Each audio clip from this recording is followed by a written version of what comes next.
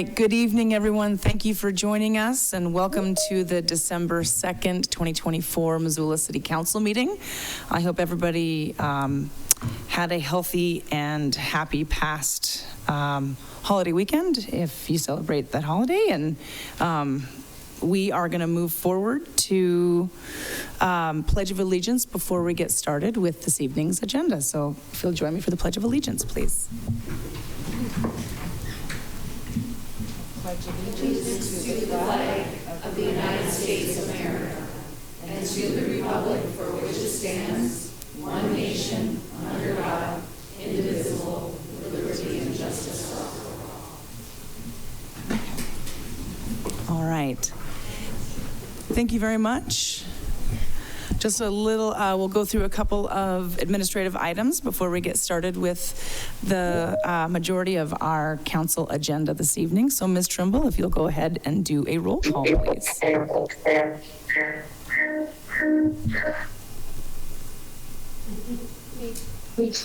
Got it. All right. Thank you.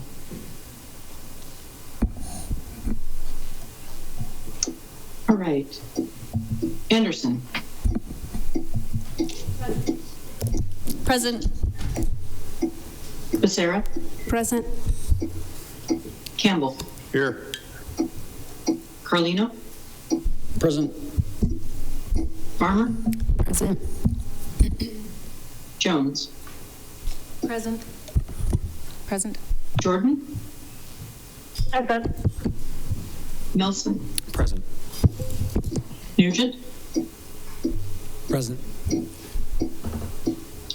Savage. Present. Sherrill. Present. And Vasecka. Present. Everyone is in attendance this evening. Excellent. Thank you very much, Ms. Trimble. Next is approval of the minutes from November 18th, 2024. Do any council members have questions or proposed changes to the minutes? Okay. Not seeing any or any online. Then those minutes will be approved as submitted. Next, we have the committee meeting agenda and any changes to committee membership approvals. Ms. Trimble, would you go ahead and review the committee schedule for us for this Wednesday, December 4th? Yeah, there are no changes to the meeting schedule from December 4th, but I do want to apologize. We have about 3 different places that we post the committee agenda, and on Friday we only managed to do 2 of those 3. So if you were looking on the calendar, you might not have seen them, but they are all posted now, but there are no changes. It's just now we have 3 out of 3. Okay, excellent. Thank you very much. The committee schedule is located on the City of Missoula City Council agenda page, and all of the corresponding agenda items are hyperlinked on those committee items.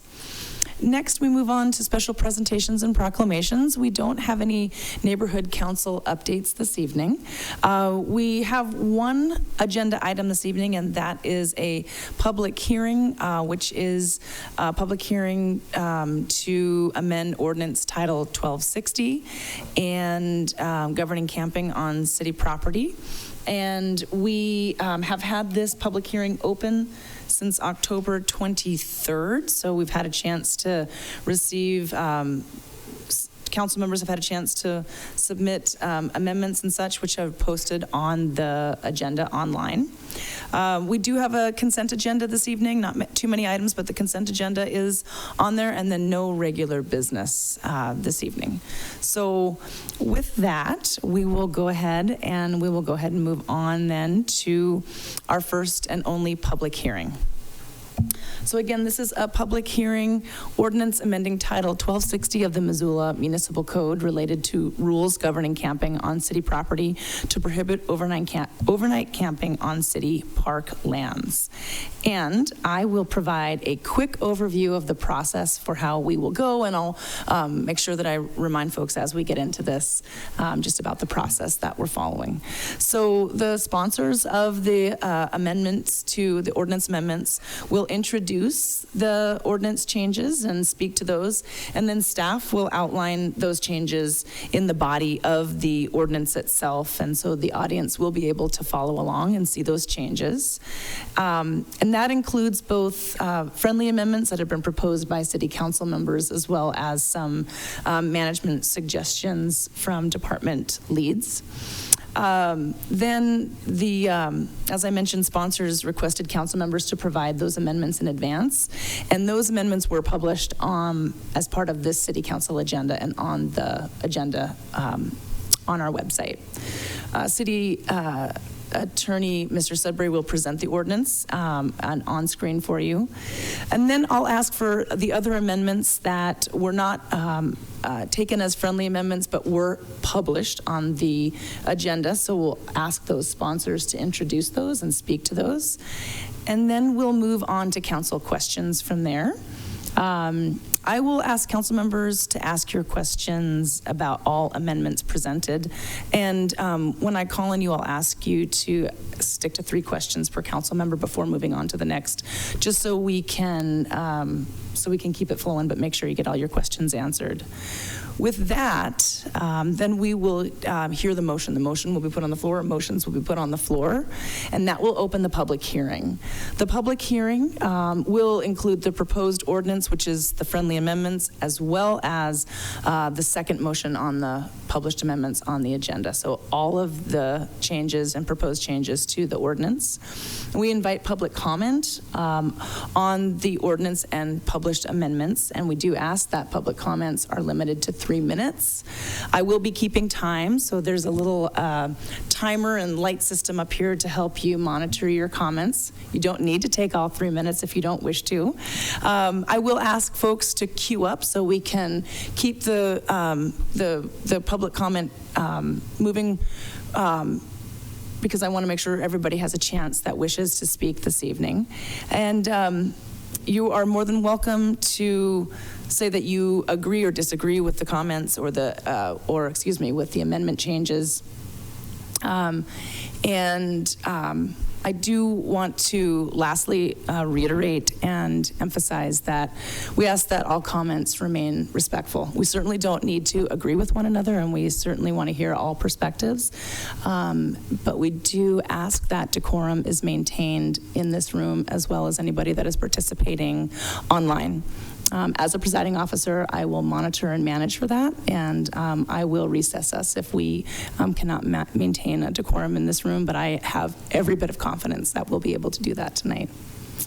So after public comment, we'll open it back up to council questions and council debate. Again, I'll ask for these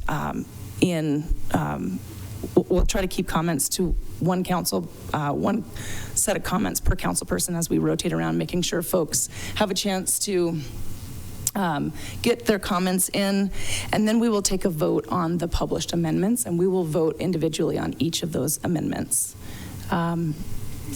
After the council takes a vote on those amendments, then we will open up if there's any new amendments that haven't been published. So if there's anything that folks want to put on the floor, we'll give a chance for that. Should there be any, we'll take council comments on those and then public comment on any new amendments, but keeping council questions and comment to new amendments only, and then the council will vote on those new amendments. And then finally, after having had 2 rounds of council questions and public comments and council comments, a final vote will be made on the motion to accept the amended ordinance. So it's a long process. I wanted to make sure we went through that just ahead of time to make sure that we know what to expect, and then I'll do my best to keep us on track for what I just outlined as we move forward. So with that, then we'll go ahead and cue this up, and I will turn it over to Council President Sherrill to start the sponsor presentation. Great, thank you, and thanks everyone for being here tonight. It's really nice to see so many people here and also so many new faces. Let's see here. I have heard from many of my constituents since the original ordinance went into effect, asking for some of the changes that we're proposing tonight. I've also had, probably in the hundreds now, voicemails and countless emails on the topic. So I know why everyone is here tonight, and I appreciate your engagement. I believe my job is to represent all of my constituents. My job is also to understand that when something isn't working and needs to be changed, that we do that. Sometimes legislation doesn't work because what's happening on the ground has changed, regional politics have changed, funding sources have changed, too many concessions were made when we crafted it, and sometimes just the plan simply is not working the way that we had hoped. As I have said many times, my goal in the original ordinance was to push people into the shelter system. This is safer for those living unsheltered, and it's better for our community as a whole. I do understand that the shelter system does not work for everyone. I also believe that as a municipal government, we are not able to solve for every situation. We also have to rely on the service providers and our partners in the community, which we do. We lean on them very heavily. Municipal government is simply not equipped for every possible situation, neither technically or financially. Legislating at a municipal level is an endless attempt at threading the needle. This ordinance, along with the changes that we are proposing, is my attempt to do that. I believe the vast majority of our community does not want people camping in our parks, and neither do I. This creates conflicts and safety issues for both campers and park users. As I have also said many times, I would love to have an authorized campsite if we were able to find a partner to run it that has the expertise and the experience to do so. I know this is currently being discussed and reviewed, and I appreciate those nonprofits that are working on this in addition to the services that they provide to our community every day. The systemic nature and the complexity of this issue require more than just government management. Since the Supreme Court overturned the Grants Pass decision, Missoula's ordinance, even with the proposed deletion of parks, is the most liberal in the state and likely in the region. It allows for camping on open city-owned property outside of the buffer zones from 8 p.m. to 8 a.m. And now, with the friendly amendments that we've added, it will now be from 6 p.m. in the winter to 8 a.m. Yes, this is a limited area, but it does exist. And we will continue to work with providers to stand up an authorized campsite. I believe most people living unsheltered want to both understand and follow the rules that we've set out. Unfortunately, in every population of housed or unhoused, there are people that refuse to do so, which is why we need the additional enforcement tools that this amendment adds. This ordinance, with and without these amendments, is a mitigation effort. It does not solve the problem of housing costs, the lack of mental health care, the lack of addictive services, the vacancy rate, or the opioid crisis. It does not solve homelessness. People living unhoused in our community and country will exist until we have a complete systemic and funding change at both the state and the national level. This ordinance, along with all of the other city programs, is our attempt to manage a humanitarian crisis and it mitigates its effects on our community. I urge anyone that suggests that the city does not care about or is not doing anything to help people living without shelter to review our city budget, as well as the presentation given last Wednesday on our houseless programs updates. With that, I know we're going to go through all the specific language of the changes that we're making to this ordinance. So with that, I'd like to just turn it over to my co-sponsors if they have anything they'd like to add. Okay, thank you. Thank you, Councilor Sherrill. And Councilor Campbell. Thank you, Madam Mayor, and thank you, Council President Sherrill, for those comments. I mean, did a really great job of highlighting the situation as it is now and the necessity for what we're contemplating here tonight. So I'll just highlight and accentuate some of the main points in my mind anyway. Number one is public safety. The idea of public safety in our parks, it's something that we've, as Ms. Sherrill already stated, first and foremost on a lot of people's minds with parks, particularly during the summertime, their children, school bus stops next to parks. Police department's been dealing with issues time and time again with camping in parks, and it's a drain on their resources. It's resources that our public safety professionals could be put to better use in other areas of town, certainly. But overwhelmingly, the feedback that I've received, I'm not going to speak for all my colleagues, but me personally, overwhelming necessity to ban camping in parks, and that's what's being proposed here tonight. Since this was first presented by Councilwoman Vasecka back, I believe it was August, to do this, there have been other co-sponsors that have come along and offered meaningful amendments to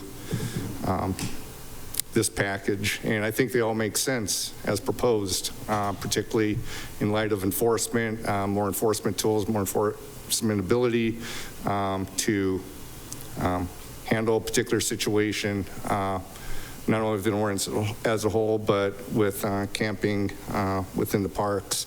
So I think these are meaningful changes. They'll have an effect to make sure that, you know, the people that have come to us by the hundreds with this issue, that it's truly being addressed going forward.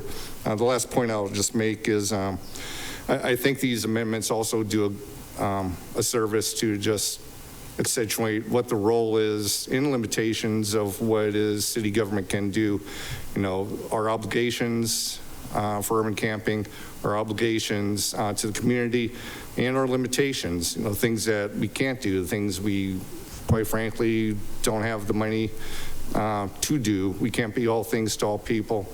As we saw with our budget process, you know, this past summer, you know, it's tight year after year. You know, we cringe at tax increases year after year, and I think majority of people in town here are pretty fed up with, you know, if they're going to have tax increases like this placed burden upon them year after year, that the money is being put to good use. And, you know, they in turn want to be able to use their parks. They be able to want to use the trails. They want to be able to use recreational areas and recreation opportunities and playgrounds within the cities. So, you know, I think as a council, you know, I feel we have an obligation to move forward with this and, you know, stipulate in more detail than has been the case originally in this ordinance to, you know, further delineate what our roles and responsibilities are. So I look forward to the rest of this conversation. Thank you.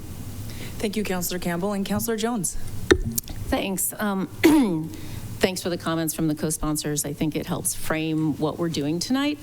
I will say that after several years of having a growing homeless population, not having clarity in regulations, having a huge impact from the pandemic, changes in leadership in the city, last spring finally was time to really start to try and address how to make urban camping specifically work within Missoula. And we had a working group for five-hour sessions with a lot of input. We had huge meetings in June to try and get the initial ordinance through, and we had a lot of input. But I think since it passed, we've had a lot more input from a lot of other Missoulians. So I'm not saying that public comment is the only factor that we make decisions on, but it is an important piece of the puzzle as we try and figure out what will work best for Missoula. I am glad more folks have weighed in. And I think it became clear after we passed the urban camping ordinance that there were a couple of components that weren't working. It took, 6 to 8 weeks to really see see that.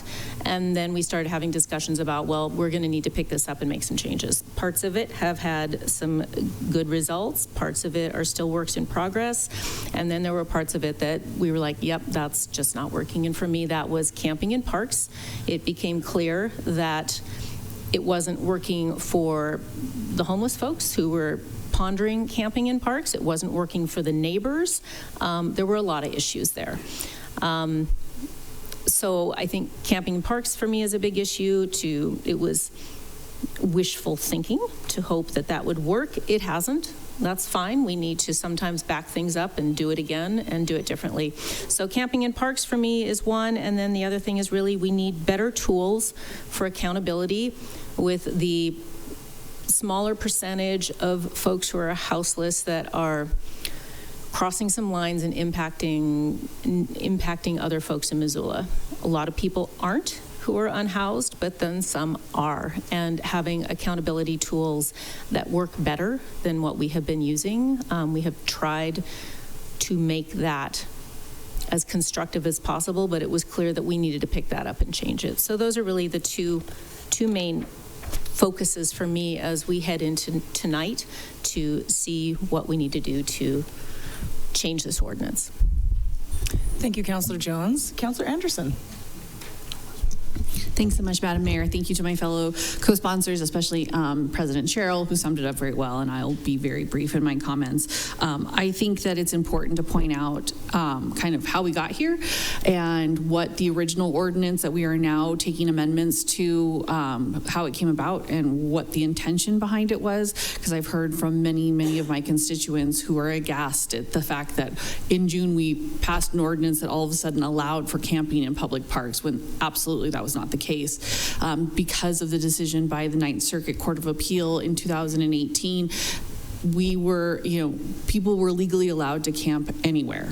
And what the ordinance that we passed in June at that time did was give us time, place, and manner abilities to say, okay, knowing that we are under the Ninth Circuit Court of Appeals decision, we understand that we cannot completely say no camping anywhere. We have to allow for camping. And so there are certain parks that are highly used in the summertime by Parks and Rec programs. Let's close those off. Let's create a system where you have to be, in your tent by 8, out by 8 in the morning, and try to create some restrictions and some guidance so that we could try to strike a balance for all of the user groups who enjoy our parks here in Missoula, while also trying to be compliant with the law. As we have seen, the sands and grounds have shifted since the Supreme Court overturned the Ninth Circuit Court of Appeal. Also, we have seen the increase in conflict between the unhoused and the housed, especially in our parks. And it is apparent to myself and others on council who are bringing forward the changes to this amendment that the current wording of the ordinance as it's written is not getting the job done and threading the needle with multiple user groups. And the best path forward is to simply say no camping in parks. This does mean that there will be camping in other places. There are unhoused folks in our community. That is unfortunately a factor of life in the 21st century. And as Ms. Sherrill and others have alluded to, it is a systemic problem that goes beyond the ability for one single municipality to deal with. And I agree that we do what we can with what we have for the most amount of people, but we are not able to tailor individual solutions for individual folks because that is just outside of our purview. So trying to make sure that we strike a balance for everyone housed and unhoused who call Missoula home, and make sure that we are doing what we can with what we have for those who need it.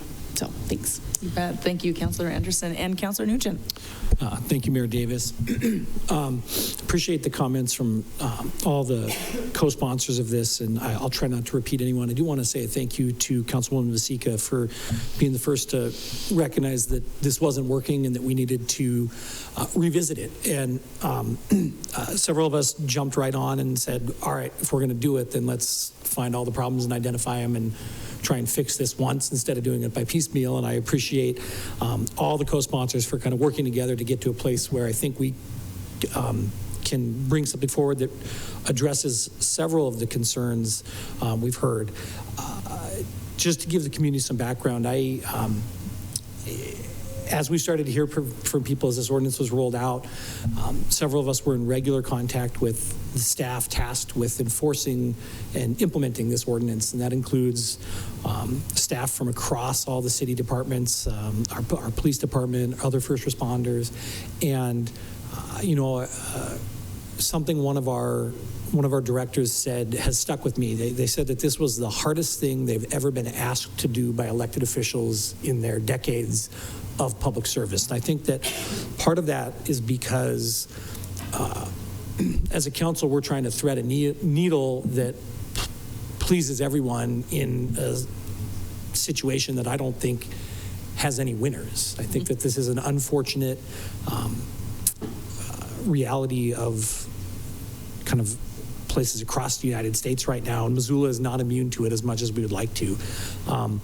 When we sat in here in June, we had a lot of public comment that frankly derided those of us who were trying to work and find solutions, that said we were not listening to the community, that the community did not want any accountability or rules around this, that they wanted only services and support. But I think as several people, including Mr. Campbell, have outlined, one, we don't have the budgetary means to solve this problem in the ways that it truly needs to be solved. I think that's a systemic issue that comes from the national level and the state as well.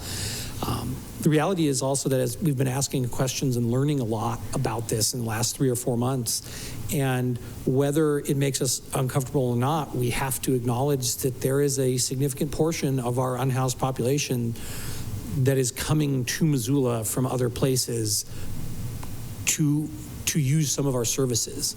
And I think that says a lot, one, about the community of Missoula as it relates to a lot of Western Montana and the region, that we are a compassionate community, and we are a community that does want to help our neighbors.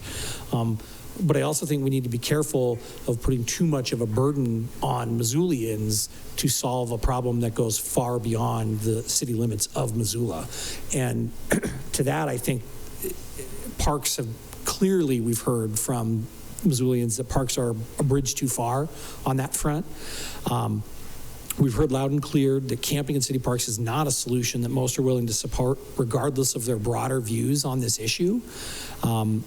I also think it's clear that allowing camping in parks is not a sustainable or effective solution for addressing the needs of the population of people who are camping in the parks. Parks are designed as spaces for all residents, including families and children, to enjoy.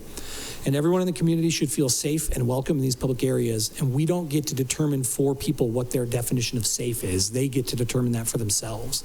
But the reality is that if they're not comfortable using a public park, I think that is violating the whole social contract around what parks are. And I think that that's part of what drives this conversation.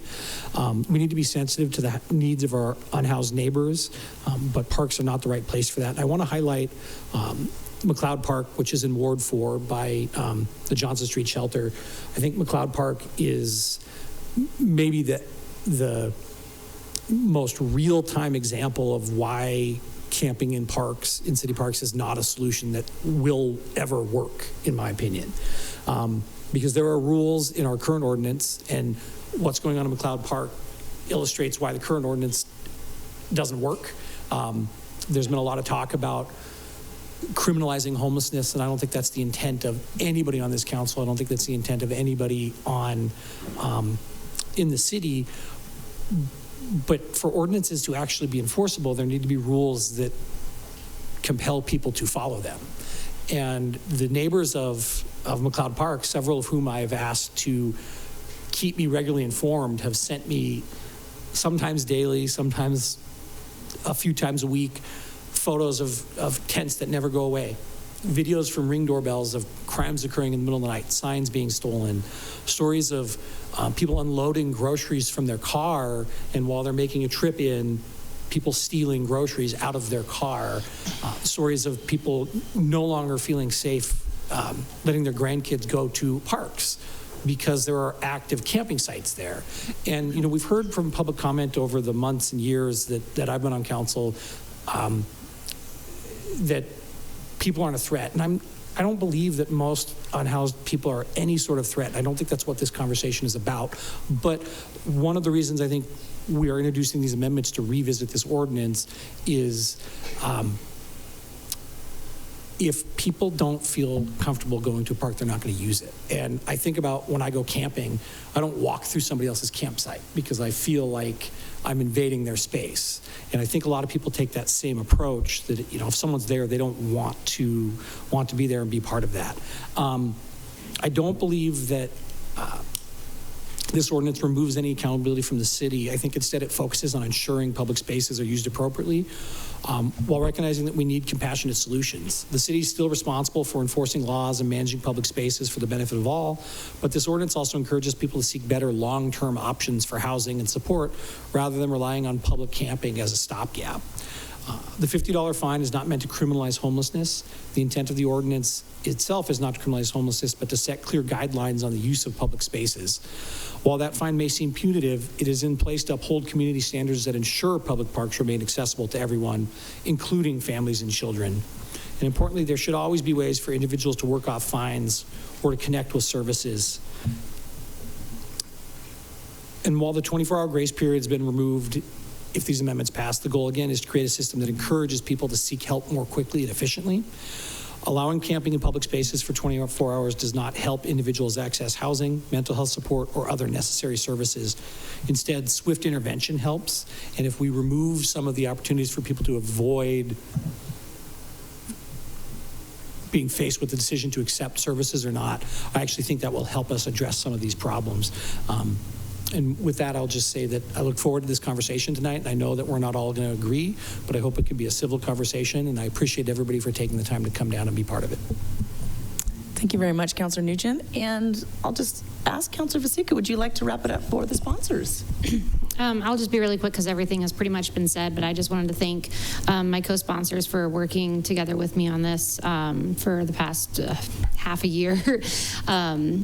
So thank you for finding compromise with me on, I know that we usually don't on a lot of items, so I wanted to thank you guys for working with me.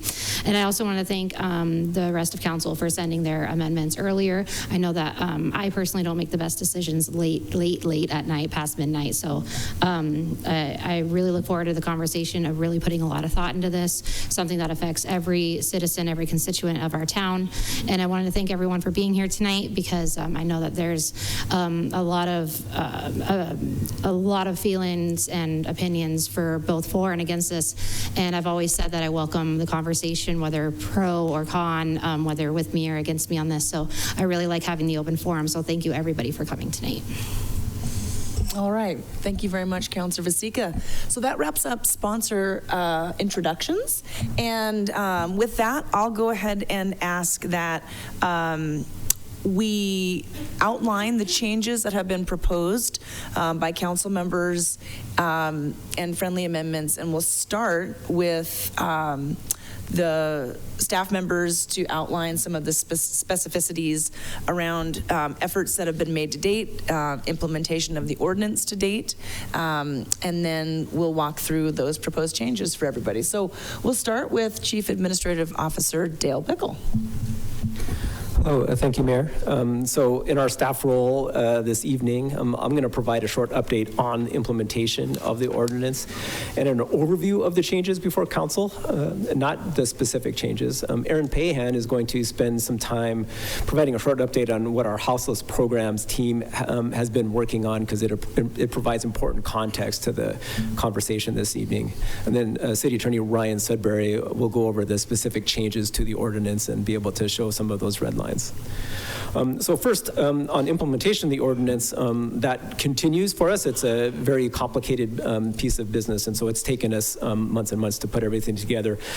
So just a short update on that. We're working on storage for personal belongings. We've hosted conversations with partners about management and potential site. We're looking forward to our closest site being done is providing day use lockers at the library in close partnership with them. Our vehicle permitting program program rollout is underway, and we have the brochure that's newly printed available here tonight. Personnel turnover and hiring in parks and code compliance has slowed our efforts, so it's been a constant battle related to maintaining and building staff in this area. Though while we are still be able to conduct enforcement activities, we've issued over 128 written warnings and over 28 citations under the ordinance. And we are finding that the civil infraction process under the ordinance is proving difficult and complicated. And the amendments tonight would shift that back to a misdemeanor infraction, as that process is better developed and clear in our processes. The new resource guide is almost ready to be distributed. And in putting that together, we're discovering that the city is not well equipped to be an actual service provider to the houseless community with our lack of expertise and our many competing priorities. And so in addition to the changes in the buffer zones to move parks out, there are a number of other changes in the ordinance that I'll just speak to briefly, and then Ryan will get into specifics. First, the proposed amendments remove the requirement of a warning step. It was clear that there is an expectation from some council members to be able to act more quickly to deal with specific issues. And as in most infractions, there still would be the ability to provide a warning. It's just not required. It would not be required.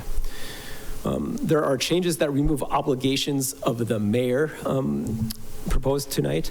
Resolution 8782 would still stand, that directs the mayor to develop a program to support urban camping. So that policy directive from council is still there. But it doesn't, and removing these items doesn't mean that we're not going to continue to work on these. These type of programs typically don't reside in an ordinance. They are actually contained in a resolution where we do have that today. Additionally, the ordinance language directs the mayor, but does not provide budget, timeframes, et cetera. The city is working hard on houselessness through such initiatives as our community strategy to address houselessness, but these particular requirements in ordinance confuses our priorities. And since the committee meeting on October 23rd, our staff urban camping policy team has requested some changes that have been accepted as friendly amendments. That team comprises representatives from police, Parks and Rec, Public Works, Community Planning, Development, Innovation, the City Attorney's Office, and the Mayor's Office. The implementation of the ordinance is an all hands on deck type of situation for us. And so some additional amendments that have been proposed include replacing deferred prosecution agreements with deferred imposition of sentence language, which would streamline this process. Under the deferred prosecution agreement, it creates a contract situation. There's a $100 fee associated with it. So just simply shifting this to a deferred imposition of sentence removes that administrative burden and allows the courts to be able to do that, sends that policy direction to the courts. The ordinance would change the vehicle permitting program to eliminate the 120-hour allowance for camping in a vehicle without a permit. It would allow 2 instead of 1 vehicles per block when feasible, and remove the 150-foot spacing requirement, improving social safety and compliance while increasing available permitted spaces. And it would strike the requirement that the city must tow vehicles when an expiring permit to another suitable location. There's a concern that alternate suitable locations may not be available, and the city will have to rely on third parties to perform this task within existing resources. Current amendments would ask that the ordinance clarify the place restrictions from waterways from water's edge to high water mark to better protect the waterways and align with our other local state regulations. And the ordinance changes the time requirements for notice requirements for rescheduled abatements to 7 days. Under our current resources, right-of-way cleanups are scheduled on Tuesdays, and parks cleanup are scheduled on Thursdays. So if we miss one, we need a full week to be able to reschedule that abatement. So regardless of how the ordinance changes, we plan to continue enforcing with outreach and education at the forefront. This will continue to be done with compassion and in partnership with the provider community to minimize negative impacts on those sheltering outdoors and in vehicles and to improve outcomes for everyone. So with that, I turn it over to Erin, Mayor. All right, that sounds great. Thank you, Mr. Bickle. And Ms. Pean, please, if you'll provide us an overview of the different parts of the houseless programs that we are currently underway with. Yeah, good evening. Erin Pahan with Community Planning, Development, and Innovation. On November 20th, just before the holiday, our Houseless Initiatives team provided a comprehensive update to Council in the Housing Redevelopment and Community Programs Committee, which included all of the investments and initiatives that are underway at the City of Missoula in this area. So I'm just going to provide you a brief summary of that presentation and would encourage those of you who are interested to go back and watch that presentation in full. It has a lot of really rich details that we won't get into tonight. So to begin with, I will talk about the programs that are supported through either investment of funds or resources by the City of Missoula. This includes our Johnson Street Temporary Emergency Shelter, which is funded at a little over $1 million annually. We serve an average number of about 135 individuals per night at that shelter. Highest numbers served go upwards of 160, 170, and lowest numbers are around 97. And that is continuing in operation at a year-long basis through the end of the current contract, which is in September. The next program is the Poverello Center's outreach and support. The purpose of this program of our investment in this program is to support general operations at the Poverello Center and the provision of outreach services to people who are unhoused in the Missoula. So this includes essential outreach that is provided by the homeless outreach teams, which is a group of very highly skilled, qualified individuals who are working to build relationships with folks who are living unhoused in our community to help connect them to essential resources and housing opportunities. And we fund that at about $211,000 per year. The next project is our community strategy to address homelessness, and we'll spend a little bit more time talking about this one because it is really our roadmap for how we're going to proceed into the future. We're partnering with a firm called Homebase who does this type of work all over the Rocky Mountain and Pacific West, and the goal is to create Missoula's next community strategy to address houselessness, and we hope to have that before council in early 2025.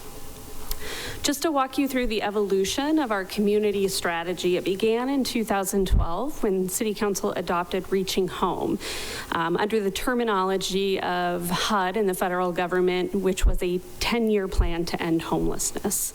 That ran through 2022 when we launched an evaluation of that effort, really looking to learn from what the last decade had to teach us in terms of what was effective and how the experience of houselessness had changed in our community. In 2024, we launched the creation of a new community strategy to address houselessness. And in 2025, we hope that that will be adopted and will provide us guidance through 2028 and will allow us to operate under a new community strategy, which is collaborative and helps us to implement the recommendations in the plan. We do have several concurrent planning efforts underway that are worth mentioning because they're all informing the community strategy to end houselessness. That includes Built for Zero, which is an effort to achieve functional zero houselessness for veterans by November 11th, 2026.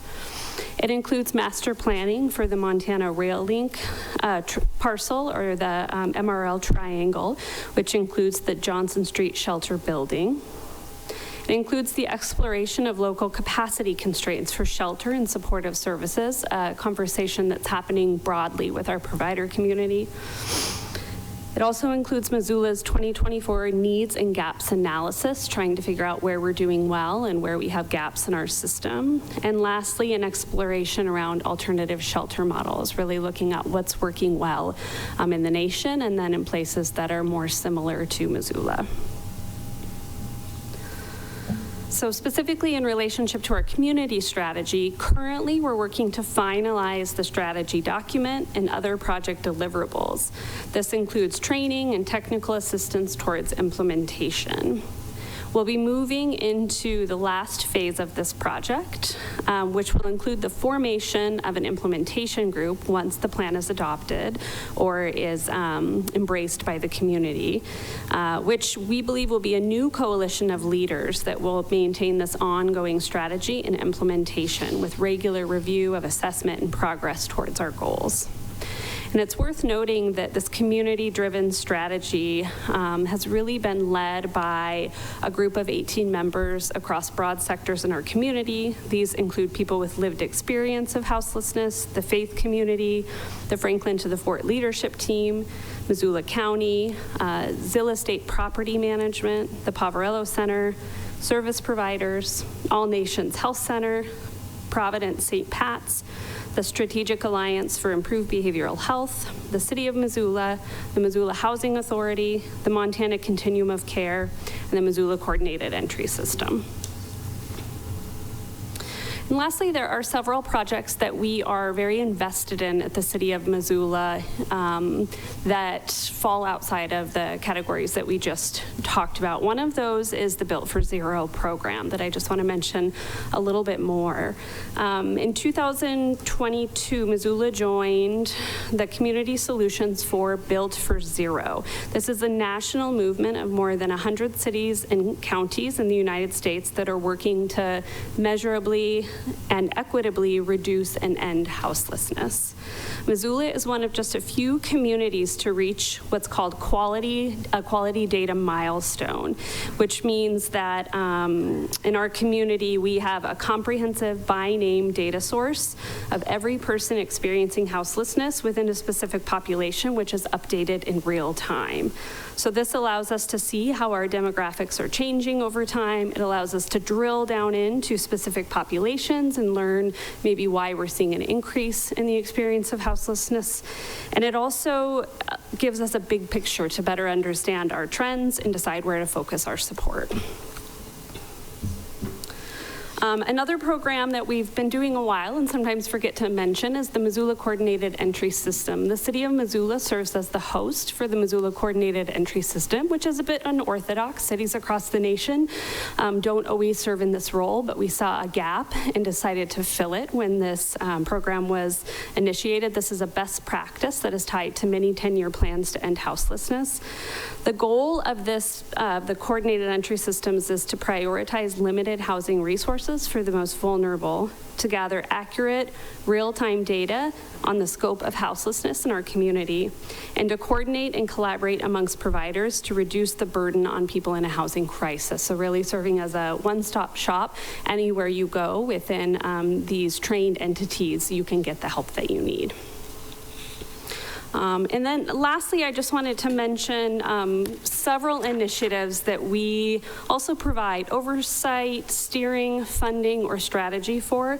These include the Housing Solutions Fund, which is a partnership between the United Way and the Human Resource Council to provide real flexible solutions to keep folks housed, get folks into housing. The At-Risk Housing Coalition, which is a collaborative of about 50 organizations in the City of Missoula, all working and planning together to address houselessness. The Annual Point in Time Count, which is a HUD-driven effort to try to get kind of a once-a-year snapshot of who's experiencing houselessness in our community. The Montana Continuum of Care Coalition, which is a statewide coalition and funding mechanism. Houseless Leaders Group, which is looking at solutions and planning for adequate shelter resource in our community, and the annual Houseless Person Memorial. So with that, I will turn it over to our City Attorney, Ryan Sudbury. Great. Thank you very much, Ms. Pehan, and thank you for that not only comprehensive update, but for the good work of you and your team on all of those various programs. Mr. Sudbury.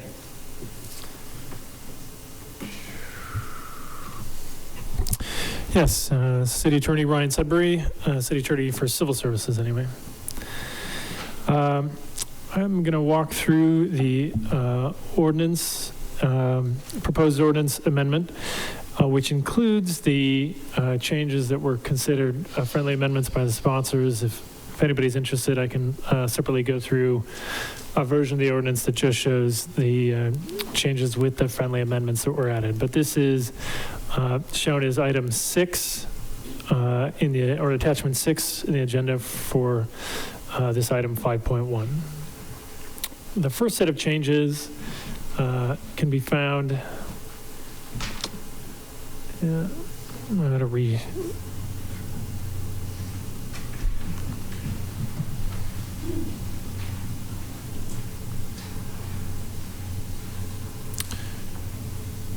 moving on you.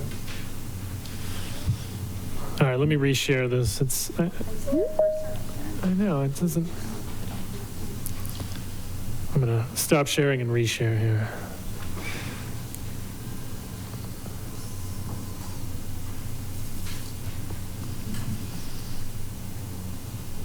Okay, I think I messed it up. It's working now. So the first set of amendments are in the vehicle camping time regulation. This is in 1260.20, and it changes, it removes the provision for an unpermitted vehicle being allowed to camp for 120 hours with the thinking that we want to encourage people getting permits and not creating a sort of subset of individuals who are moving around the city and are unpermitted. This, the thinking is this will help get people connected to services when, our city staff is out connecting with people and helping them get permitted, that the idea is that those people will continue to provide the education and outreach materials that they're currently presenting, and creating this sort of subset of group of people that are not interacting prevents that sort of connection and building outreach. The second set of changes is in the subsection D, just below, changing from only allowing one vehicle on a city block to allowing up to 2 vehicles where feasible. Where feasible means where it can fit within the buffers outlined in subsections 1 through 7 below. So if you can fit 2 vehicles, this may be 2 large RVs. So in some situations you may not be able to fit that and comply with the buffers and allow comply with other city parking regulations, if there are fire hydrants or driveways that can't be blocked. But where feasible, up to 2 vehicles may be permitted on a block, with the thinking being that there is some social safety elements with people camping together, or with partners camping next to each other, or people providing safety for property while somebody's at work or something like that. So allowing up to 2 vehicles on a block was proposed. And as a result, we need to remove the requirement that permitted vehicles are 150 feet from each other. So that's the second change in that subsection D. The next set of changes can be found in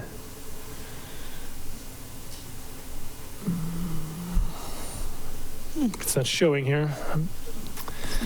Not sure why. This section, which I can pull up separately if people want to see it, 1260.30 subsection B was previously mayor to develop a program to support urban camping, which was proposed to be deleted with the, and I think Mr. Bickle outlined the grounds for that. So that's showing up, not showing up here, but that's been proposed to be deleted. Another change is within the rules governing camping on city property. So this is 1260.30 C2I,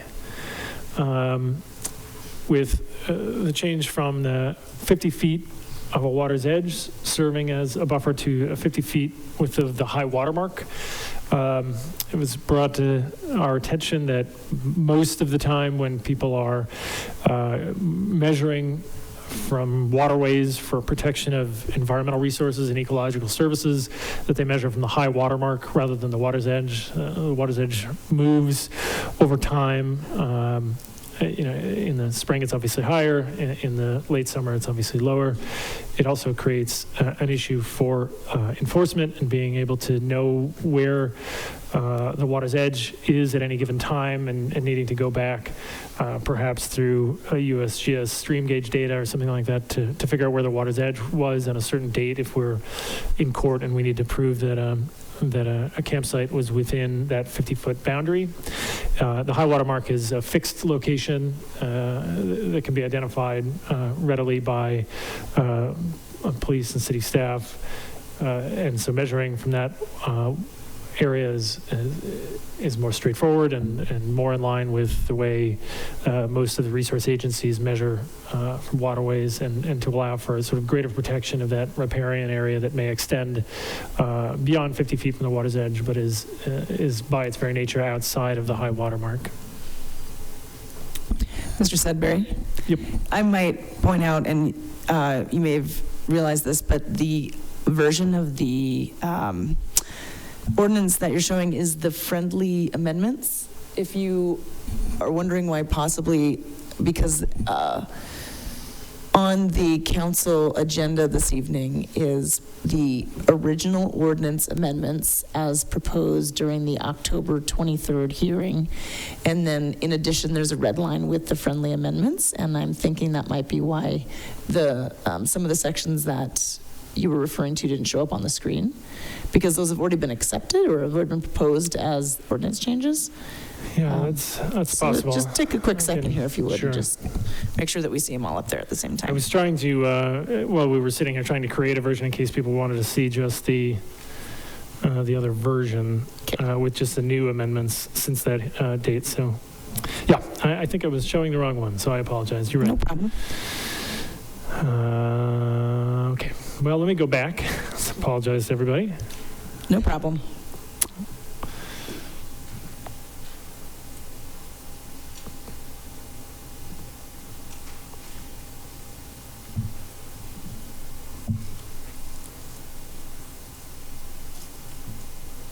Oh, yes. All right.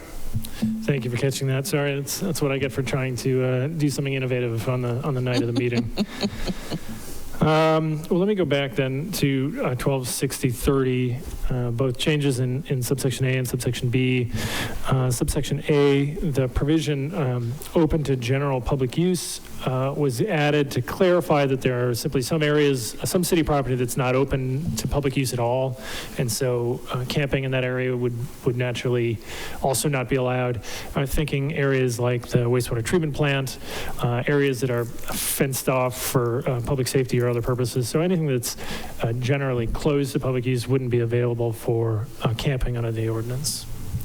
And that's the purpose of that provision. You can see now the provision, mayor to develop a program to support urban camping is shown as red line. This is the subsection B in 126030. This is important.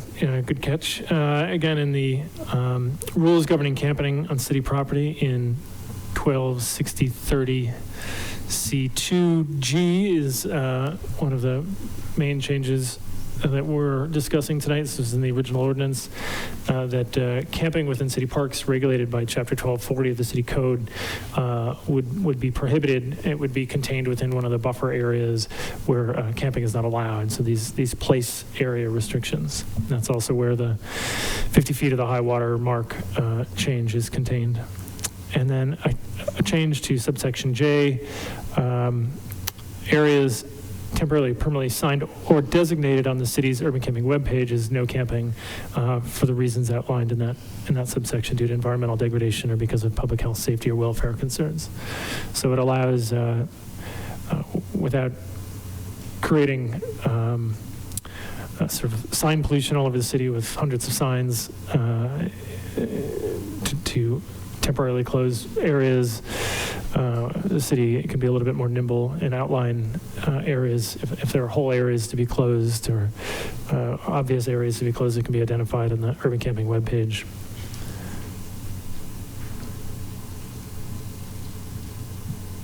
Uh, 126040A is the next change,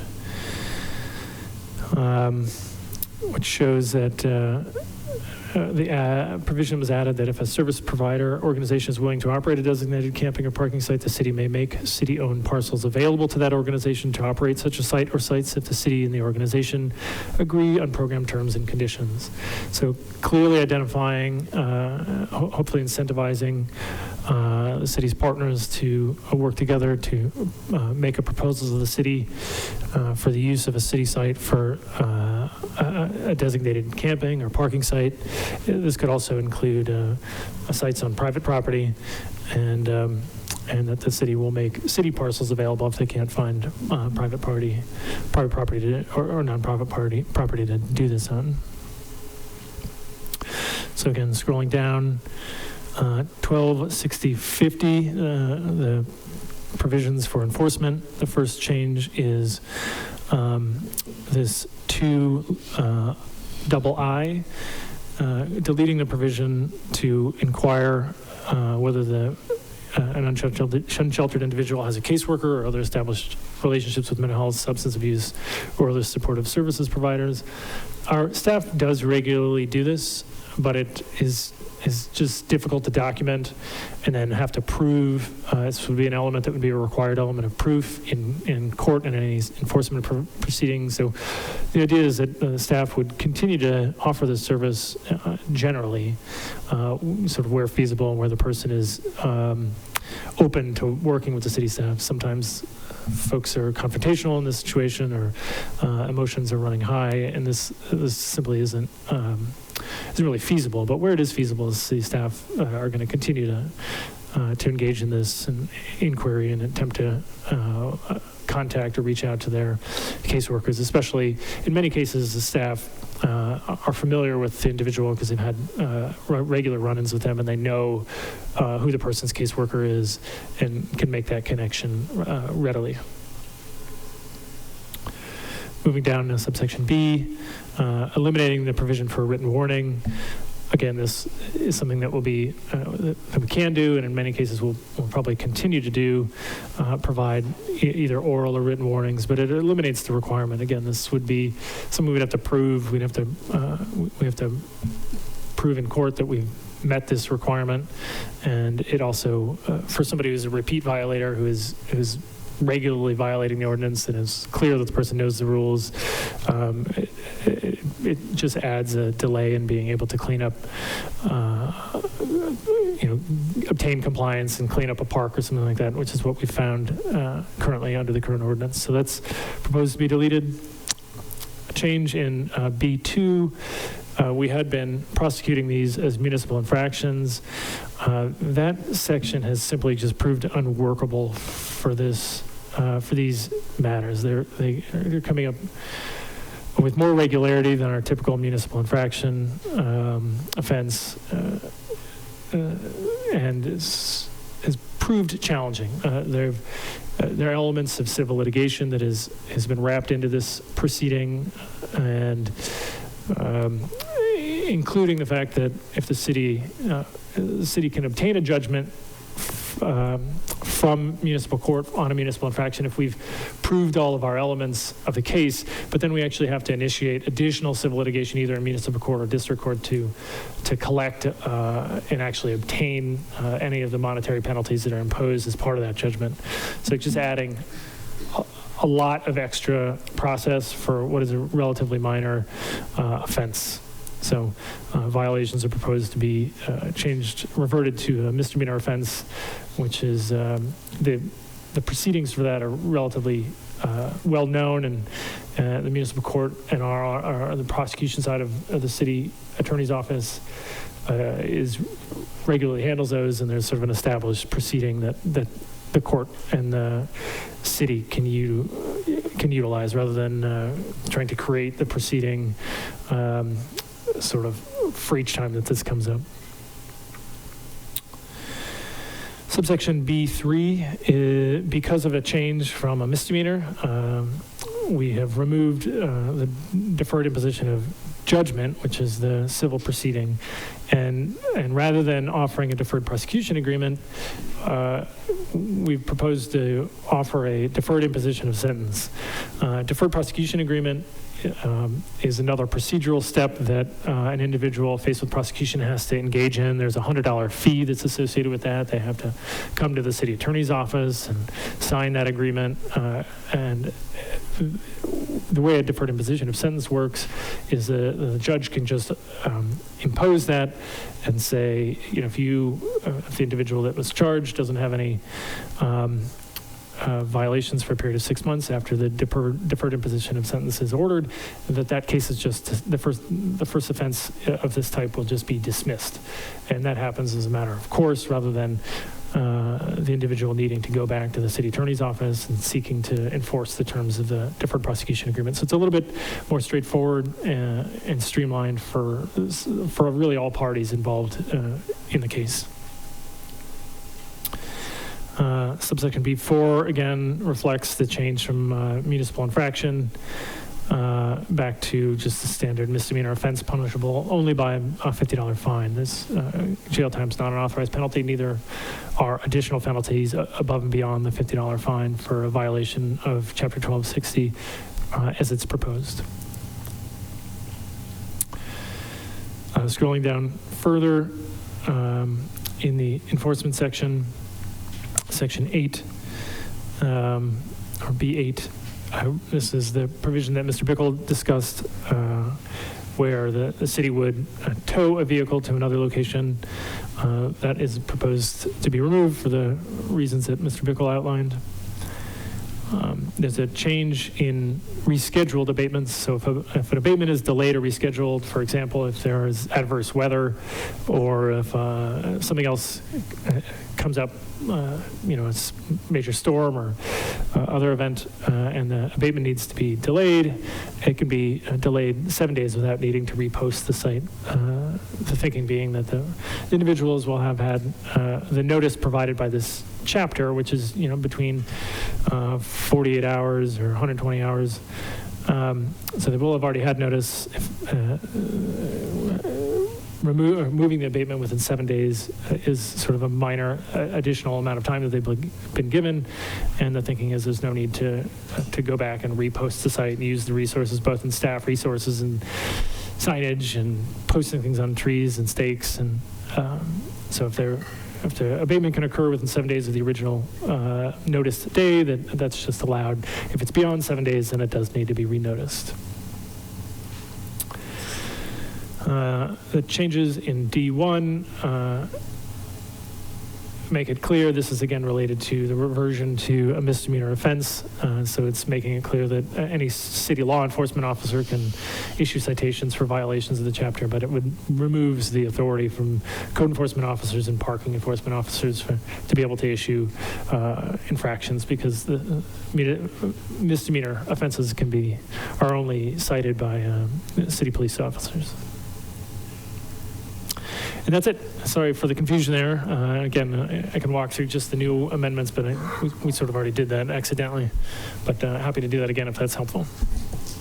All right, Mr. Sudbury, thank you very much. And I did just want to verify, and this was covered at the beginning of Councilor Sherrill's presentation, but that the friendly amendment that in the version that you have in front of you with the time change for folks permitted to camp on city property is expanded from 6 p.m. to 8 a.m. 6 p.m. to 8 a.m. Please. The amendment would be from November 1st until March 1st, that we allow people, instead of 8 p.m. to 8 a.m., we allow people from 6 p.m. to 8 a.m., not in parks, obviously, but outside of the buffer zones and under the areas in the city that they can camp. Okay, thank you for that clarification. And that is section 12.6.30, and that would be section C1 time. Okay. All righty. So as your guide for this process this evening, I'll just give a quick summary of where we're at. City Council passed an ordinance back in June that went into effect in July, and there were proposed amendments brought forward and heard during a public hearing in October. Those amendments were made public, and at that public hearing and at that committee meeting, then sponsors welcomed amendments, some of which have been accepted as what's considered friendly amendments. Friendly amendments are accepted by sponsors without there having to be debate on the floor. So the sponsor has agreed to, the sponsors, in this case 6 sponsors, have agreed to those changes. That is what Mr. Sudbury just walked through.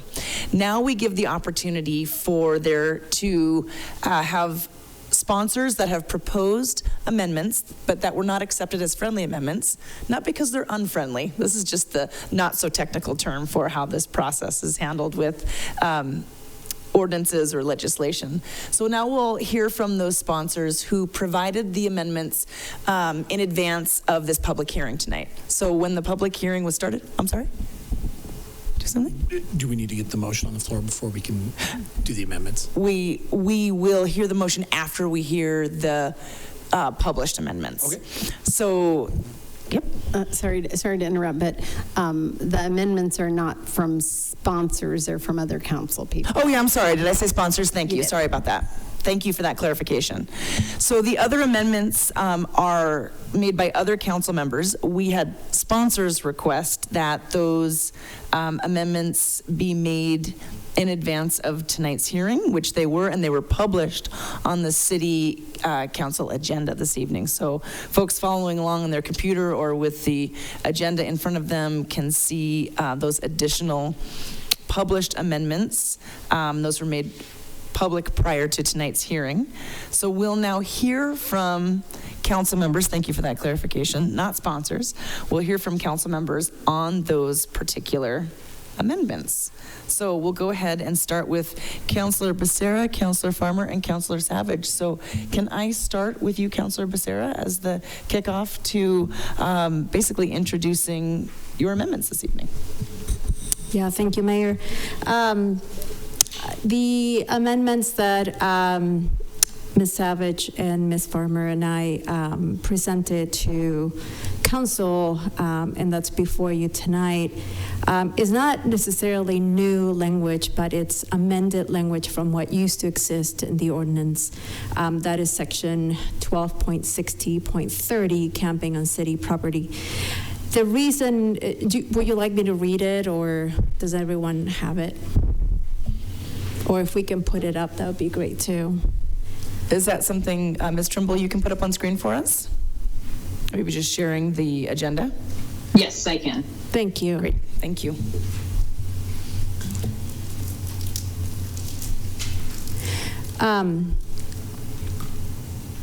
The reason behind having reincorporating language but slightly different language is that if the main amendment to prohibit camping in parks passes, I think it would be naive to think that the challenge of urban camping or urban sheltering is going to go away. It's also, I think, irresponsible for us to not publicly recognize that this is a challenge we will continue to be working on with service providers.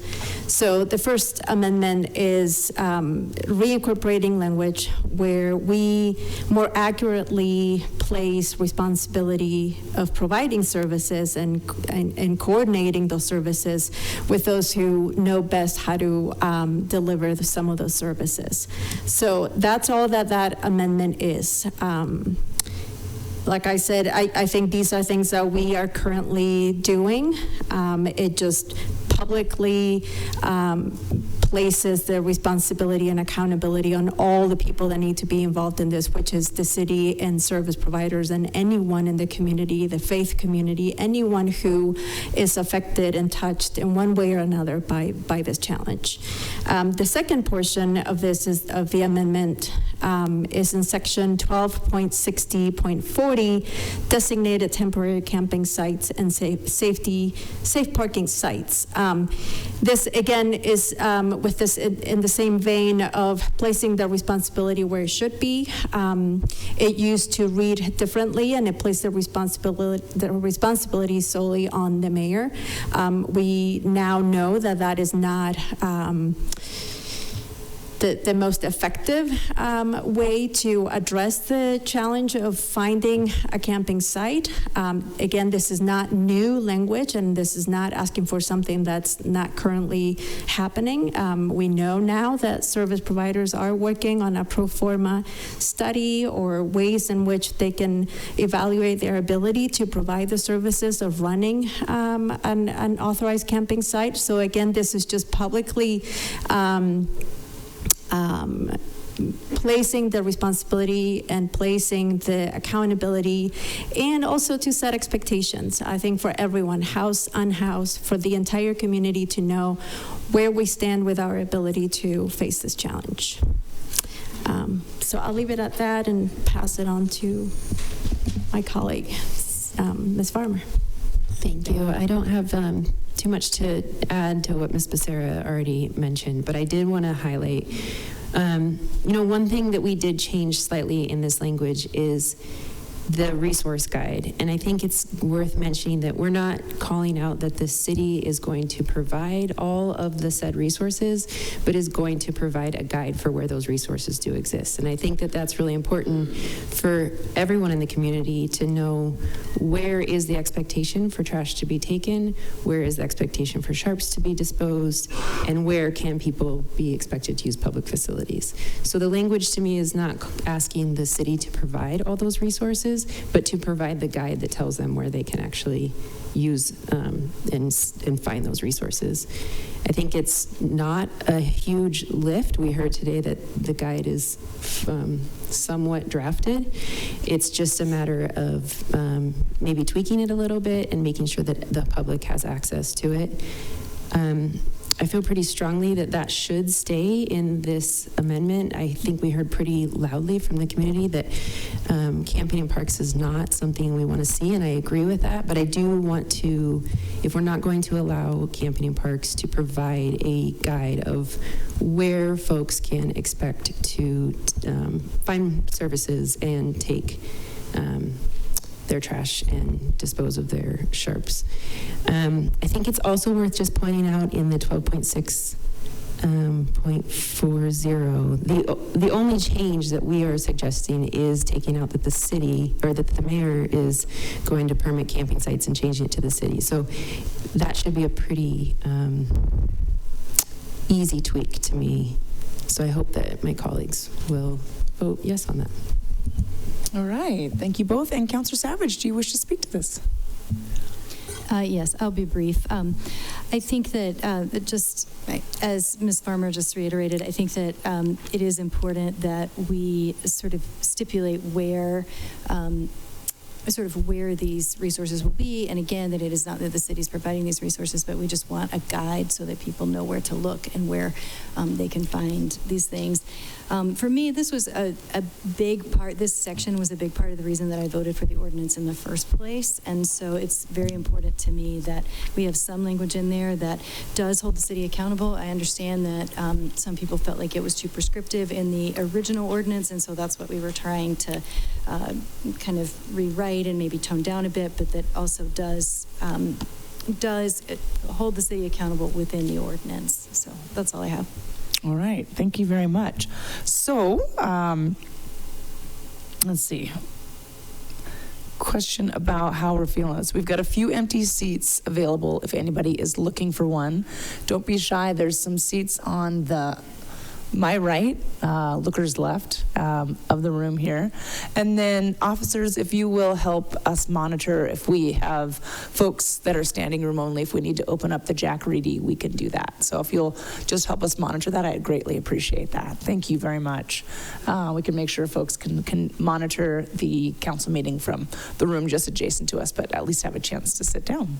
Okay, great. All right, so now we have heard other amendments by council members, including Mr. Carlino. So Councilor Carlino, if you'll go ahead and walk through yours, that would be great. Thank you very much. Thank you. I'll share my screen here. I've got nine amendments proposed, but 2 of them are also covered by the 2 amendments that we just heard. So if those pass, we could certainly skip those. The first one is to add to the enforcement section a sentence saying, as long as there is no option for an individual to access adequate shelter for sleeping, citations for violation of this chapter may not be issued and enforced.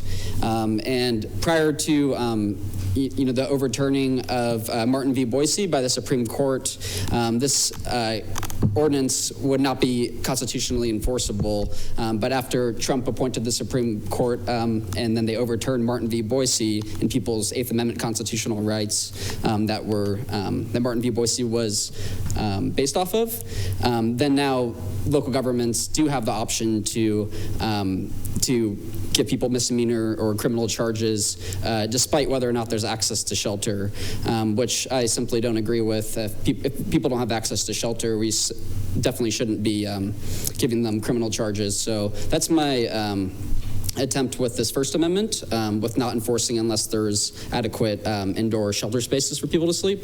And similar with the Second Amendment, as long as I propose that we also add in a sentence to the enforcement section, as long as there is no option for an individual to access adequate indoor shelter for sleeping, abatements shall not be enforced. So, if you move somebody that has nowhere to go, where do you think that they're going to go?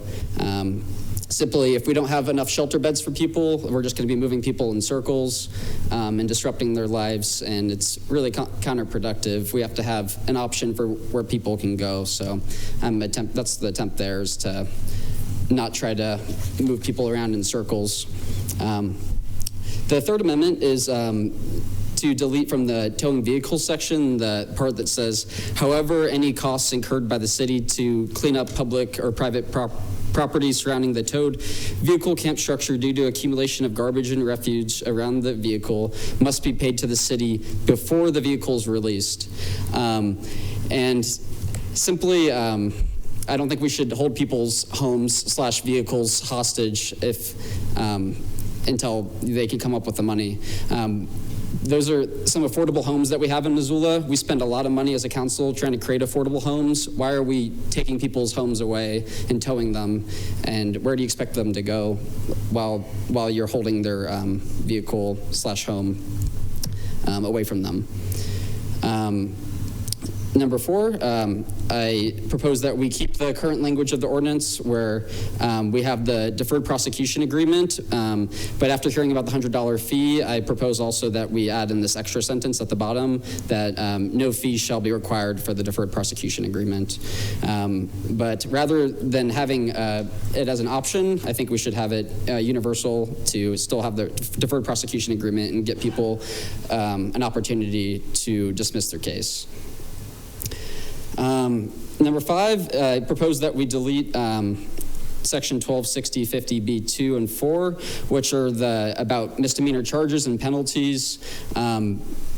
You can't cite and criminalize people into housing or into shelter. And in fact, giving people misdemeanor charges is counterproductive, and it's going to make it harder for them to get into housing. Making them pay fees and fines is also going to make it harder for them to get into housing. And if people are on probation, for example, this could also add up to jail time. So I propose that we not have criminal charges for people that have nowhere to sleep. Number 6 is similar to what we heard from the other council members' proposed amendment, is to retain the programs under 126030B. And if the other amendments don't pass, then I would propose that. But I'm also okay with the other language. Let's see. Same with number 7. It's to retain the language that's in the ordinance right now about the merit to investigate safe camping or parking sites so people have somewhere to go. But that's also similarly proposed in the other amendment that we heard earlier, which I would also be okay with instead of this language. The last 2, retain section 126050A22. Let's see. And that says, inquire whether the unsheltered individual has a caseworker or other established relationship with mental health, substance abuse, or other supportive service provider, and attempt to contact the applicable caseworker/service provider or ensure that other service providers provide this information. I think we need to get people access to resources so they can, start, working their way out of their current situation. And, to get rid of this from the ordinance would be a huge mistake when people really need the access to those resources. And then the final amendment I'm proposing is to retain section 126050B1, which is to require a written warning for a first violation of any provision of this chapter. A violator will be given a written warning identifying the provisions of chapter 1260 that were violated. Where possible, the written warning should provide suggested remedies that may correct the violation, as well as a time frame to correct the violation. The written warning and associated enforcement under the section must occur no less than 24 hours apart. And I think people should have a warning before we take all of their belongings or give them misdemeanor charges or tow their vehicles. I think it's fair to have a written warning so we all have proof and documentation of this before proceeding with further punitive measures. And I'm happy to take any questions on those amendments. Thank you, Mr. Carlino. We'll go ahead and wrap up the published amendments as stated. So all published amendments that are included that were submitted in advance have been included on the agenda, and each council member had the opportunity to present on those. So thank you very much. So with that, we'll now shift to council comments, and I'll go ahead and take council questions. So we're going to do council questions first, and so we will start with Ms. Sherrill. Go ahead, Councilor Sherrill, please. I have a couple questions for the first ordinance amendment that we talked about. And are we voting on them both, our 12.60.030 and the .040 together, or would you be willing to divide those? I think there was an email sent earlier wondering if we could divide both of those. So that's my first question to the sponsors.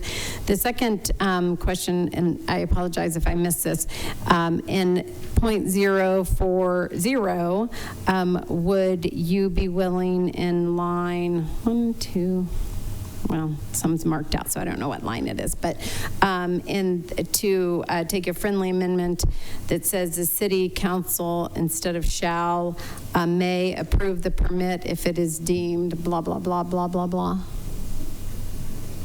So those are my two questions for this. I would take the change, the city council may approve the permit if it is deemed feasible, practical, and in the public interest. I would take that. I would prefer to take them together because I think they're related, but I would ask my co-sponsors also if they have any strong feelings on that. Okay. Councilor Becerra, thoughts on that?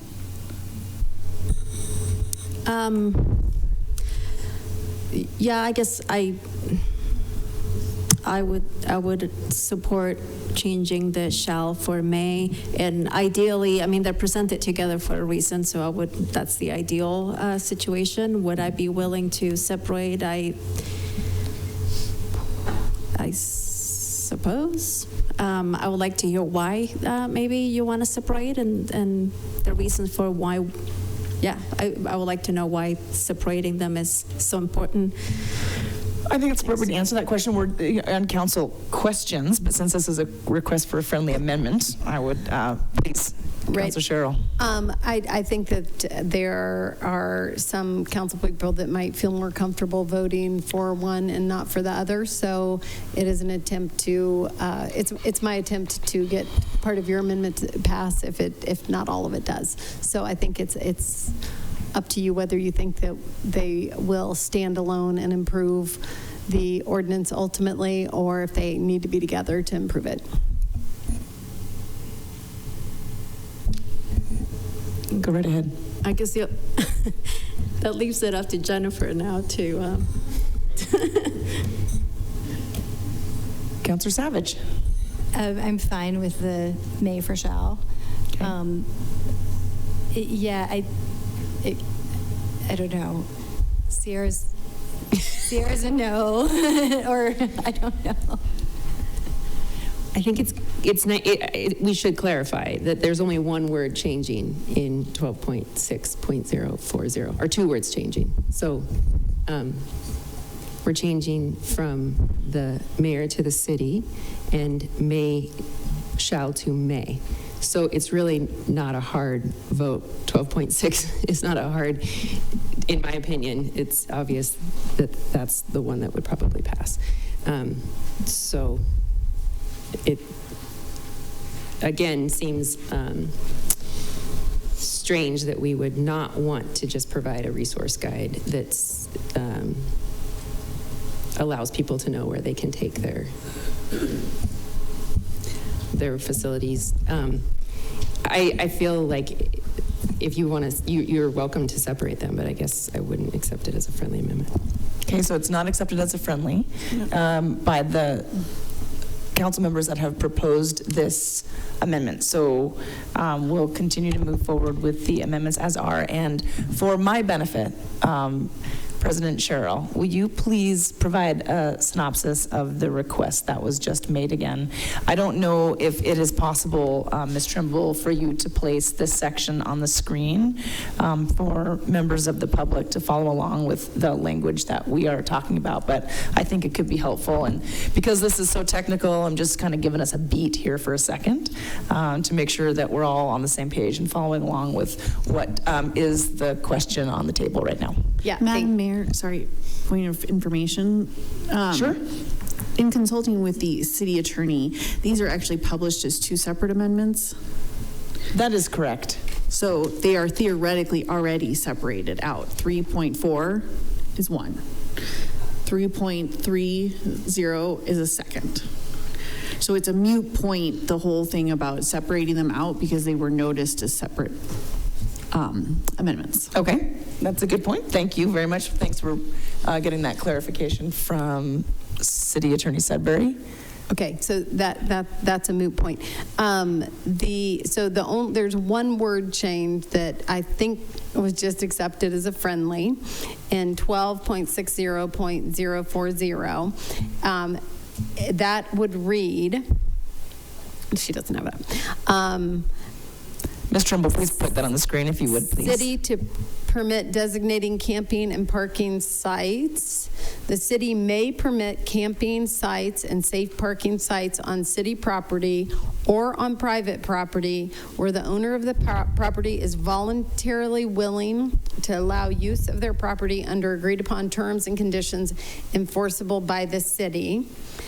City council, and then that word shall gets changed to may approve the permit if it is deemed feasible, practical, and in the public interest. So the only thing that I am changing is may to shall.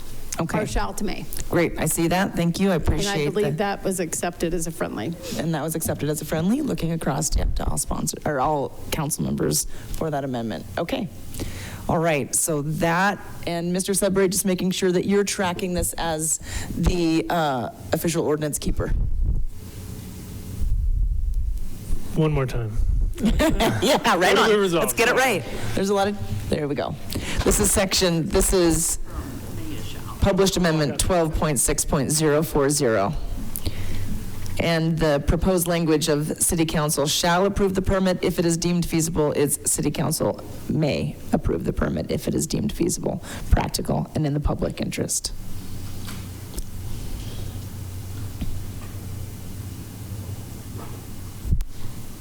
Thank you.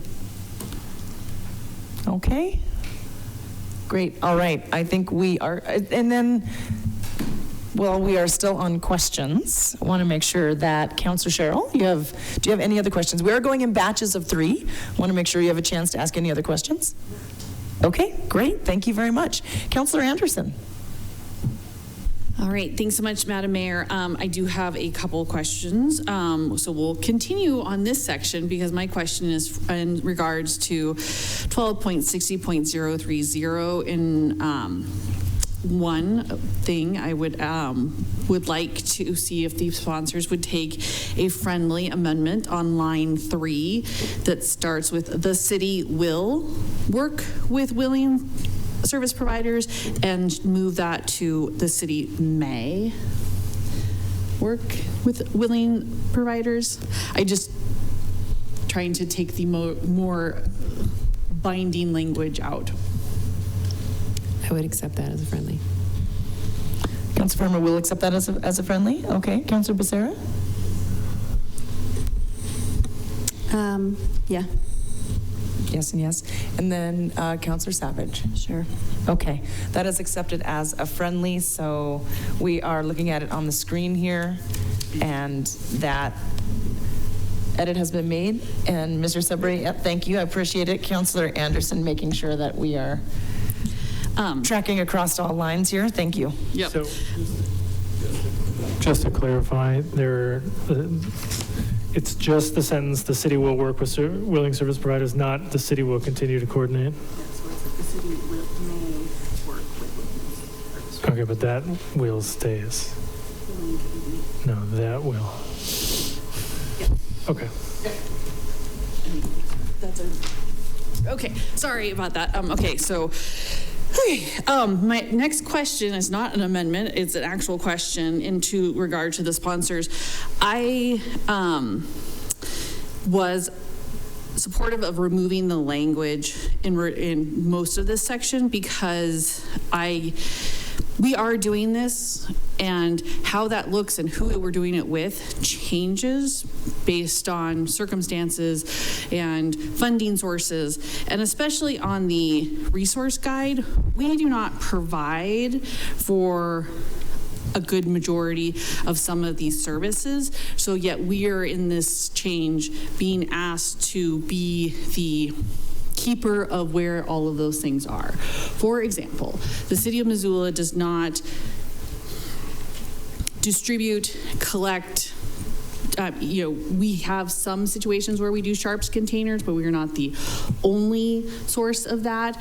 And so by having it be so descriptive of like which specific things are going to be in the resource guide, it creates work for the city to have to go and track all that down versus just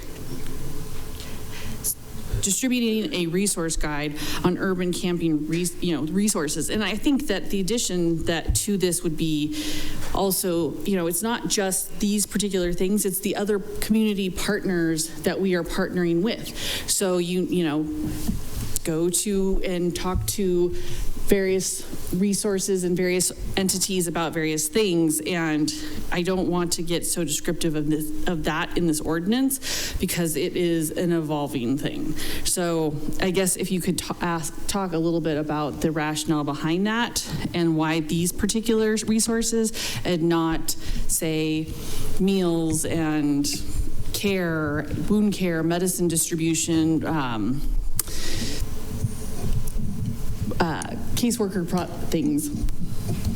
All right, I will turn this over to the counselors that submitted this amendment. See who would like to start first with answering Counselor Anderson's question. Yeah, I think it's a good question. I think the reason that this specific language is in here is because it's what was in the original resolution. We specifically called out trash disposal, storage facilities, sharps disposal, public facilities, and a list of resources and services available in Missoula. I guess in my mind, a list of resources and services available in Missoula is kind of all-encompassing of all the other available resources. And again, I'm not asking the city to provide all of these resources, but to compile the information so that everyone knows where sharps disposals are. So to me, that's a benefit to all the public, whether that's at the library or Open Aid Alliance. We should all know where that is. So if a member of the unhoused community needs to dispose of just sharps, they know where to take them. If a member of the housed community finds sharps, they know where to take them. So that was my intent, is to have a guide that everyone knows what is expected and where are people expected to take their sharps disposals? Where are they expected to use storage facilities? where can they take their trash and where can they find restrooms. I'd be happy to add an all-encompassing list, but I feel like it kind of is provided in the resources and services available in Missoula. But if we want to list out everything that needs to be in there, I'm willing to do that. But I feel like it kind of is already listed pretty well in that all-encompassing resources and services. Thank you. Councilor Becerra? Yeah, I concur with my colleague, and I also would like to add that the reason that sentence is in that, under that section is because of the word collaboration and coordination. So we are already saying that the city will continue to collaborate and communicate with service providers, so it shouldn't be difficult or a significant burden on the city to also, while that coordination is happening, to know what new infrastructure has been made available to the community. As my colleague also mentioned, we're not asking the city to provide or buy new equipment or new portable toilets. We're saying we would like a guide that provides a list of places where people can go that have, places that already exist. I know that the staff has looked at the city of Victoria in Canada, for example, as a model that we can follow for providing a resource guide. That guide also has a map that includes locations where people can go to the bathroom, public bathrooms that during the summer are open and available to anyone. So we're not, again, water fountains. And no, we're not asking for meals or any of those services because that's not something the city does. But the city does have a public bathroom facilities and water fountains and places where you can dispose of your trash. So that's why I also think that that's why that language was originally in there and not, more additional services, because these are the things that fall within, to some degree, within our control. Thanks. Thank you. Councilor Savage, would you like to speak to this? The only thing I would add is that I think that they were in the original resolution and the original ordinance because it was things that we heard in the working group that the House's community needed. Thank you. Absolutely. And then I'll go ahead and interject here that another example that we have been looking at as the administration is the city of Spokane, Washington. And I do think this needs to be somewhat fluid. Services come and go, and that's why we'll make sure that we are dating such resource guide, making sure that it's up to date. But some of the things that we have proposed would include where people can get meals. So for example, at the Poverello Center, folks are able to get a hot meal, and we would be able to include some of those things on there without making it obviously so cluttered and confusing. But we want to make sure that there's enough information on there that people are able to get their basic needs met. Councilor Anderson, you have a third question? Oh, I do actually, and it's actually, we will move off this topic because we'll come back to it in my comments. Chief Collier, if you wouldn't mind coming and joining us, I think you helped provide some information around some of the changes that we made in regard to enforcement around this, around warnings, written warnings, and kind of the escalation scale or processes that you at Missoula Police Department utilize. If you could talk a little bit about that to kind of give some context for why we made some of the changes that we did in the ordinance. Sure. Thank you for having me. Good evening, Mayor Davis and Council. A lot of the stuff Mr. Sudbury already referenced. So the preliminary type of things, such as engaging with a person that's out camping and asking for their caseworker and providing a written warning first, and all those kind of preliminary steps to enforcement, it create difficulty in ultimately getting to an enforcement position where we can get some accountability. In addition to it being an additional step, there's additional kind of tracking that goes to that. I mean, if it wasn't documented, it didn't occur, so to speak. And so making sure all of that stuff is in line to ultimately lead to a city ordinance citation is kind of burdensome on the staff. And the other point that Mr. Sudbury accurately relayed is that sometimes it's, asking things like who's your caseworker is kind of just a situation that people don't want us meddling in, and it just creates confrontation and kind of a unnecessary step, whereas no other statutes really require that type of preliminary effort before you get to a charge. Thank you so much. All right, thank you. And we'll shift to Councilor Nugent. Questions? Thank you, Mayor Davis. First one is for any of the three of you, I suppose. What happens if we don't need a resource guide anymore? Which would be great. I know we're all thinking, when's that going to happen? But my concern is the language kind of binds the city into advertising these services, whereas right now, whether this is in the ordinance or not, nothing prevents the administration from having these on the website or doing other things. So I guess my question is, one, what happens if this changes? We still, by this ordinance, would be required to post, or not just post, distribute. So we couldn't just do it online. Distribute to me means something beyond that. So could you guys maybe speak to that a little bit? As you know, we amend ordinances all the time, so I don't see why we wouldn't amend the ordinance to take out language that no longer serves the purpose of helping our unhoused or housed members of the community. I also think that not everyone has access or finds it really easy to find information on our website. So having a resource guide is, I think, a more equitable way to provide information to everyone who needs it. Any other councilors wish to address Mr. Nugent's question? I guess I would just add, I guess I don't see a day when we don't have trash to dispose of or a need for public facilities. I think to me this is, it absolutely could be changed in the future, but this is what we need today, right now.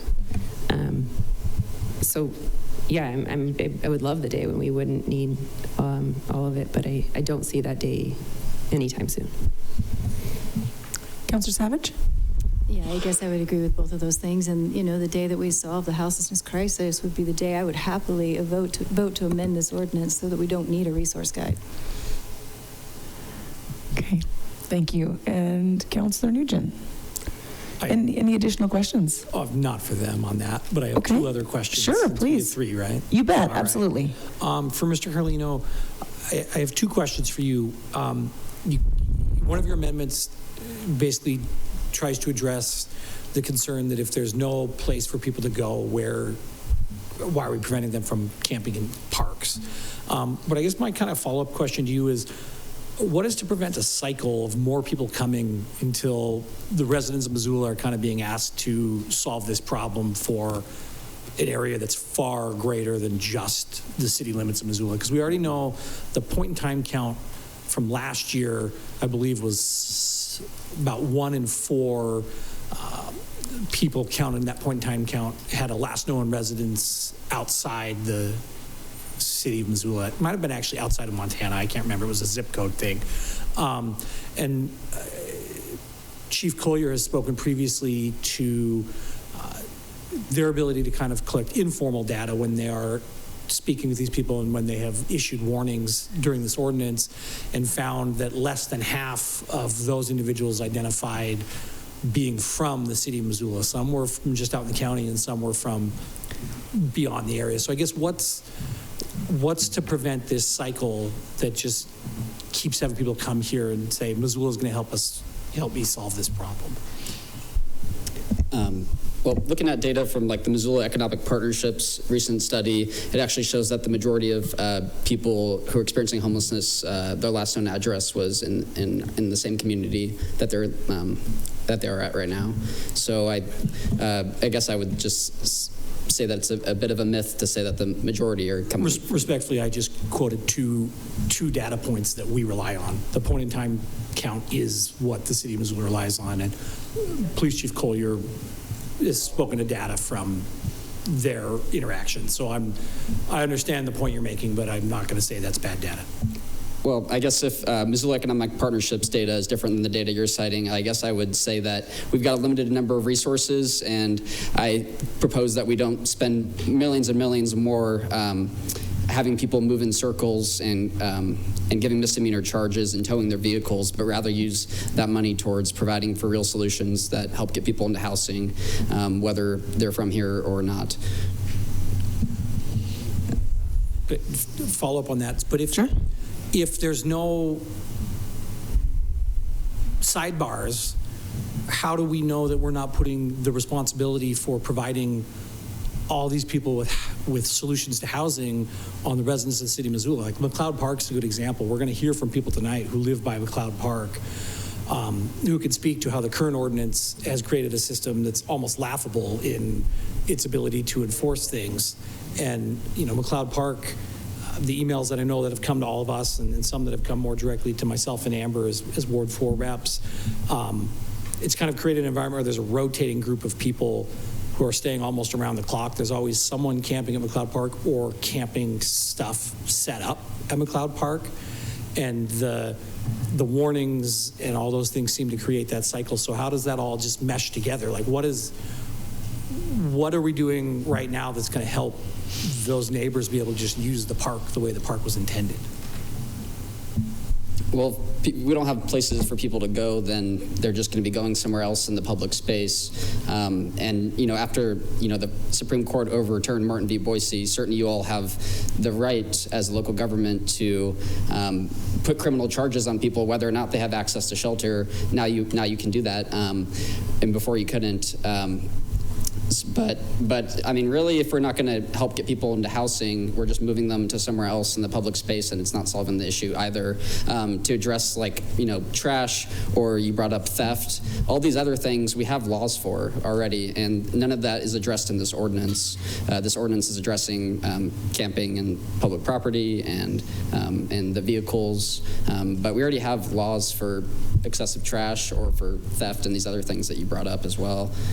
But Johnson Street, by the data that we've been shown, hasn't been full yet this year, or it hasn't been full many nights yet this year. There's been camping in McLeod Park almost every night since June. The Poverello hasn't been full every night. So there have been open beds on those nights, and people are choosing not to go. And your question is? So, I mean, I guess my question is, I still don't feel that you've provided an answer to my question, and maybe there isn't one, but how do we make sure that we aren't, by creating a system where there's just basically no rules and no sidebars on the number of people who can camp places, how are we not putting this burden on the residents of the city of Missoula to solve homelessness for the region when other communities we know, such as Kalispell, aren't doing it at all? I'm proposing that we do have a sidebar. I'm proposing that we do have a sidebar, and that the sidebar is that they have an option to access adequate indoor shelter for sleeping. That's the sidebar. But I mean, that's an endless sidebar, isn't it? Because if there's no limit on how many people can come, then wouldn't that just be an endless, like we have to continuously come up with more shelter beds? Isn't there a concern there? Are you suggesting that we close down the town somehow, or no, stop people from coming in? I'm asking because what we've heard from significant amount of public comment over the last several months is that there are a lot of people in Missoula who are very compassionate but feel that this has pushed them beyond their limits of what can we reasonably do. So I'm asking, in the scenario you provided in the amendments that you are proposing, how do we give assurances to the residents of the city of Missoula that we aren't just creating an endless cycle of what we're going to be asking them to fund when it comes to those services? I think that we would ensure that we have enough shelter beds, and then we would be able to still enforce it, and also make sure that people can actually get somewhere to sleep at night. I don't think we can afford this ordinance as written, where we're spending millions and millions of dollars to really do something that's counterproductive, making it harder and harder for people to get out of homelessness. So I ask you how you all think that we can afford this plan, where you're just moving people in circles, towing their vehicles, giving out criminal charges without having adequate indoor shelter for sleeping. Okay, so I'll stop you there, and Mr. Nugent, conclude your questions are I think that was concluded good for now. So thank you very much. Appreciate that. And so, Councillor Carlino, is that your first question? Yeah, I just have a couple more, I guess. We heard from the sponsors that one of the reasons for this ordinance is to push people into shelters. So since we know from hearing from city staff that we don't have enough shelter beds for everybody who's experiencing homelessness in town, is the intention of this ordinance to still be enforced even if there are no shelter beds available? And I guess maybe that would be for Councilwoman Sherrill or any of the, just because you brought up the pushing people into shelter thing, or any of the sponsors. The answer is yes. Our shelters have not been full yet this year, and the answer is yes. We would still enforce the ordinance and not allow people to camp in parks. We would allow them to camp on city property outside of the buffer zones from 8 p.m. to 8 a.m. or during the winter months, as we just voted as a friendly or took as a friendly from 6 p.m. to 8 a.m. So the answer is yes. Okay. I'll move on to that. There was another sponsor that raised their hand in response to your question. And I would just add to that we heard from staff, I believe, in their update last week, and we've heard several times over the years that we know seasonally that number changes because as it gets colder, people tend to circle back to family relationships or other solutions, or we do know there is a portion of our population that does leave during the winter and comes back. And so I think that acknowledging that there is some agency for if options are limited and it's not just a blanket you can sleep in every park, that people can work together and try and kind of find solutions. And I don't think that anybody, advocates or city staff, is just going to say, no, we're not going to help you, but I think it helps us try and identify people who actually do not have options. Mm-hmm. Any other sponsors wish to address that question? No, not necessary, just checking. All right. Councillor Carlino, additional questions? Yeah, so still going to be enforced whether or not we have people have somewhere to shelter. So with the municipal infraction, being changed to a misdemeanor charge, would that make it to where now a misdemeanor could possibly be a probation violation and could send people to jail for violating this when a municipal infraction wouldn't have been? I'll turn that question to Mr. Sudbury. Yeah, Mr. Sudbury, would you please take that question? Thank you. If I'm understanding the question, it's somebody's being in jail on something, so a jailable offense. If they've been released from jail and they're still serving probation, it's likely a felony offense. If somebody has a felony offense and they're on probation and have a release condition that requires them to follow all laws, and they are found in violation of Chapter 1260 and convicted under the proposed amendments of a misdemeanor or of a misdemeanor infraction, those are both violations of law, and I would think that they would both be considered technical violations of their release conditions. Now, when a prosecutor finds out that somebody with an open case that has a probation condition that requires them to follow all laws finds out about that, they have to file a petition to revoke, and then a judge has to consider that. And the judges will weigh the new offense or the series of new offenses and consider whether that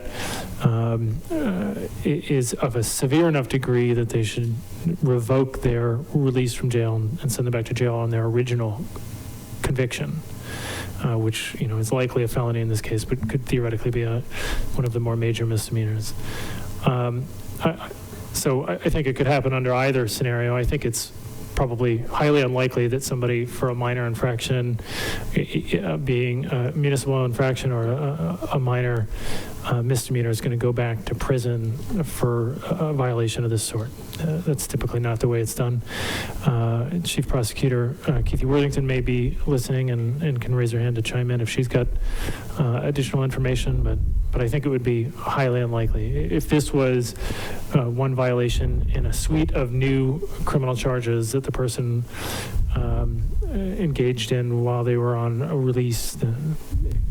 this could be a package of things that get them sent back to jail. But I would think it's highly unlikely somebody's going to go back to jail for a violation of this sort, either under a municipal infraction or a misdemeanor.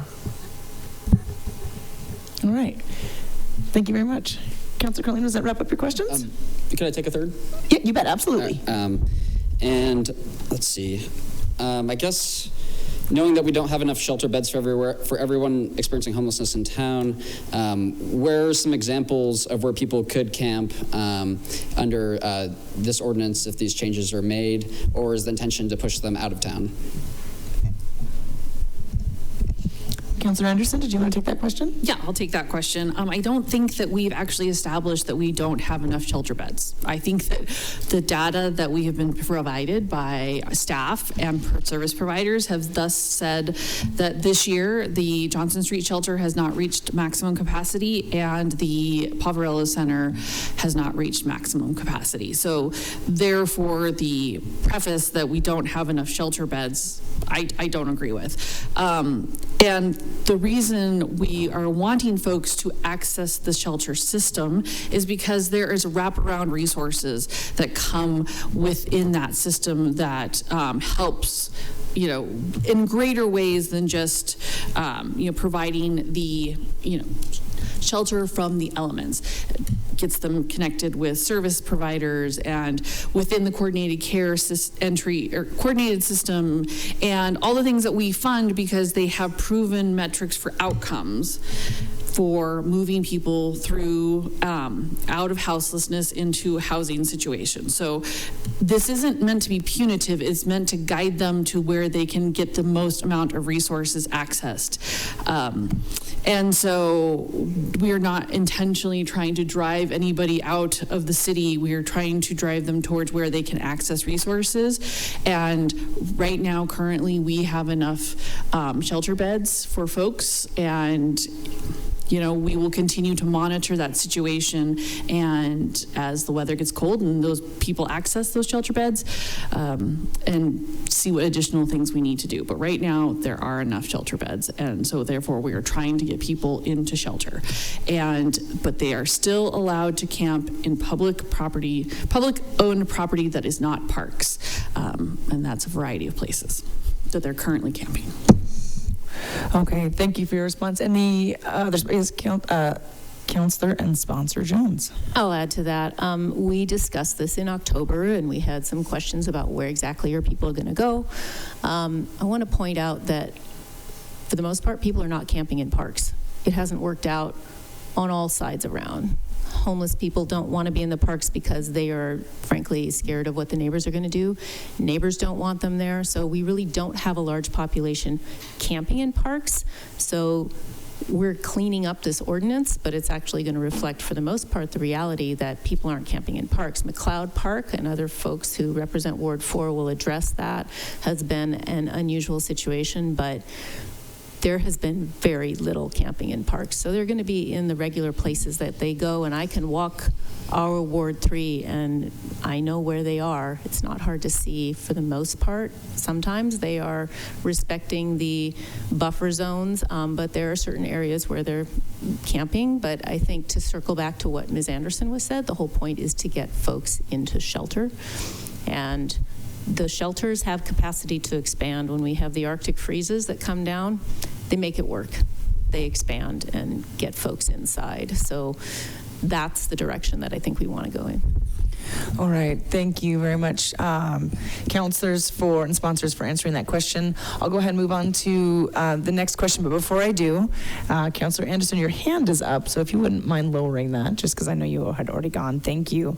I do want to note that we've got folks standing in the room. There are a handful of chairs over here on my right, and I would look to somebody on staff to help me open up the Jack Reedy, or some officers, maybe Officer Putty, you could help me with that.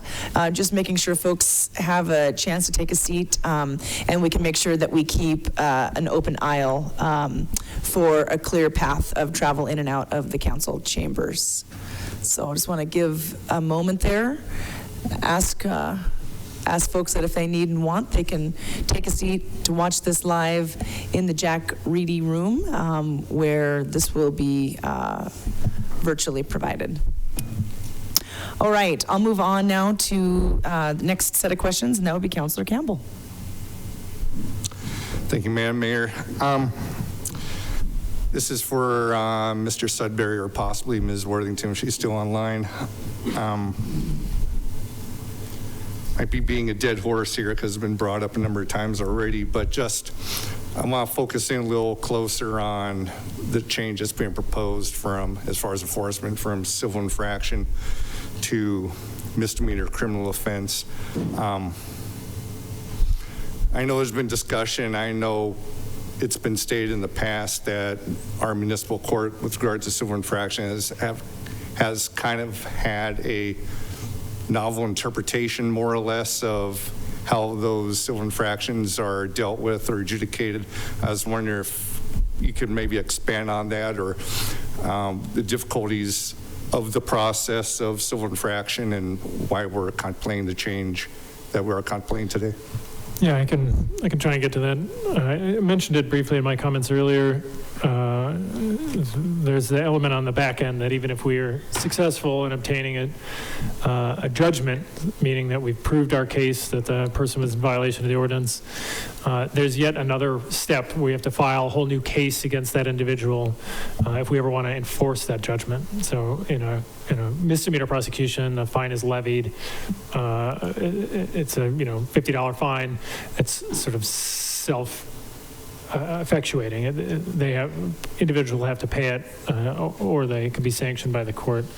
In the civil proceeding, it's just like getting a civil judgment on any matter. If you sue your neighbor or landlord over something and you win, to collect on any monetary judgment, you have to initiate yet another civil proceeding. So there's extra steps on the back end.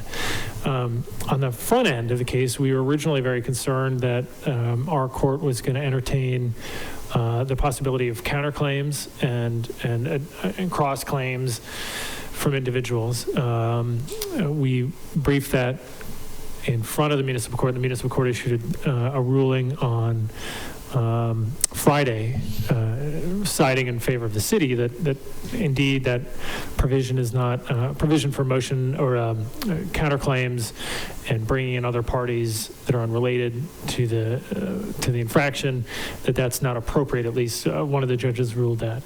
So took one of the major elements off the table. The court.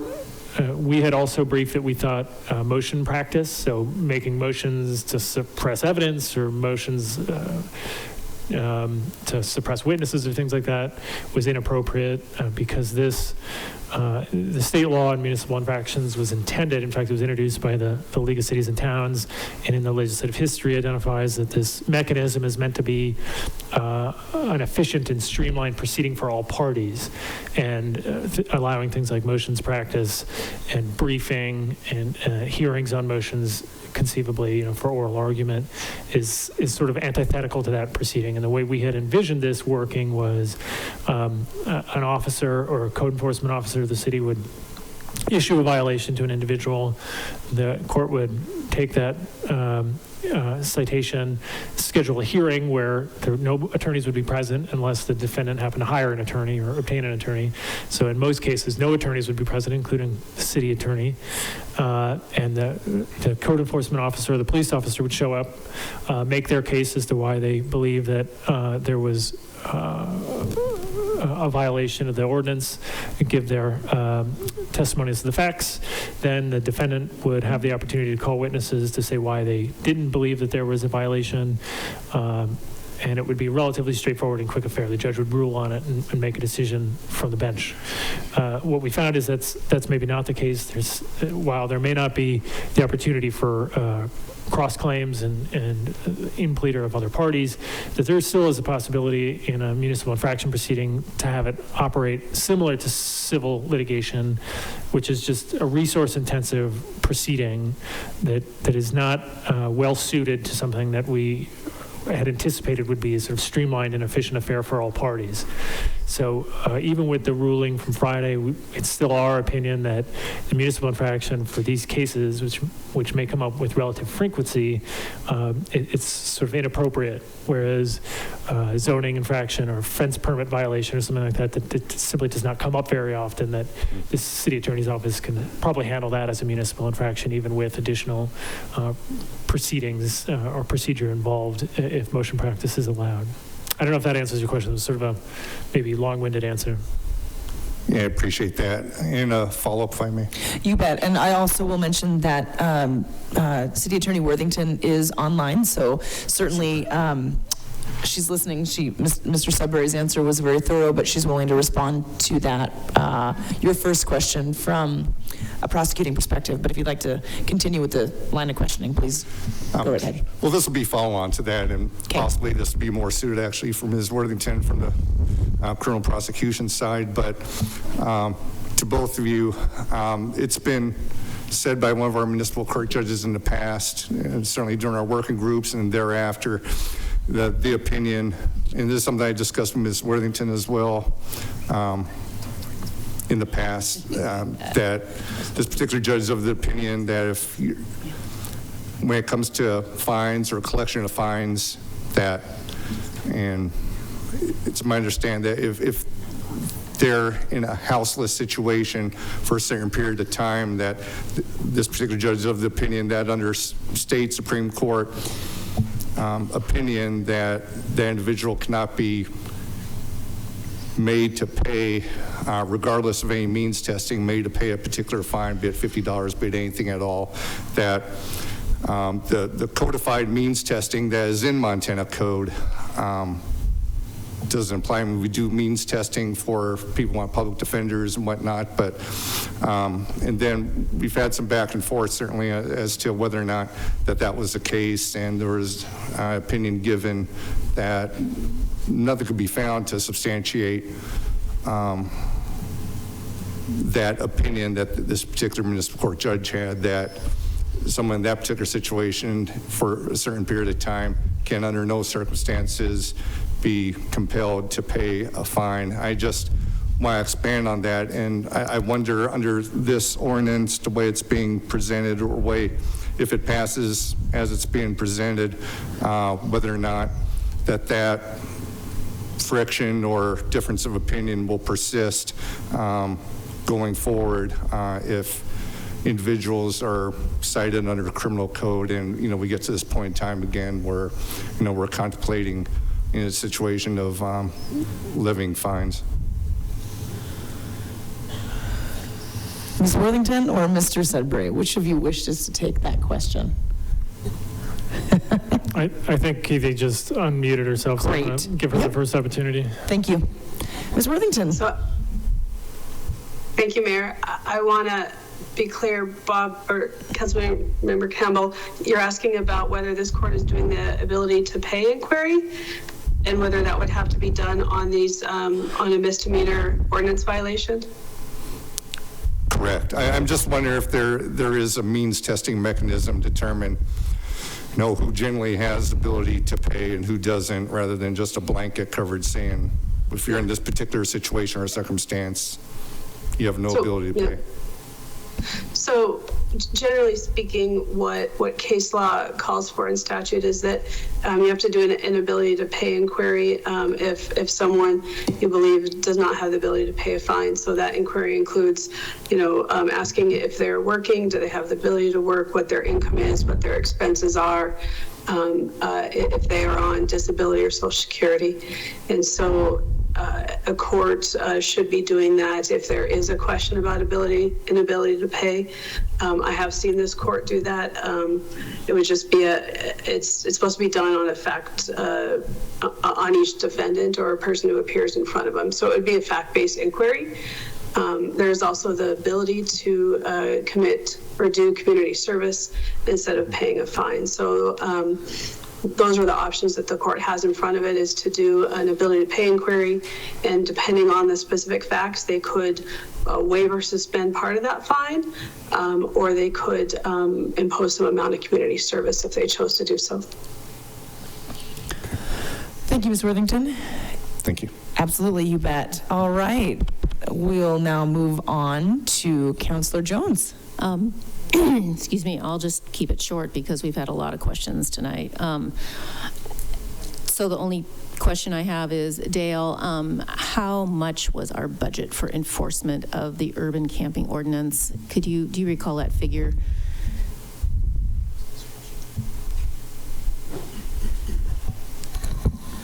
Yes, I have in front of me. And so this means really relative to the urban camping program, it's not so much enforcement as that it's the cleanup activities related to it, and some of the logistics related to the vehicle permitting program and those things. So right now, it's $967,000 for FY25. $137,000 of that is one-time sources for equipment. Okay, thanks. And sorry, it's not my only question, but we are funding half of the Johnson Street shelter. We have a houseless programs staff. We run the Missoula coordinated entry system. We are administering the local continuum of care. We just funded the community strategy to address houselessness, and that's coming out in January. So that all amounts to a lot more, and to me that is proactive as opposed to the urban camping ordinance, which is reactive, and that's probably close to 1.5 to 2 million for the proactive, trying to address the problem in a constructive way, dollars spent, right? Yeah, close to $3 million. Okay, thanks. I just wanted to correct the record that when the comment is made that we're spending millions and millions of dollars moving people around, that I don't think reflects the reality that we have certainly a budget for enforcement, but we're doing a lot more in terms of proactively trying to help folks and get them housed and connect them with resources. So if that was a question, I'd be happy to answer it. Yeah. No, I don't believe it was a question directed at you, Councillor Carlino, but thank you. Do you have any additional questions, Councillor Jones? Okay, great. Councillor Becerra. Thank you, Mayor.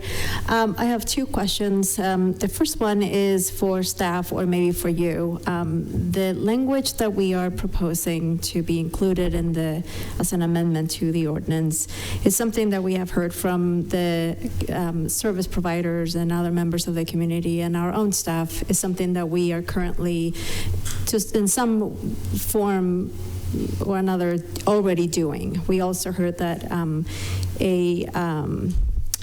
resource guide is in the process. So I would like to know for sure from you if you think this is doable, is it implementable, is this something that we're ready to do?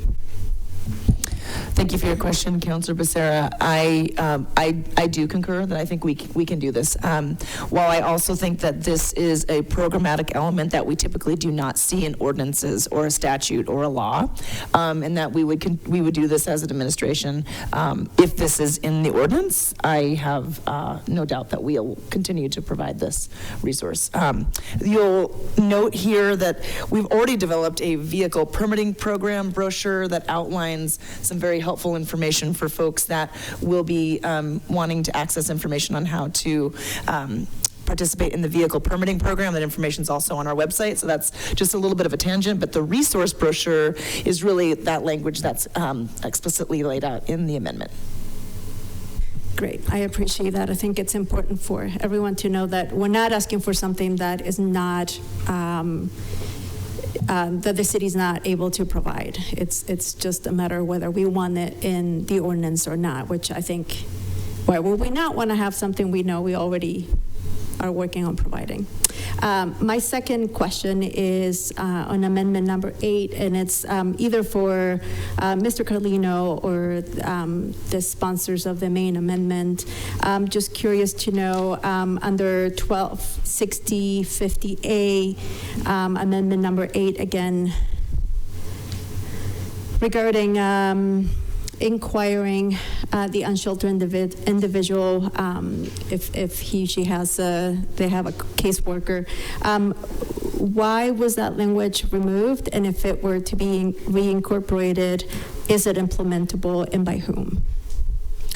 I will turn first to Councilor Sherrill, would you be willing to speak to that initially? I will, but I'm not, what page is that on? I'm trying to find it. It's on page 6, bottom of page 6 of the, yep, that one. So again, that's 12.60.050. I thought Chief Collier already, I was making sure we're in the same place. I think Chief Collier already answered that question. My memory's short. I'm sorry. Okay, that's okay. Chief Collier, would you like to come up and address that? I think, if you don't mind, Mayor. Not at all. Yeah, thank you. So that additional requirement before a citation can be implemented is difficult for us to manage and track and document if you need prosecution on, later on a citation. In addition to that, it's not something we can always guarantee we can even get, because sometimes people don't want to give it. They want to talk about it. It ends up being kind of a confrontational situation that we don't really need to find ourselves in. We certainly would always try to engage in those conversations just as being somebody who can help connect services, because we interact with them a lot, but making it a requirement prior to moving forward with enforcement of the ordinance has been difficult, and it's not the type of requirement that we see in any other type of law, and so we just think it's better left as being something that we try to engage in, but not make it a requirement in the enforcement piece. Great. Thank you. Thank you. Yeah, absolutely. You bet. All right. And we'll move on now to Councilor Jordan. Thank you. I have 3 questions, and they're all for Ms. Pehan, if she's still available. Yes, she is. Thank you. My first question, Ms. Pehan, is how many homeless people do we have in Missoula?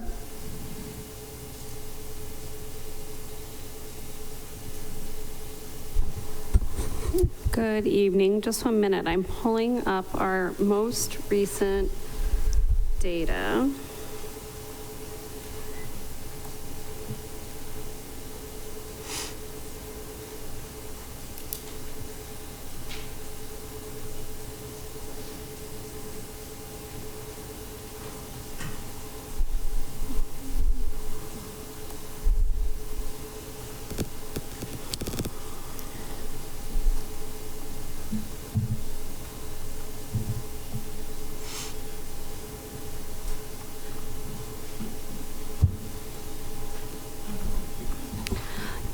I can't pull up our by name data right at this moment. The system's not responding, but I can keep trying. My most recent check, it tends to hover around about 650, but I can check on that and either get back to you and the rest of the audience, or I can send an email around to all council with that number. If I could interject, and just as a backup to your point, Ms. Pehan, on the City of Missoula web page, on our Missoula Coordinated Entry website or webpage, it does cite that our October 15th data does say it's like 648 that are on the by name list. And I know that, I think you're trying to get an actual count. A real-time number, but you're right, it's going to fluctuate very minimally from that October number. Yeah. Thank you. Thank you. I appreciate that. And Ms. Pehan, how many shelter beds do we have in Missoula? Emergency shelter beds? So from an emergency shelter bed perspective, we really have 3 locations. We have the Poverello Center's main facility, their Broadway building. Some of the beds there, I think the total capacity is around 150, but some of those beds are reserved for veterans and the medical respite program. And so it's not really accurate to say there are up to 150 beds for the general public of folks that are experiencing houselessness. Johnson Street can sleep up to 165 individuals in a sleeping capacity. They can accommodate between about 20 and 25 more in a sitting or kind of standing milling about capacity. And then the Meadowlark has kind of fluctuating availability and bed count as well. They have an emergency program, then they have some overflow that they're able to serve as well. They are currently at capacity and are maintaining a small waiting list. And I can pull up those bed counts from the presentation that was provided to council on the 20th, but those are the 3 main emergency shelter options in the city of Missoula. Thank you. And my last question is, do we have enough emergency shelter beds for our homeless population in Missoula? If on any given night, everyone who is unhoused in the community opted to come indoors, no, we could not sleep them all indoors within our current program. There has been the ability in kind of emergency type situations for our shelters to flex and accommodate more with the support of the city and the county and others. And I think if we saw large numbers of people wanting to come indoors that we could not accommodate, that we would need to pull together quickly and determine some type of an emergency response like that. In the past, we have been able to work with faith communities to open congregation halls. We have worked with hotels on emergency hotel vouchers. So when we start to see our shelter systems at full utilization, we do still have kind of some tools in the toolbox that we can go to and that we have successfully gone to in the past. We haven't reached full utilization of our shelter services for individuals. I would say at this point in time, we are seeing full utilization for our shelter system for families. Thank you. I do have more questions, but are we just doing 3 at a time right now, Mayor? Yes, we are. Thank you, Councilor Jordan. Okay. Appreciate that. Thank you. I will take this opportunity to ask a clarifying question for, I know we have heard this in other presentations over time, but Ms. Pehan, would you provide some brief detail for council and members of the public on how we count the by name list, you know, how that number comes about, why it fluctuates. And then I do have a follow-up question, which is that part of the enabling legislation of this ordinance is to allow people to obtain a permit to sleep in a vehicle. And so do we know of the by name count of around 650 folks or so, how many of those might be in a vehicle? So kind of a 2-part question there. Yeah, that's a great question. I'm not entirely sure off the top of my head if we identify current place of stay in a vehicle or RV for households that are entered into the by name list, and if that's something that we can search for. I can determine that. I think what I do know, though, is that we have registered 16 individuals in the vehicle permit program, and we have about another 15 that are pending. So by the end of this week, we may see as many as 30 registered, and we're actively working to register those folks. What we do know is that not everyone who is experiencing houselessness in the community is in the Missoula Coordinated Entry System, which is what we generate that by name list, which both helps us track trends and individuals in the community who are houseless and in need of services, but it also allows us to make that direct connection to housing resource when it's available. We do have the vast majority of individuals who are houseless in the Coordinated Entry System on that by name list, so we can make those connections. There is a very small group of individuals who are not in the by name system, and we oftentimes still know those individuals. We still can create alternative paths to access to resource. Some of that is because they're slower to build rapport with provider agencies, or there's other barriers for them for entering that system. We are working with great partners in the community, the Homeless Outreach Team, Hope Rescue Mission, and their PATH program in particular is supporting us on getting those folks who are staying in houses and RVs into the Coordinated Entry System. That by far is the largest group that is missing from the Coordinated Entry System today. Great. Thank you very much for that additional information. I appreciate that. All right, we'll move on to the next council questions, and that is Councilor Vasecka. Thanks. I would be happy to save my questions until after public comment, unless you would prefer me to do them now. I'm seeing some nodding. I think I'll wait until after the public have their turn to speak, and then. That sounds just fine. And also, and I'm sorry, I appreciate your enthusiasm, but I ask you not to do that when we are about to get through this process. And with that, I'm going to go ahead and recess right now so folks can take a brief bio break. I'm going to ask members of the public to give the preference to council members and other folks that need to be up in this area to continue the meeting. And so I'm going to recess for 10 minutes. And so 8:45, we will resume this meeting. Thank you very much.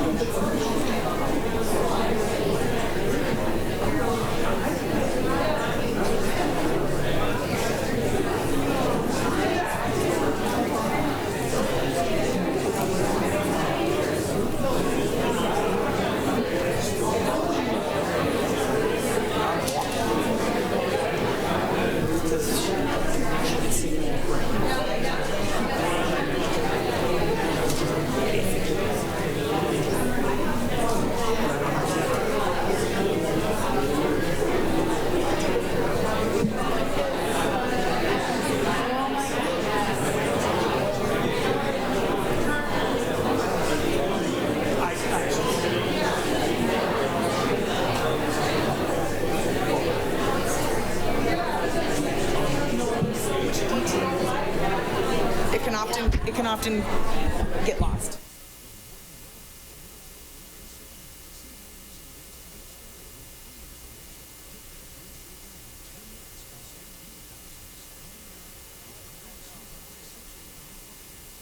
Agreed.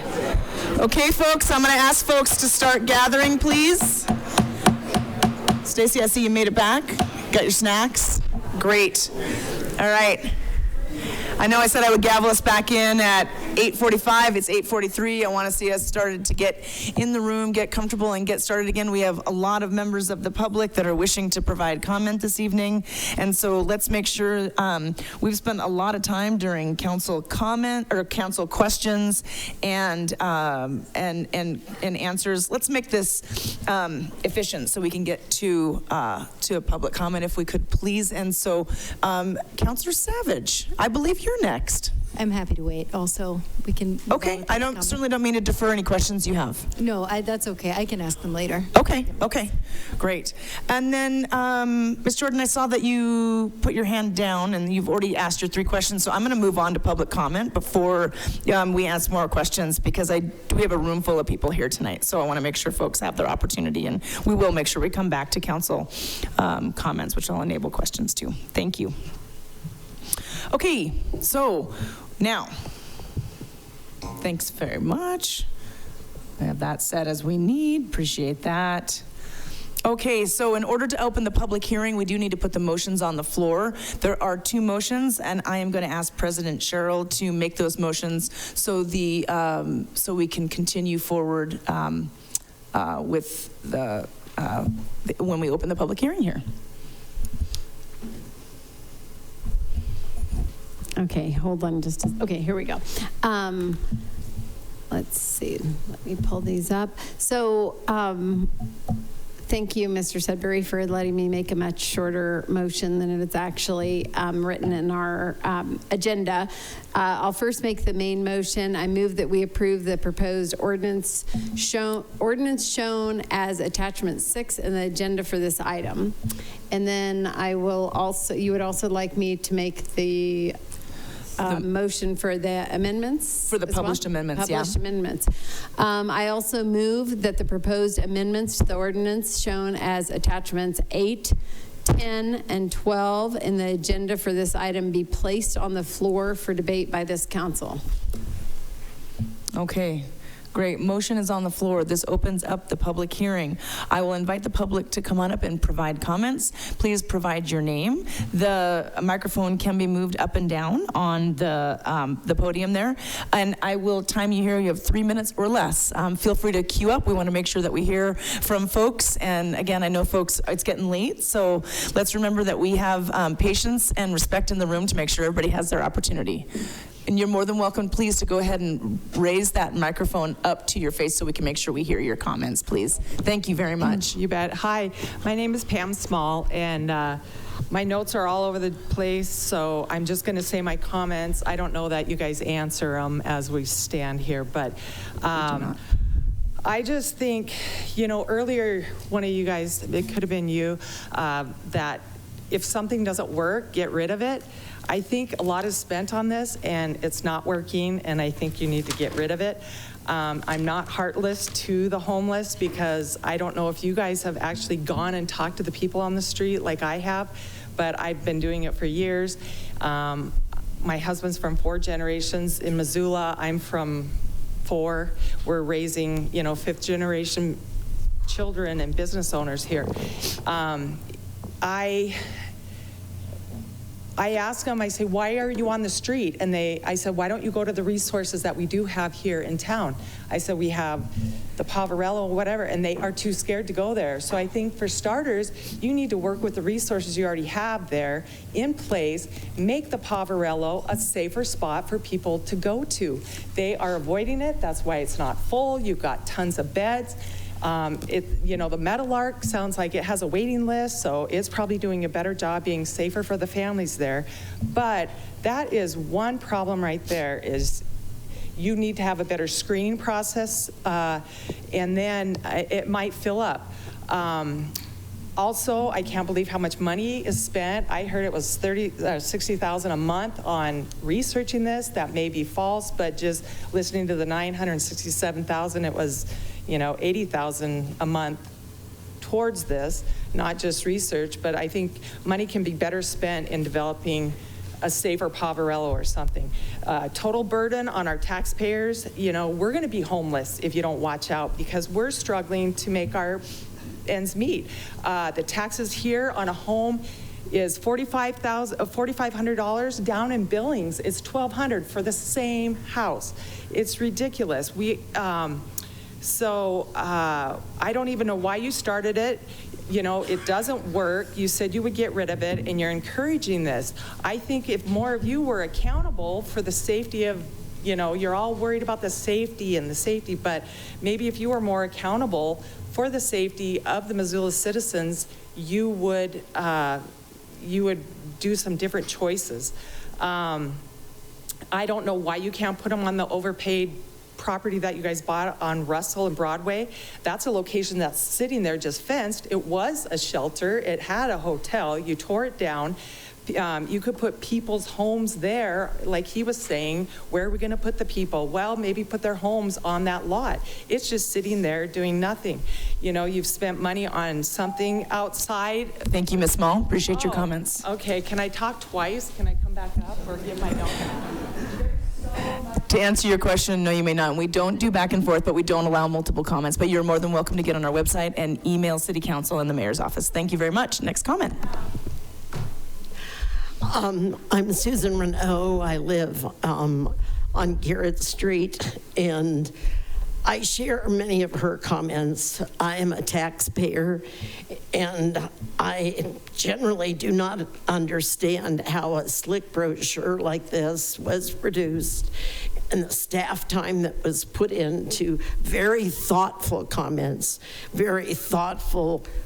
from all of you, and the amount of time that staff has put into this over a long period of time. And there is no mental health treatment for many of these people. There's no long-term solution. What we're dealing with is long-term problems, and what we're doing is a Band-Aid. And I am personally, as someone who is a grandmother, I am not happy with people camping in the parks. And this whole discussion tonight was not canceling camping in the parks. It was, how can we manage camping in the parks? And I'm here to say that I don't want camping in the parks, period. And it's not that I don't feel badly for someone, but I've said this before in public comments. When I needed extra money, I got an extra job. If somebody is sick, if they are an alcoholic, if they are a drug addict, they need help. They're probably self-medicating themselves because of a mental illness. They need help. And I think rather than spending money on Band-Aid projects, and when I was shopping at Petco, or not Petco, the other pet shop that is over by Lowe's, there were campers on the street there, and a man was going to the bathroom right in front of me. That is not acceptable. That is not fair to the businesses. That is not fair to the shoppers. And you owe it to the people who are paying high taxes. I pay over $6,000 a year for my house. So I implore you, when you're feeling sorry for people that for whatever reason can't take care of themselves, feel sorry for the people that can take care of themselves and are taking care of themselves, and have mercy on them. Thank you, Ms. Renault. Thank you. You bet. Next public comment, come on up. Evening. David Moore, Ward 4. I urge the council, just a quick note, No Camp Missoula organization I'm a director of, we had 1,325 signatures on our petition to ban camping in city parks. I urge you to go forward with this amended ordinance tonight and with some enforcement. We need to have equal law for everybody. We can't single out some groups for not having to obey the law. It makes the police's job impossible to provide safety to the community, and it puts an undue burden on our EMS system and other providers. So I urge you to go forward, and I'll yield the rest of my time to somebody else. Thank you. Thank you very much, Mr. Moore. And next public comment, come on up. Hello, my name is Matt Sullivan. Speaking of counselors from Ward 3 and 4, you should know there are thousands of everyday working folks in Missoula that can't attend tonight. We want camping to stop. I believe Missoulians would be distraught regardless of the outcome tonight. It's shocking to know that we've found out that there's never been a time this year when there have not been, where there have not been shelter beds, yet we plan to allow camping in general to continue. I personally have become even more saddened at the direction of our city's leadership tonight. Sitting in this meeting and listening to its leaders make amendments which include planning to develop designated camping, which I'm sure will not be located in the Rattlesnake, allowing private property owners to host campers, having work groups that don't include residents represented here, reducing the responsibility of offenders, and encouraging even more camping in vehicles. This destructive empathy will be what most of your political legacies mean for Missoula. Solutions to homelessness are a real challenge to local governments, and we all have empathy for those living in the streets. However, allowing urban camping in our parks and community spaces is the city practicing destructive empathy on our overall community. Urban camping is destructive not only to the unhoused, but also to all residents of Missoula. We only need to look a few hundred miles to the west of us to observe the urban camping mistakes of our big city neighbors, Portland and Seattle, who thought urban camping was a good solution. You've seen the drugs there, the garbage, the pollution, the crime, the community destruction that resulted from this destructive empathy you are practicing. Many of you know people in Missoula and across Montana that specifically moved away from these larger cities because of these crazy camping policies. You have an obligation to keeping the public spaces safe, clean, and accessible for all residents. Many in our community feel less safe after you have chosen to allow urban camping in our parks, especially because the rules you've constructed for this camping are being openly ignored by city employees employed to enforce it. Regardless of the outcome tonight, you hear, and this is to all of you, you hear the direction leaders are taking us. It is clear to me that it's time for voters of Missoula, voters of Montana, and Montana legislature to take action and hold you and our city accountable. You should all become familiar with a recent ballot initiative in Arizona, Proposition 312. Proposition 312 was approved by more than 60% of voters in Arizona. It requires local governments to compensate property owners for damage created by homelessness by refunding property taxes. As an owner of rental homes that neighbor parks in Missoula, it is clear we need similar legislation in Montana. We lose marketability and our properties are overvalued by the Department of Revenue due to impacts of urban camping. We have potential residents who are frightened and feel unsafe. Thank you for your comments, Mr. Sullivan. And I will take this opportunity to say for the public that all comments are directed towards me as a presiding officer. We don't make comments to the public. And mostly that's because I understand that folks have a desire to want to comment to one another, but we want to make sure folks feel safe in this room. Thank you very much. Next public comment, come on up. Hi, my name is Abigail Frizzell. Thank you for the opportunity to address this important issue that affects the fabric of our community in Missoula. The question of whether camping should be allowed in public parks. While my short answer is no, we must approach this subject with a commitment to human dignity. And we must also consider the broader implications for our society as a whole. Camping in public parks presents significant challenges that we must face head on. First, we need to address the fundamental purpose of public parks. They are essential public spaces designed to provide recreational areas and natural environments where families, children, and individuals can engage in leisure activities. These areas are vital for physical and mental well-being, and when people camp in these spaces, it compromises the park's ability to serve this communal role.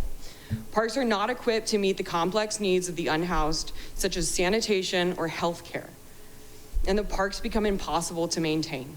Furthermore, taxpayer funds are wasted to clean up after unhoused individuals who clearly have shown no regard for our parks. Secondly, we must consider the health and safety risks that arise when allowing individuals to set up camps in public parks. Trash, human waste, and discarded cigarette butts and needles are all too often found in these areas, creating public health hazards. I have lived by McLeod Park for over 6 years, and the wonderful local citizen who has voluntarily cleaned the park for as long as I've lived there has found many hypodermic needles. I met a mother whose young daughter brought her a syringe. Presumably, the needle was somewhere in the park nearby. People are relieving themselves openly in McLeod. The lack of sanitation can lead to the spread of infectious diseases, putting everyone at significant risk. A little girl found a large knife abandoned in McLeod a few months ago, and all these safety concerns cannot be ignored. These risks have an effect on the community, especially the most vulnerable, the children. Camping in public parks is not a sustainable or responsible solution, nor is it respectful as a solution to the surrounding communities. Furthermore, it is not enough to simply provide a temporary place to sleep. The underlying issues must be addressed with more comprehensive, long-term solutions, and they cannot be at the cost of the general public's health and safety, and we do not feel safe. While we must remain compassionate, we cannot allow camping in public parks to be seen as an acceptable solution. Parks should remain places where all members of our community can gather safely. It is our responsibility to invest in more effective solutions to homelessness that also protect the taxpayers. It is not only an irresponsible solution for the unhoused individuals, it is an irresponsible solution for the general public and for the survival of our parks. I've watched McLeod Park change from a beautiful, safe space to recreate in to a place I avoid and mourn for.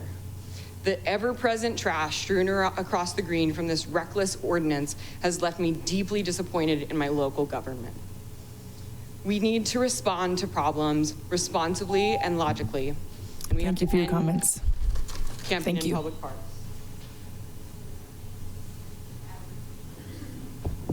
Hi, Chuck Leonard, Ward 3, Riverfront neighborhood, and I'm adamantly opposed to camping in public parks, so I'm in support of your efforts to amend urban camping. I am not opposed to using city property to house the houseless. I'm sure you have, just like our county recently did, found out how many properties we have. And I think the more public, the better. Now, I know some of you on the council are opposed to that because you think, or not you think, the properties are up for sale, so you think that developers would be less inclined to buy the property if seeing, you know, houseless people camping there. I think any developer will see through that, and it's easily dealt with contingencies prior to closing that you find elsewhere for these people to live once you go to closing for this particular property. I also remember back in the day that city ordinances made the box stores like Costco and Walmart have, quote, open space around their properties, which are now big open, you know, just fields, just places for them to cut the grass. It might be worth checking this out if this is also a possibility. I was also heartened tonight to hear our city attorneys tell us that instead of a misdemeanor or paying any type of fines, they are given the opportunity for public service. And I never knew this, and I've always been a proponent. Why don't we offer some type of, if they don't have the money for housing, but they're in our community, be part of our community and be out there in community service. Well, apparently this is an offering, so it makes moot the issue. They have a misdemeanor, and then they have, this goes on their record, and it just cascades on them. They are given the opportunity for public service. I think this should be publicized more, and the folks who are houseless should be made aware of this if they are not. And my last comment is, those of you who are advocates for the houseless, you're to be commended for that. But understand, every dollar that goes into remediation for these camps that turn into ugly places, it's $1 away from places like the Meadowlark that are successful, that house another vulnerable part of our population, women and young families.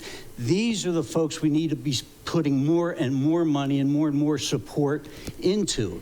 And every time we have to clean up some of these camps, that's $1 out of the city budget to help another part of our vulnerable population. Thank you. Thank you, Mr. Leonard. All right, next commenter, come on up.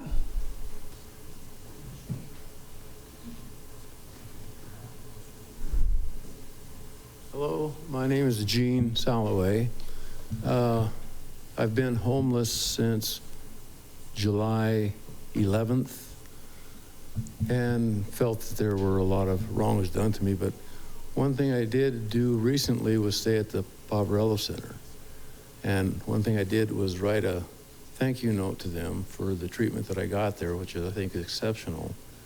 But in doing business in the past and having all kinds of different ailments and whatever, I come to realize that people are more important than things. Things mean nothing. No matter how many things you got, it means nothing, because when you die, you don't have them no more. So I want to give you the thank you letter that I gave to the directors of the Pablo Center. And I think the Johnson House needs a lot of TLC. Those people don't have to walk outside 20 feet to get to through freezing cold weather to get to a heated bathroom and shower stall. That whole thing should be enclosed just for their safety, because if water freezes, it gets slippery. There's some really simple solutions that I've spent 42 years in the Coeur d'Alene's building and land developing and doing public works jobs. And the best cash flow I ever had was remodeling. And there's so much remodeling potential, like in the Pov Center and in the Johnson Street house. It's incredible. And these people can work, and they want to work. Put them to work. Give them a hammer and watch them smile. They're human. We're all human. We're headed for the same direction. Thank you for your comments, Mr. Salloway. Officer, will you make sure Mr. Salloway's letter makes it over to Ms. Pehan, and she'll go ahead and make sure that the council gets to see that. If you want to leave them with the officer, we'll make sure we disseminate those. Thank you very much.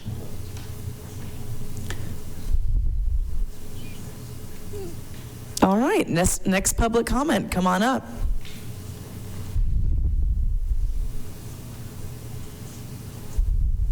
Clayton Shea, wordless, I suppose, as I'm not allowed to really stay in any city property these days. I'd like to start with the same comment that I came here to deaf ears with the last time I was here, that day and so many days since, the Johnson Street shelter has been full by 1:30 p.m., 3 p.m. We keep saying we have an open shelter for people to come to that you can check in any time of night. I know someone whose argument started with the staff last night just for asking for a sheet too late at night because he had checked in late. It's not what you say it is. It's a lie. There aren't beds there every night. And the people who stand here saying it, pretending like they know or they've stayed there or they've experienced it, is an insult to the community. What is also an insult is the way we do math here. We take 2 years to pound out an ordinance that I was asked to help work out with you all and never had the chance. And after 3 months, we're going to negate what's in the ordinance. I sat here tonight and listened to you say that if it's in the ordinance, we'll have it, in reference to the pamphlet that we would put together. Well, what's in the ordinance we're not going to have, because you're here repealing it with the compassion that you have for the housed community, not for the unhoused. You got too much beef back about the ordinance that you made, the decisions that you made for the unhoused that would carry through for a year. And we've not gotten half a year when you're going to say that everybody has nowhere to camp now. There are 300 plus people who there are not beds for. And now that the shelters are full every night, the outs are coming left and right. Someone got an out this week for passing a pack of cigarettes back and forth. Someone got an out this morning for their attitude when being told they had done something that, referring to the camera, it realizes they don't do. We just start outing people into a place where there is no place for them to go, no parks to be in, and then the first $50 they have when you find them, you want to take when the cheapest hotel in town is $50. I guarantee when it comes to being run out of a campsite, I'm going to use my $50 for a hotel. I wouldn't be turning it around to give it to the municipality when there's nowhere to stay. And when it comes to our EMS calls and the money we're going to spend, how much is that going to fluctuate over the next couple months while people stand in the cold from 5 to 8, or the freezing rain, or the 2 feet of snow, waiting to set up a tent that they no longer have a space to set up? You make it worse with every turn.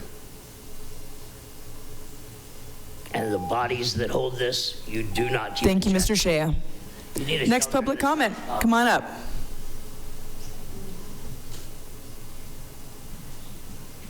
Hi, Mr. Black, Ward 6. I've just seen a few points of cognitive dissonance that I want to address that I've heard tonight. The first, as the last commenter was talking about, is this weight of compassion and empathy that we have for people who have houses and safe places to be, but are scared because there's a cigarette butt in their park, versus people who don't have a place to be and don't have houses. And I feel that the empathy balance is out of whack. The second is the idea that if we push people into shelters, then the problem is solved.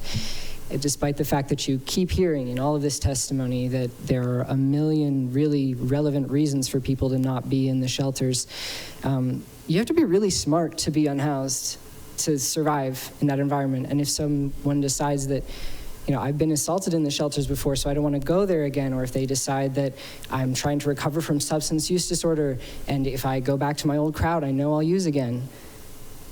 Who are you to tell them that they have to be in the shelters when you don't know their specific circumstances?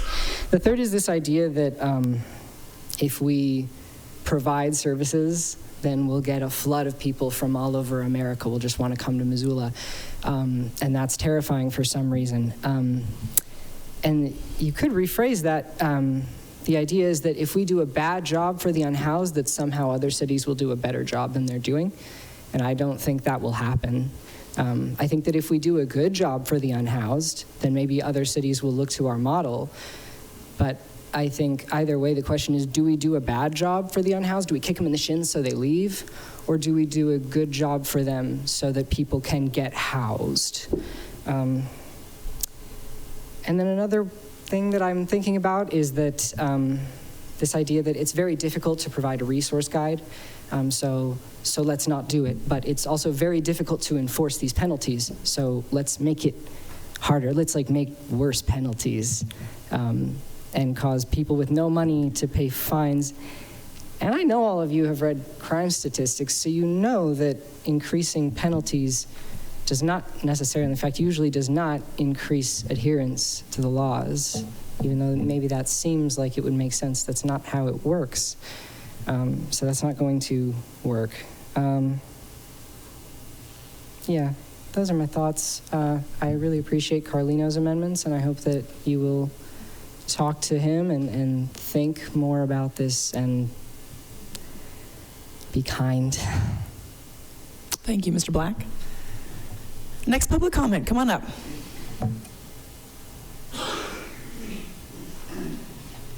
Hi, Mayor and City Council.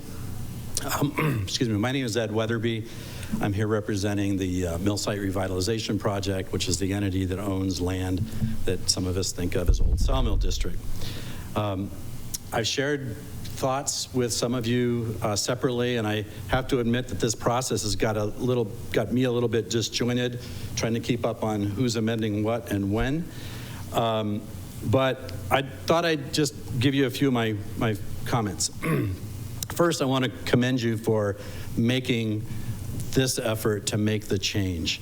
I think it's important to step up and know when something doesn't work and fix it, and I appreciate that.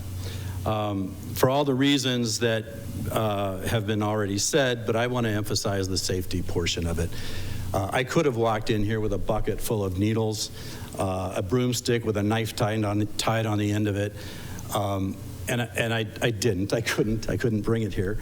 But it's real. It's very real. And for all of those that we pick up, there's probably 10 times that we don't pick up. And so imagine what that might be like for your kids or grandkids running through a park.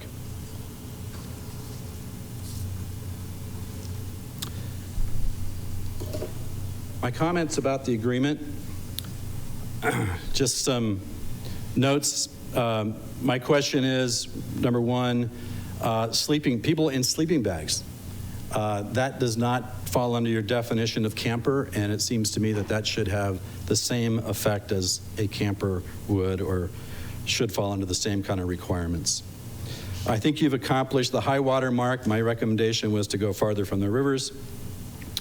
And in terms of private property collaborating with the city, I think that's wonderful, but I think it should go through some kind of a notice and comment period, just like any other kind of change of use would be required to do. In terms of the ordinance, I noticed definition of vehicle is with or without power. So what happens if it doesn't get moved? Who's removing it? Who's paying for it? There's a new comment about if there's no permit, then there's no violation. So why would anybody be compelled to get a permit for their vehicle? I assume that the vehicle parking may or may not be 8 p.m. to 8 a.m. It's not clear. 2 vehicles and less than 150 feet. I don't buy the safety thing. I think you're just inviting more collaboration and more of the activity that we don't want to see.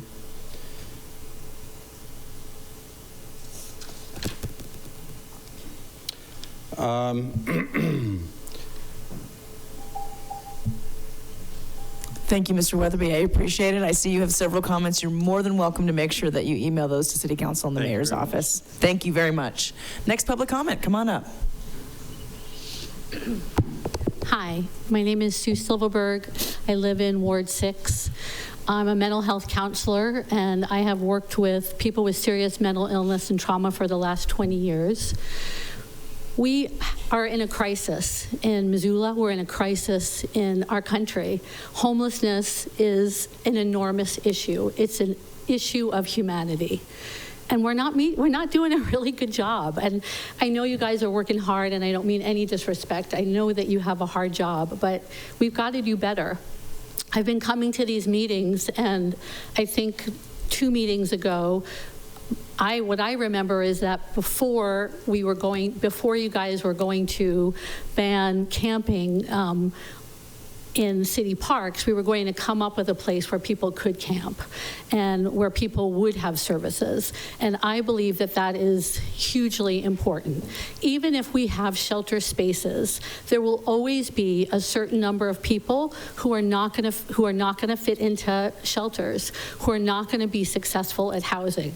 There are people with psychotic disorders who do not feel safe around other people. They're trying to protect other people, and they're trying to protect themselves by camping outside away from people. There are veterans who have worked hard for our country, who have post-traumatic stress disorder, who are terrified, and they just want to be left alone, and they want to camp outside. And I believe they should be able to. And there are people who are super anxious and depressed, and they can't be around a lot of people. It's too triggering. And we need to take care of those people. They're part of our community. I heard a news report tonight that seniors are the fastest growing portion of homeless people in our state. It was actually a report about, I think it was Columbia Falls, but it's happening all over our state. We don't have housing for seniors. Any one of us could be one paycheck away from homelessness, from houselessness. We need to take better care of people. And I really urge you to reconsider this. We should not be making houselessness illegal. We're punishing already vulnerable people, and it's not humane. Thank you. Thank you, Ms. Silverberg. Next public comment, come on up. Hi there. I kind of have a different story. I ended up homeless as a single mom. Start with your name first. Nicole.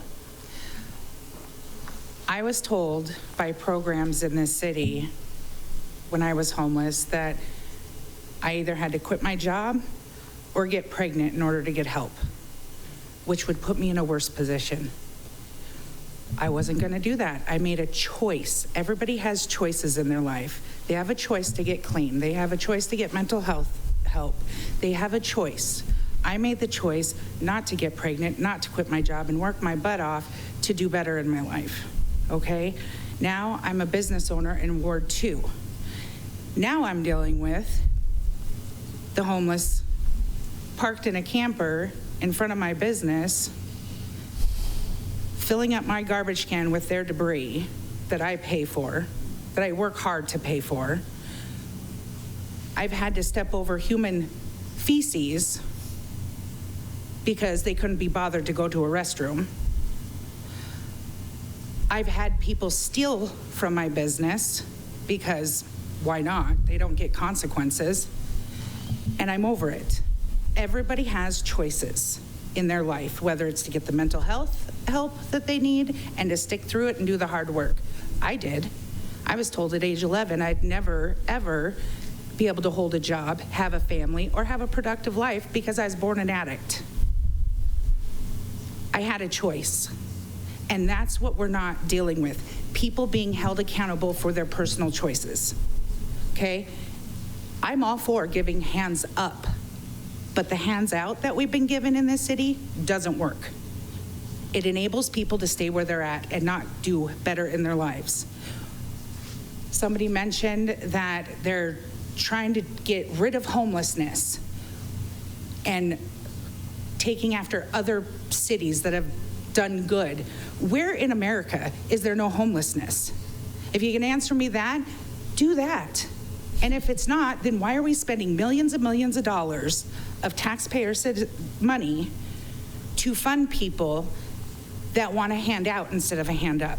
And why are tax-paying citizens on the hook for it? And where are our rights as taxpayers?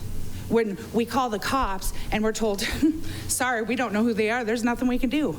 Or when we see somebody using meth in a parking lot, we call the cops and the cops dispatch are like, oh, we don't send cops out to deal with that. Excuse me? He's getting in a car and driving on our city streets. That's something we don't deal with. It's our protocol. It's unacceptable. The things that are happening are unacceptable. Thank you for your comments, Nicole. Next public comment, come on up. Hello, my name is John Rhodes, RHOADES. I'm an organizer with Catalyst Montana, the nonprofit formerly known as Montana Women Vote. I am here, as I have been on many occasions, to speak against these amendments and this ordinance. I understand, as you've said on many occasions before, that you're not trying to end houselessness with this ordinance. I understand as well that houselessness was not an issue that this city originally had to contend with. And yet, it is now something that you must face, and it is something that you now must contend with. And I believe that you understand that is something you must contend with. And that, of course, makes this whole ordinance and these amendments and your work on them quite puzzling, because as we've seen across many municipalities across the country, when we use penalties like misdemeanors, all we do is make the situation worse for folks who are living unhoused, for folks who are trying to make a better life for themselves, and all we do is pile on and add to a system that's already making their lives hard. Further, the inability of the city to actually tell and show people where they can go is a big issue. The fact that you haven't been able to find an ACS or a place where you can point people to go is a problem. The fact that you don't want to provide a map and you don't want to actually say, hey, this is where you can be, that's a problem. It's a problem for people who are unhoused, and it's a problem for your enforcement officers. Because what they do, it creates confusion in gray areas, and so folks are given misdemeanors when they don't deserve them, which adds a burden to our municipal courts and all of our systems. So I ask you to be clear with what you're doing, to provide a map and to provide a place where people actually can go and be safe and secure. Finally, please defer this amendment process. The original ordinance has a pre-established review date. Instead of pursuing these amendments, you could have been actually actively trying to understand the effect this ordinance has already had on people sleeping unsheltered. You could have talked to service providers and found out how they've been interacting with this. You could have worked towards solutions to make things actually workable and better. So I ask you to vote no on these amendments, and hopefully to come up with a better solution in January. We're actually supposed to review this ordinance. Finally, I just want to do a quick shout out. I'm in the MPA program, and Dale Bickle came and spoke for our class, and I really appreciate that. I also want to say that in that class we've talked a lot about how to deal with wicked problems. Houselessness is one is a problem like that. And what we talk about all the time is that public administrators have no right to be wrong. And with this amendment, you are very, very wrong. Thank you. Thank you, Mr. Rhodes. Next public comment, come on up.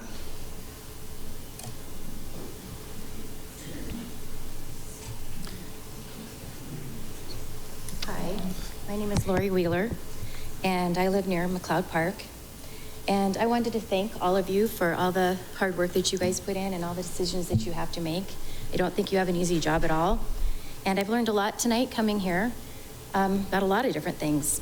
I still, though, would definitely like the amendment to pass for no camping in the parks. Living next to McLeod Park, a lot of the things that I've seen and everything are just from the experience from that park, but I think it happens and is important for all the parks. I was a school teacher for 31 years, and one of the most important things in our society is our children, and children need a place to play. Not every child in Missoula has a yard. They live in apartments and condos and places like that, and the public parks are very important for them to be able to go to and play. And in our particular park, since the ordinance was passed, I've seen empty alcohol bottles in the playground area. I've sent pictures to you of the picnic table with the bottle underneath of it. I've seen a hammock placed with a man sleeping right next to the playground. I've seen a man passed out right next to the playground. Our neighbor who sold his house and moved because his children, they lived right next to the park, and he was always telling his kids after the ordinance passed that they couldn't go play there anymore because they didn't feel it was safe. He witnessed people doing drugs sitting on the playground equipment, and the police were called for each of these things. A man was throwing a knife, a long knife, at a tree right by the playground there. Adults picked up the picnic table and placed it in the playground area and hung out there for several hours. The people are they're not camping 8 to 8. They live there. And I feel compassion for that as far as not having a home, not having a place to live. But I don't feel like a public park where children play is the place to do that, especially because of the safety of the kids playing, and also the fact that there are no bathrooms there. I mean, if you get up in the middle of the night, the guy said how hard it was to go the feet at the Johnson Street to that bathroom. I don't think those people are going, to a public bathroom that's like 5 blocks away or 6 blocks away. They're using the park as their bathroom, which is sad, but it is a public park, not meant to be a shelter. Thank you for your comments, Ms. Wheeler. Yes, thank you. You bet. Next public comment, come on up.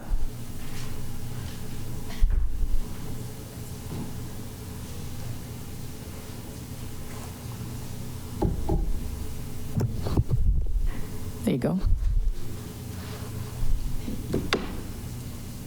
It is my own thought that we should not criminalize the people who are currently suffering. 12 to 13% of the homeless population are the same people we would be thanking for their military service. 15 to 20% commit suicide.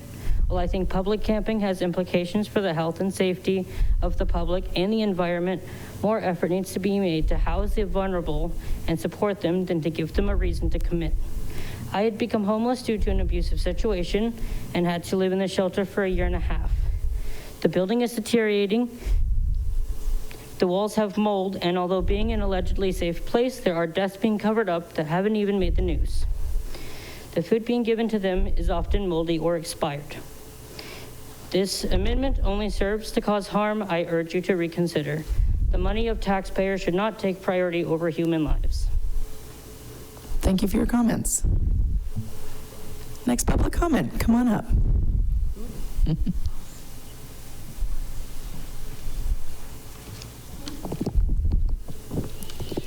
Council, Mayor Davis, my name is Aubrey Godby, spelled Godbey, and I live in Ward 3. I want to focus my public comment today on what I gathered from reading through the red line urban camping document and the proposed ordinances. Removed under 12.60.050 enforcement was step 2, required outreach to the individuals camping to inquire whether they have a caseworker in Missoula. Under 12.60.050 violations, the first step of written warning required was completely removed and added that violations will now be a misdemeanor offense rather than a municipal infraction. This means an offense can now be put on an individual's permanent record, require higher fines, and even allow incarceration. You did add, though, that if a service provider organization is willing to operate a designated campsite or parking site, the city may make own parcels available under stipulation that the site operate under terms and conditions agreed upon. I appreciate this sentiment and suggestion, but I urge that you not just make parcels available, but help these organizations fiscally in creating these sites. Simply allowing them to use your land puts responsibility now on the increasingly underfunded and understaffed service provider organizations. It is continually noticeable that no matter what message the city of Missoula uses to try to twist public perception, the representatives supporting this ordinance do not want to support their unhoused neighbors through crisis, but rather criminalize it. I urge you to listen to the neighbors and put yourself in spaces where individuals are offering you many solutions. For example, the Unhoused Neighbors Union, Ford, Montana, Catalyst, Montana, and many more. Thank you. Thank you, Ms. Godby. Next public comment, come on up. Good evening, everyone. Mayor Davis, Council. My name is Liam Seymour. That's spelled S-E-Y-M-O-U-R, and I'm a resident of Ward 3. I had a whole comment written, but I'm not going to read it. I've done too many of these to really be able to speak it again. You've heard all of this so many times from so many people. We know that the solution to defecation in parks is not criminalization and citations. We know that the solution to needles in parks and on the street are not citations. We had to hear a couple months ago, we had to sit and hear how civil infractions were not criminalizing homelessness. Now we have to hear how criminal infractions aren't criminalizing homelessness. And it's just getting a little bit tiring. I work at the shelter at the Poverello Center. I'm obligated to say that I don't speak for them. It's not a good place to be. Again, it's out of the elements, and we're seeing record numbers of people coming in because being outside in Montana winters is how people die.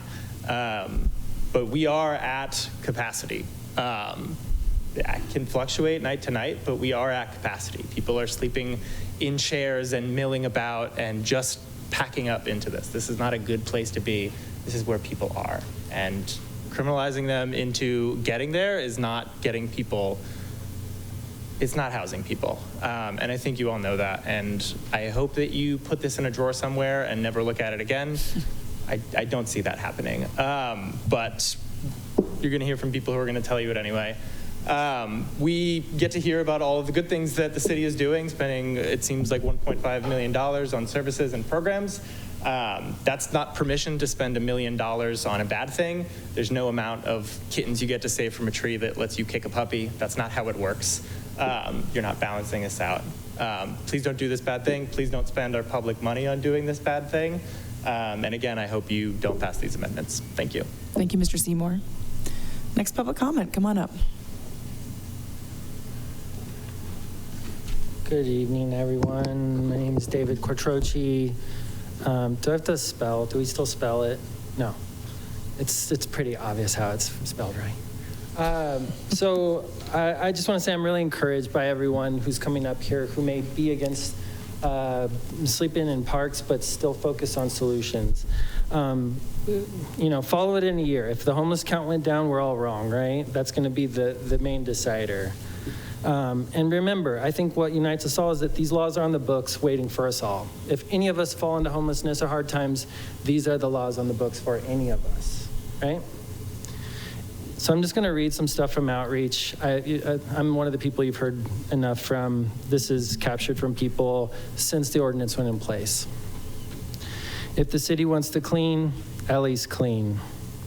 They come out in the name of cleanliness, they don't actually clean.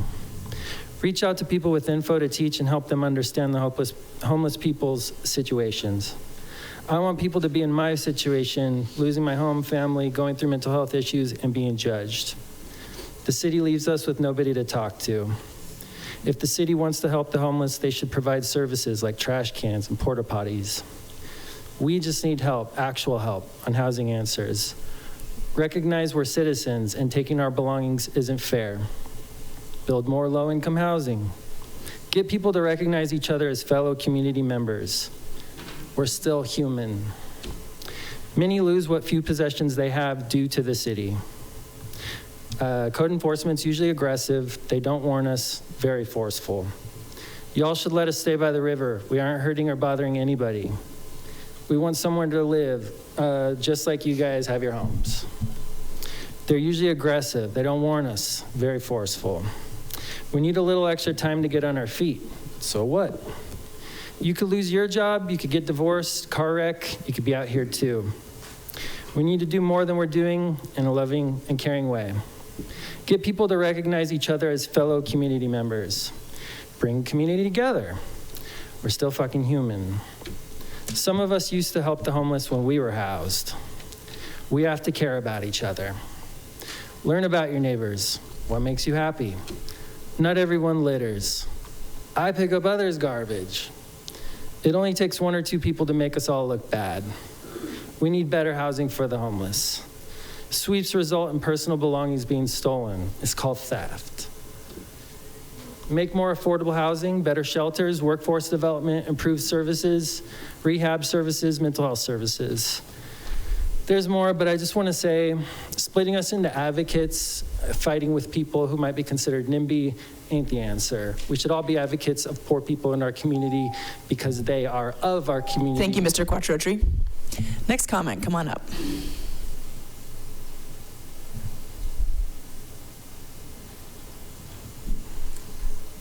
Hello, my name is Jenna, and I was not planning on speaking, but after listening today, I felt compelled. I was born and raised here, and I just welcomed my first child, and I do not feel comfortable taking her to the parks right now.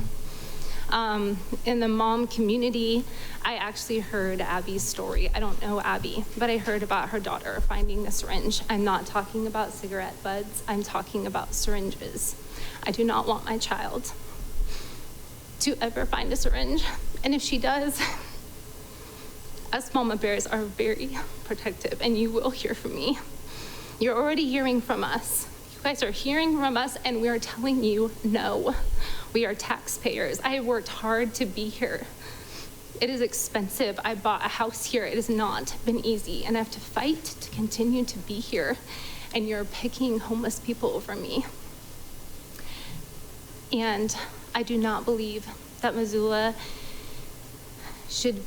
that our priority for Missoula should be for the homeless. I think that you owe the taxpayers and what we are asking you for. Now, I'm not without empathy and compassion. Please do not misunderstand me. I'm asking that you listen to us because we are telling you what we are asking for. And so I ask that you just listen to the taxpayers because we are important here. Thank you. Thank you, Jenna. Thanks for your comment. Next public comment, come on up.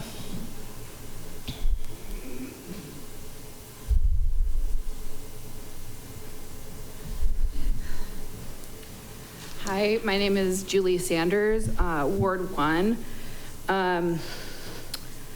I wasn't planning on speaking tonight. I am just so incredibly disappointed with this being passed at Missoula City Council, and for even a stricter version of this ordinance to go into effect to ban homeless people from being in parks. I think that is so incredibly inhumane. And I feel like so embarrassed to be a part of this community that is doing this to some of our most vulnerable members of our community. Like, you know, when we first came up this past June to, you know, say no to this ordinance, we asked for resources. We asked for sharps containers so people wouldn't find syringes on the ground. We asked for trash cans. We asked for restrooms. We asked for actual tangible resources for our unhoused community. And everything was like, you know, now this is like not happening, you know? And it's just so incredibly frustrating to see so many people I know put so much work into being part of the working group and have that never be taken into consideration either. And now we're at this point where you're essentially banning homeless people from being anywhere in the city because there's still no zones anywhere labeled where anyone can go. And so I just think that it is incredibly, incredibly frustrating for all of us to see people not being able to see the humanity in our community members. Our unhoused neighbors are our community members, and I don't get why people are not willing to treat people with the same respect as you do a homeowner. I don't understand it. We're all so close to potentially being unhoused because it is getting so inaccessible to live in Missoula. And this is just going to be a growing and growing problem. And you don't want to actually do what is necessary, what is right, or at the very least to prioritize someone like this amendment to this ordinance, like banning people being able to be in parks, our unhoused neighbors, that will directly lead to people dying this winter. And yet we're potentially like, you know, prioritizing people feeling unsafe. What's more unsafe than dying in this weather, being in these harsh conditions? I'm so fed up, and I really wish that everyone could just please see the humanity in our unhoused neighbors. And I just don't even understand why this is even, I mean, I do understand, because people would rather prioritize people who don't want to look at homeless people than homeless people. Thank you for your comments. Next public comment, come on up. Hi, Mayor Davis and City Council. My name is Deb Bonk. I'm from Ward 3, over in the Riverfront neighborhood, specifically the Old Sawmill District. One of your speakers earlier this evening, David Moore, mentioned the signatures on the No Camp Missoula petition. I would say at least 100 of those are from our small developed area over in the Riverfront. We feel very strongly that you should adopt the amendments that you're talking about tonight to specifically ban camping in the parks. I know as we've talked about it as a community, it's our view that we've elected you all to listen to constituent concerns, and we wanted to thank you for doing that and reconsidering this. Two reasons I want to urge you to consider making these changes that you're planning or hoping to adopt tonight. One is park safety. We have a lot of elderly residents in our neighborhood. A number of them, almost all of them now for the last year or two, don't go anywhere near Silver Park. Even in the middle of the day, walking through the park, they get harassed, they get yelled at, they get chased, they just don't feel safe there. And I know one of the council members earlier mentioned, you know, kind of safety is in the eyes of the beholder. For our elderly residents, they just don't feel safe in the park. The second impact is the one that it has on the neighboring surrounding communities. It's not just an issue in the park. We're fairly close to Silver Park. Our homeowners association has had to purchase locks for our gated area. We've had to purchase locks for our trash enclosures because people get in there, mess it up, and they steal things. We've had bikes stolen. We've had people camping on people's patios. Which just isn't acceptable as well. And finally, I'll say the city's invested a lot of money in the Riverfront neighborhood. It was one of the development areas. It's still being developed. They're still trying to get business and housing in there. And we think we need to keep the neighborhood safe and not have camping in the parks. And if we do, that would have a negative impact on the residential and business opportunities in the area. Thank you. Thank you, Ms. Bonk. Next public comment, come on up.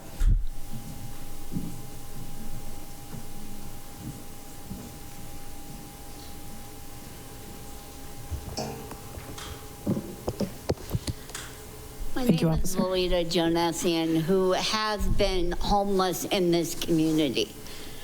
You need to protect the homeless. Give them somewhere to go.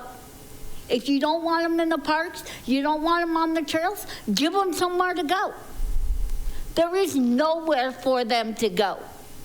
Nowhere. The shelters where they feel unsafe, where their dogs go to the dog pound, because the staff wants to send them there? How are they going to want to return?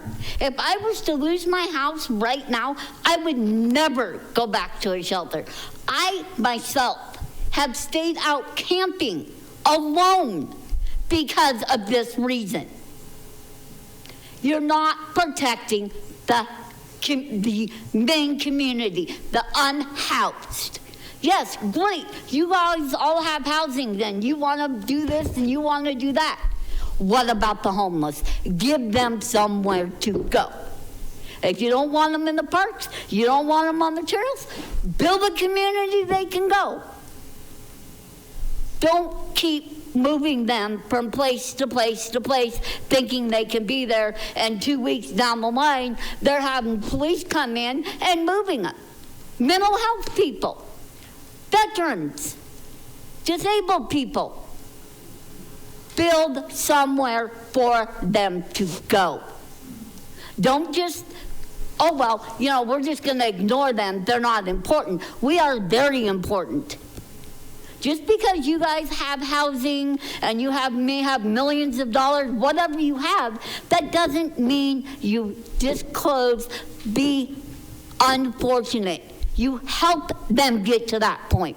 Don't discourage them from getting to that point.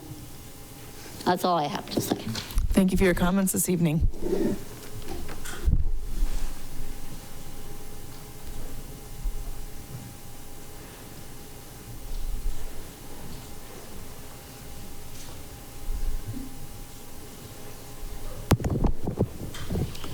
Good evening, Mayor, Council.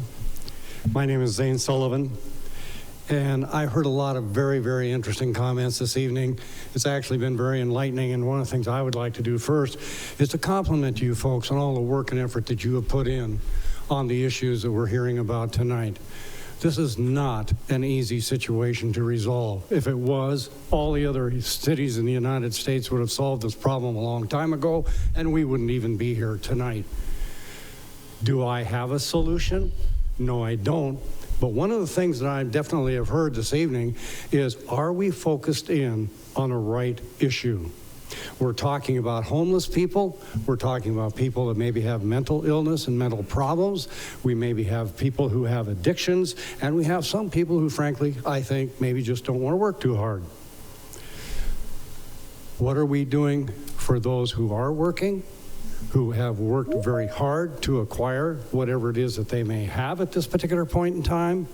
So the question, the balance that I'm hearing here tonight is, do we need to do more for the people who are suffering from mental illness, mental disease, mental defects, some sort of situation that they need medical trained help?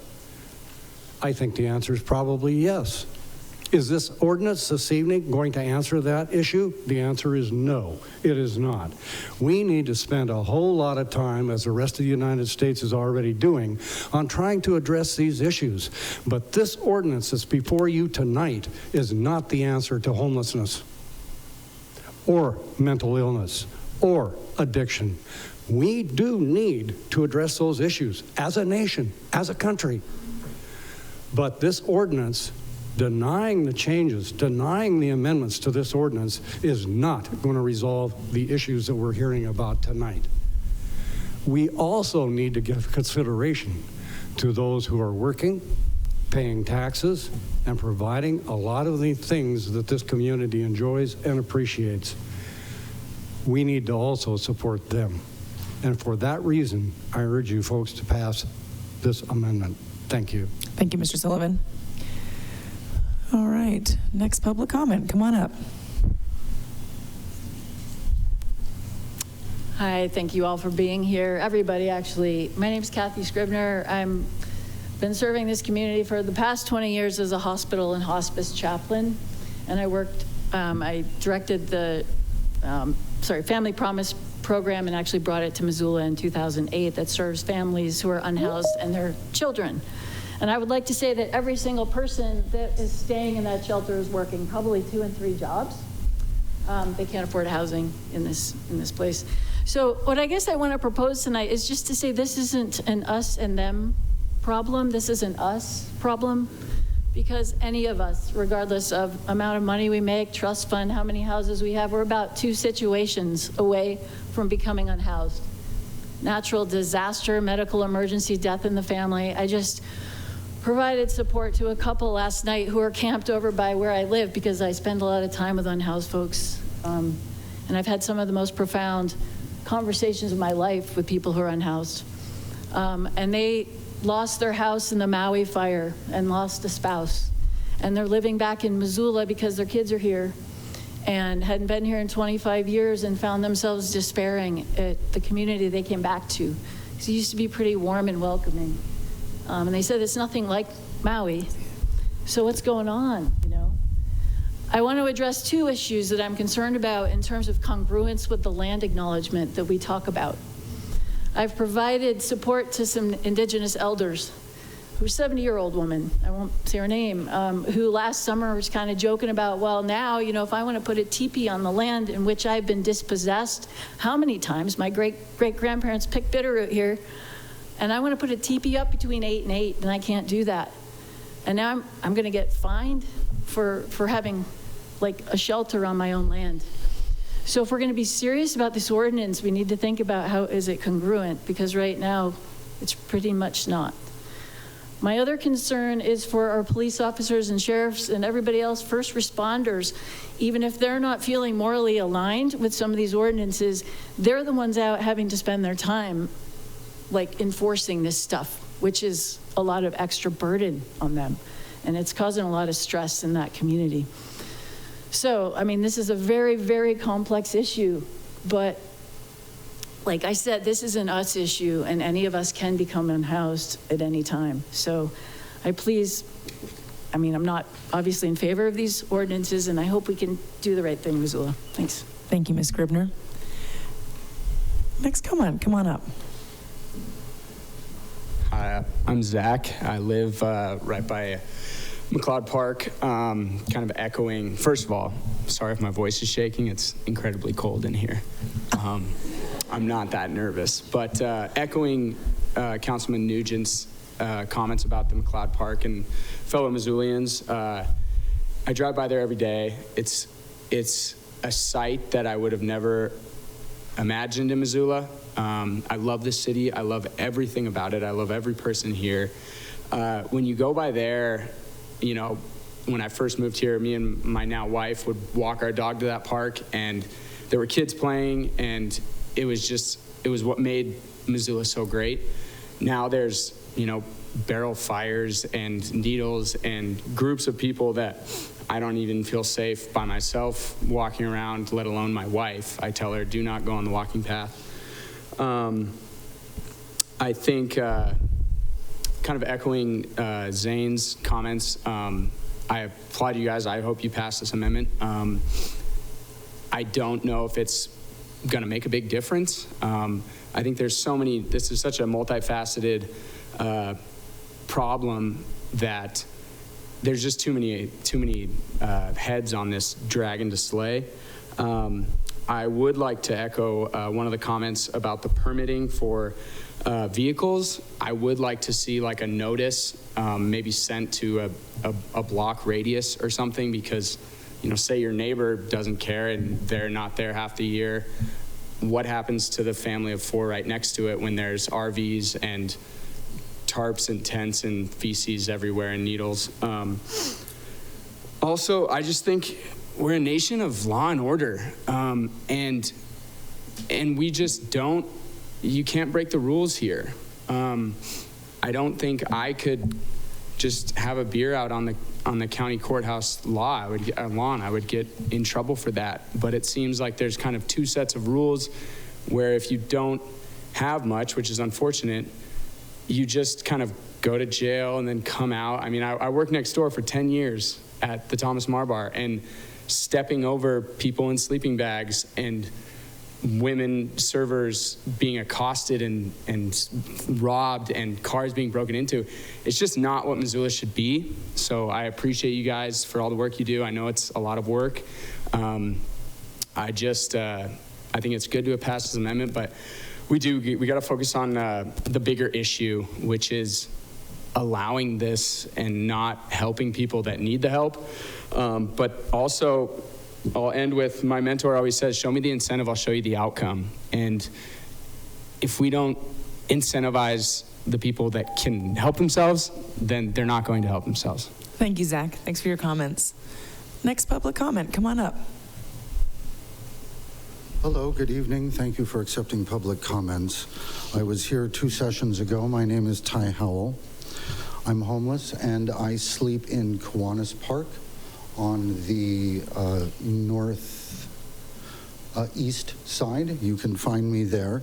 My phone number is 406-593-7020, and I can be reached at nicholasnobody@outlook.com. That's NICHOLASNOBODY@outlook.com, and I tell you that because now you'll understand that when I tell you during the time that I've slept in that park since the 7th of June when I left medical respite at the Poverello, for which I'm incredibly grateful for that program, until now, all of the nights save for about 4 weeks divided into 2 sections wherein I was in the hospital for surgeries and emergency care, I've slept in that location. During that period of time, I've been very cognizant that the signs regarding concerns regarding myself say, protect our children, preserve your neighborhood. It doesn't reference homeless people, but obviously it's only about homeless people. And it doesn't reference what it is that I'm going to do to someone's child or take from them. It just suggests that it's nefarious and dark and dangerous. And it doesn't reference how I'm destroying the character of the neighborhood. It just insists that it is. And to my ear, what this sounds like is the Jews are poisoning the wells, the gypsies have brought about changelings, and the homosexuals are going to rape all the boys in elementary school. And as a gay person, and as a disabled person, and as a person who, like 90% of all of the homeless people, are so mentally ill, I'm literally incapable of finding myself a place to live, despite the fact that I receive $1,361 in Social Security money every single month. So anyone who's being priced out of their home who has a spare room that would allow me to stay there with access to a kitchen and a bathroom, I'll give you $750 cash every single month, and then I won't be in the park. During the period of time that I've been in the park, literally thousands of children and thousands of university students and thousands of parents and caregivers and Parks and Rec people and police and the extraordinary personnel at Black Knight Security have been there, and not one of those people have ever found that I have done anything improper. And when you took the toilets away, I'm grateful that you waited at least until the horrific diarrhea and bloating and gas from the emergency surgery that I had because I was taking NSAIDs instead of staying on opiates, and I had to stop taking an extraordinarily powerful medication for neuropathy because it makes me stupid. And if that toilet hadn't been there, I would have defecated in my pants repeatedly, or I would have taken a large black plastic bag and hid over next to the trees and done it there. And I used that bathroom 5 and 6 and 8 times a night, 2 nights in a row, and you took it away from me.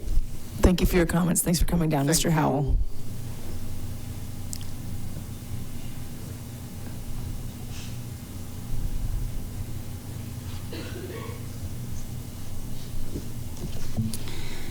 Hello, Mayor, members of council. My name is Andy Helzel, Hoelzel.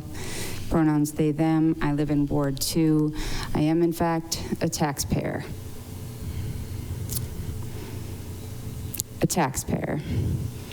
But not more important or less important than anybody else who spoke tonight, not more important or less important than any of my unhoused or housed neighbors, though I do pay taxes in this town.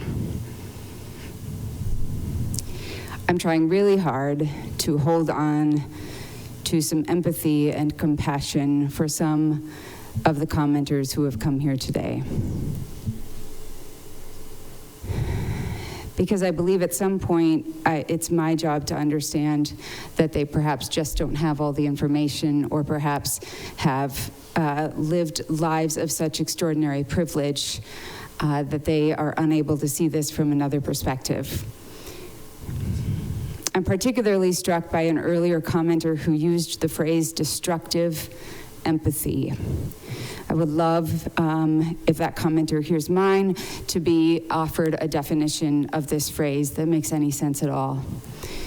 I'd like, as usual, to address the issue of children and safety in our public parks.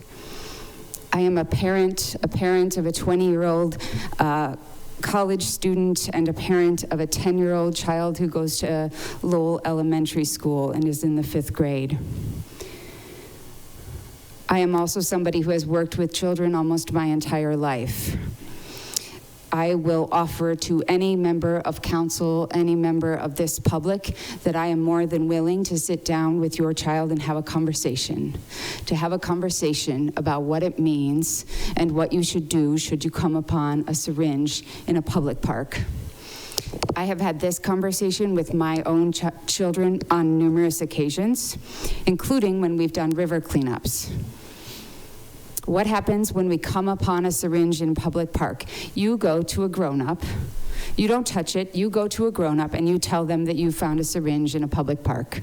Then the grown-up goes with appropriate sharps containers and gloves and picks up that syringe and disposes of it.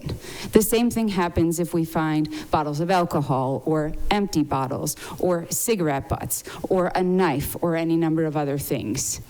I am more than willing to sit down with any of your children, and in case anyone's wondering, yes, I have the credentials and experience to do so, and have a conversation about what it means that people are camping in public parks or along rivers or anywhere else in the city.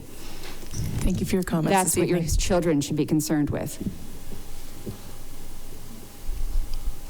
Come on up. Rob Hummer. I encourage you to adopt the amendments that are out there tonight.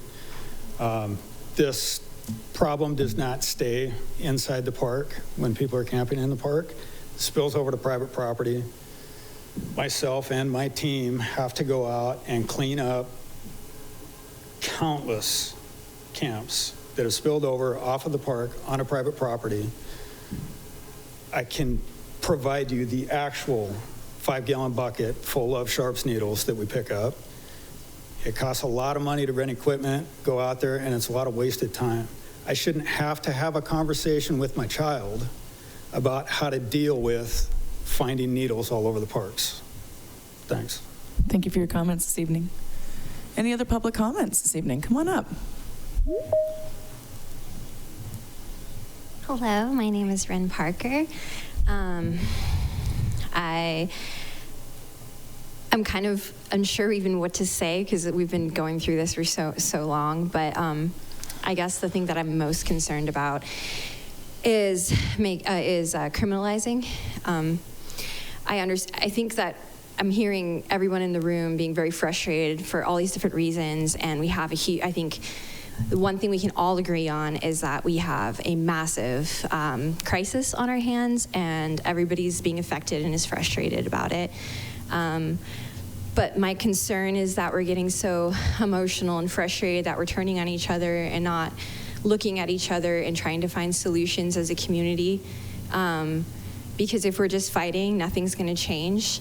And there's going to be our most vulnerable and people, houseless, children, all the things are going to be the ones that take the burden of this. If we criminalize this, if we look at any kind of study on this, it's just going to make the problem worse. It always has. I know it doesn't seem logical, but that is what studies have shown over and over again. And I'm just really concerned about that. And I'm really concerned about the implications to humanity when we start being able to other people in that degree, and what that looks like. It's a slippery slope, and we should definitely be talking about this instead of just being like, this is really scary and a really big problem, let's just criminalize it, because we've done that in the past and it hasn't worked before. My great uncle was a photographer for the Nuremberg trials, and there was one particular incident that and during the Nuremberg trials, they went through and talked about all these timelines and different things that happened. And there's just one that I wanted to bring up just so that we could maybe start talking about how complicated this issue is. And if we start sliding down this slippery slope, I'm not sure where we're going to end up. The Nazi Party passed a law in 1933 that allowed the relocation of homeless, unemployed, and beggars to concentration camps. This law was called Law Against Habitual and Dangerous Criminals. And they were dealing with similar issues. They decided to take a really intense thing and be able to take these people and push them out of the city. And I think that history has shown we really, really did not like that, and that we judge these people immensely. And even though some of these people participated in this when they were much younger, they're now 90 and we hate them.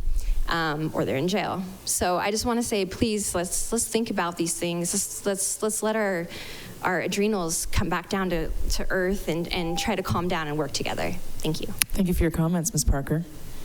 All right, other public comment this evening. Anybody else in the room wishing to make public comment? Come on up.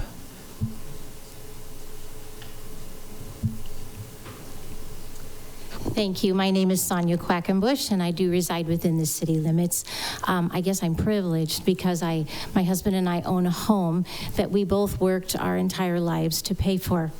Now we are living on our retirement income, which is not what we had planned due to today's economic, the way the economy has gone.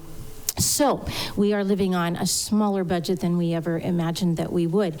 And yet our last tax bill went up $400. So we would like to stay in our home. But I've always told my children as I raise them, nothing is free. Maybe it's free to you, but somebody somewhere paid for it. Even when you go to Costco and you get your free sample, we all love those, right? Somebody paid for that. The distributors, the companies that own the food that you are sampling are paying for you to have this. So I've heard a lot of things said tonight. You know, we need to build more housing, we need to supply more, we need to give more. And that's wonderful, but somewhere down the line, someone has to pay for that, and that rests on the taxpayers of Missoula. And so I ask you tonight, I think most of us are saying that it's not that we don't have compassion for people, but all these things cost, and the people that are paying for it are asking you to listen to us, because it's our tax dollars that are paying for all of you. When you get your paychecks, that came from the tax coffers. And those of us that own homes and paid our property taxes are supplying that money. And so we have paid that money to supply parks that are beautiful. We have beautiful parks in our city. My kids grew up a half a block from a park. They played in it all the time. My grandchildren, I love for them to enjoy them. But if they are not places where kids can go and not be safe, I know that's not fair to say, I guess, but it's the truth. We have to maintain the safety of those. And as a taxpayer, I think that you owe it to those of us that are paying for it to make them a safe place, and that they should continue to be used for their intended purpose, which is not a campground. It's a gathering place during the day for people to come and enjoy. So thank you. I hope that you will vote to approve these amendments tonight. Thank you for your comments, Ms. Quackenbush. Other members of the public in the room tonight wishing to make public comment? All right. Come on up. Good evening. I'm Maddie with the Homeless Outreach Team. I worked for the Poverello for 3 years. I want to echo what a member said, that the Poverello cannot be the forever shelter for those who are unhoused. That it's, unfortunately, I have to speak against my employers in that way, but it's inadequate to serve the needs of the people I see every day. Our unhoused individual who came up, who expressed that she was unhoused for several years here, is true. She lived on the trail outside in a tent with the same device that you see her rolling around in today, and truly existed that way, as well as several other people I serve on a regular basis. Regarding McLeod Park, the people who occupy McLeod Park right now are not able to occupy shelter for various reasons. A primary one being disability, and I am working every day to try to get that person re-access into shelter. But that is why that person lives at McLeod Park with all those belongings. She has nowhere else to go. I do want to express that so many of these unhoused individuals who are our community members, and I do not like to typify our unhoused members as a kind of people, because I pray for the day that they will be housed individuals and their lives will look very different. Their persons will be very different, although it's always been an honor. My life's honor to serve those who are unhoused because they're my greatest allies, friends, and I think truly remarkable people regardless of their circumstances or their behavior.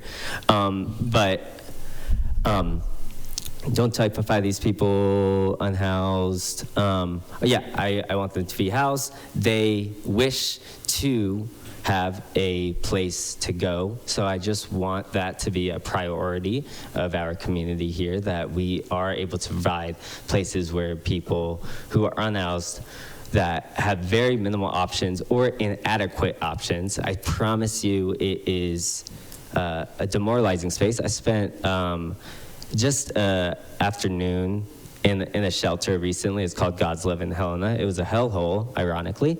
No, really, because the management was so terrible. But just being in the shelter environment, my people are inflicted with the pain of a dehumanizing experience and environment, and that is very terrible.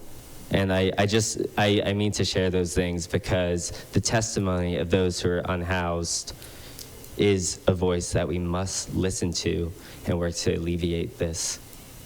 Thank you. Thank you for your comments, Maddie. All right, any other members of the public in the room wishing to make public comment? Okay, I'm not seeing any. Then I'm going to go ahead and move to public comment online. So we'll go ahead and we'll start with members of the public online that wish to make public comment. And Mariah Welch, public comment, please go ahead and unmute yourself. I will go ahead and hit the timer on this end. You can't see that, so I will have to probably interrupt you to let you know that you're going to be getting close to the end of your 3 minutes. Go right ahead.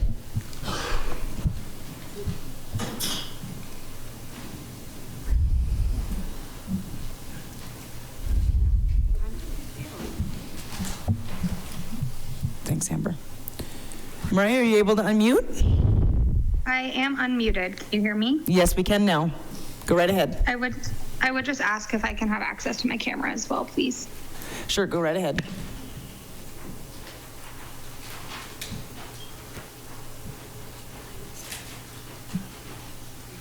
Good evening, everyone. I am sad to say that we're here again. Last time it was at 3 a.m., so I'm glad it's at a more reasonable time.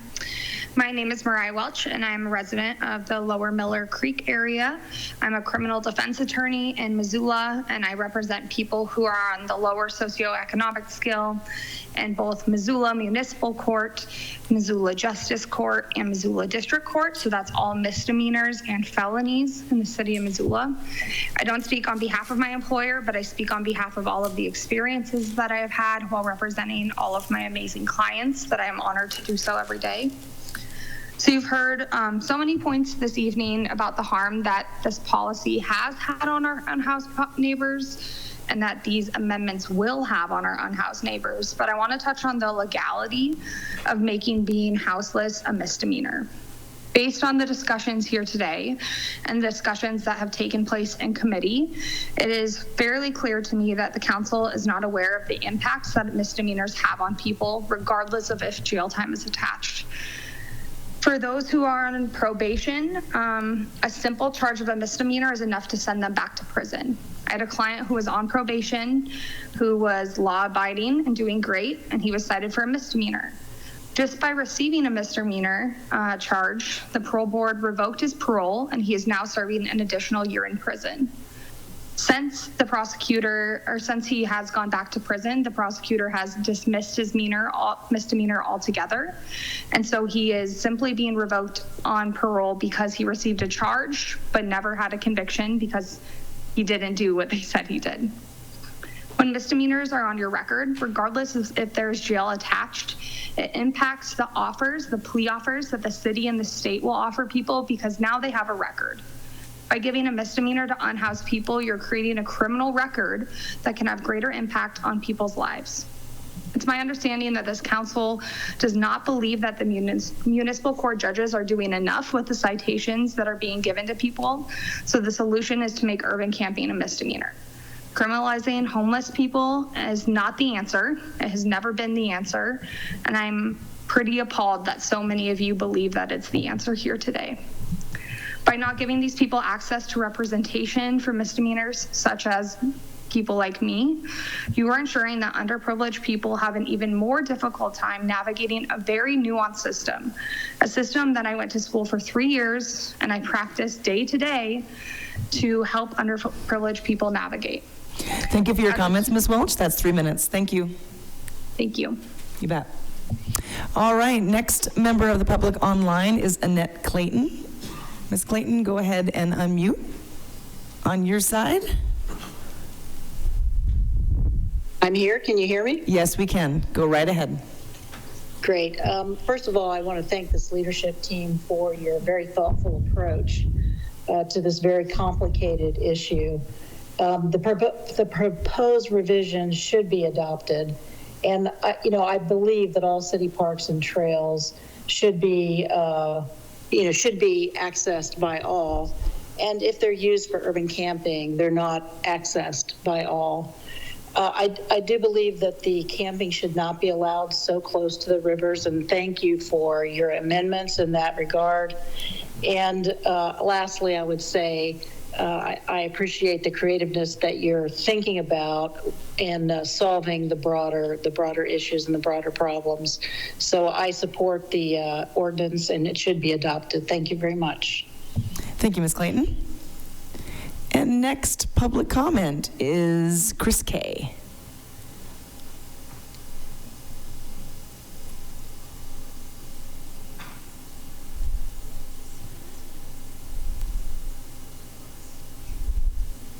Chris, you should be able to unmute there. Unmuted on our side.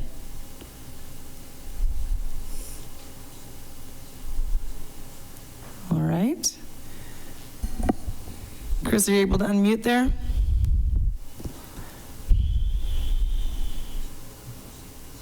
Okay. Possibly having a technical issue or walked away from the meeting, not sure. Give you another second. Okay. I'm going to ask for anybody else online that wishes to make public comment this evening. Okay, not seeing any hands raised. Okay. All right, that wraps up our public comment on the ordinance, proposed amendments, and the published amendments. So we are now going to ask council members that after public comment, we're going to bring it back to council comments or council parliamentary debate. That is an opportunity for you to both ask a question and comments.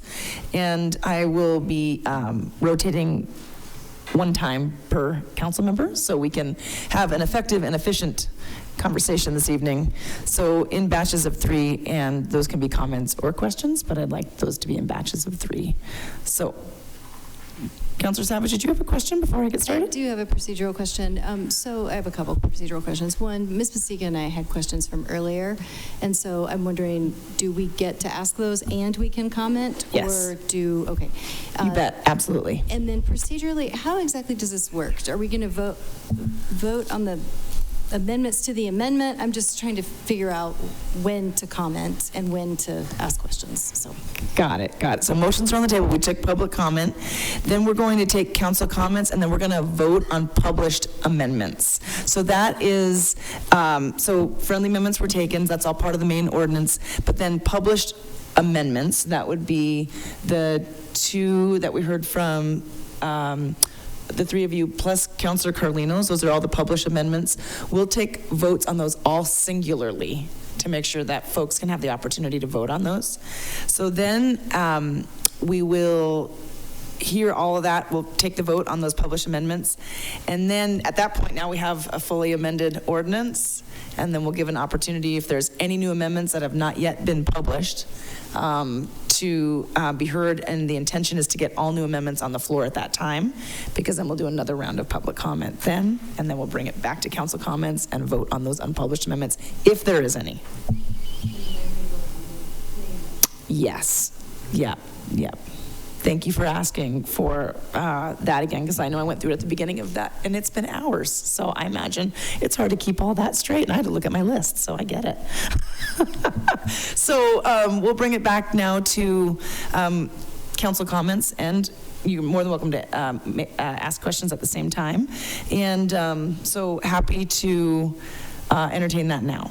So, Councilor Jordan, I see your hand is up. Why don't you go right ahead? Sorry, I do need to ask a procedural question as well. I have a comment, but I'm hoping to read it after we vote. Is that going to be an option? So there will be... Or do I need to make my comment and my questions now? There will be council comments, and there will be another round of council comments after we have all introduced amendments, if there are some. So yeah, there'll be another chance to make comments. Okay, thank you. I think I only have 2 more questions. It's carrying on from my questions with Ms. Pehan earlier. I have one last question for Ms. Pehan, and then a question for Mr. Sudbury. Ms. Pehan, I just following up on my 3 questions I asked earlier. I'm wondering if everyone who is homeless suddenly needed emergency shelter in Missoula, would we have enough room for them? Yeah, thank you. Yeah, I think my prior response was if everyone who is staying outdoors now wanted to come in on any given single night, no, we would not. Thank you. Mr. Sudbury, I don't know if you have the answer to this, but my question for you is, are there any examples from our local criminal justice system where we have successfully prosecuted someone into having enough money for rent?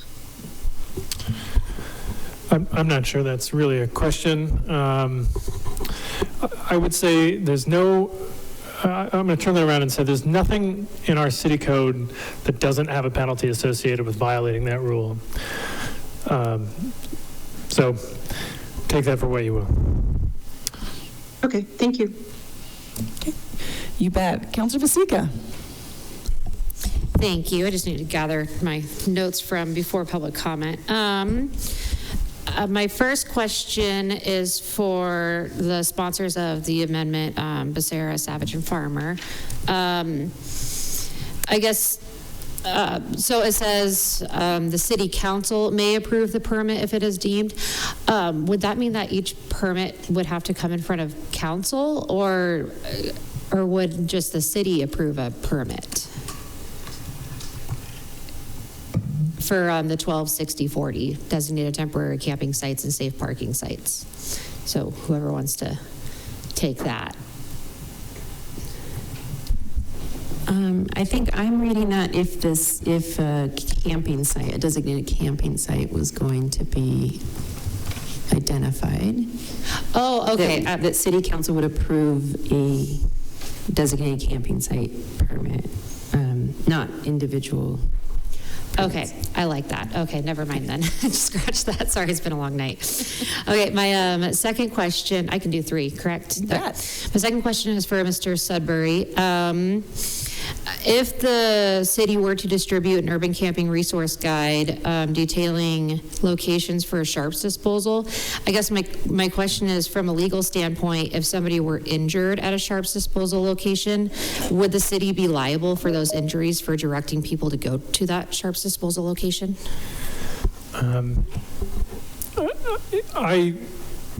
If somebody were injured because they went to a sharps disposal location that was identified on a map as a resource location, I don't see how, unless if that location was on city property and there was some sort of defect that was either known or should have been known by the city, that there was some danger there was a hole that wasn't identified, or some other dangerous sort of latent or obvious defect, there may be some negligence associated with that. But if somebody tripped and there was no defect in the sidewalk or the trail leading them there, and they were just tripped and hurt themselves because they were going someplace that was located on a map, no, that doesn't associate liability with it.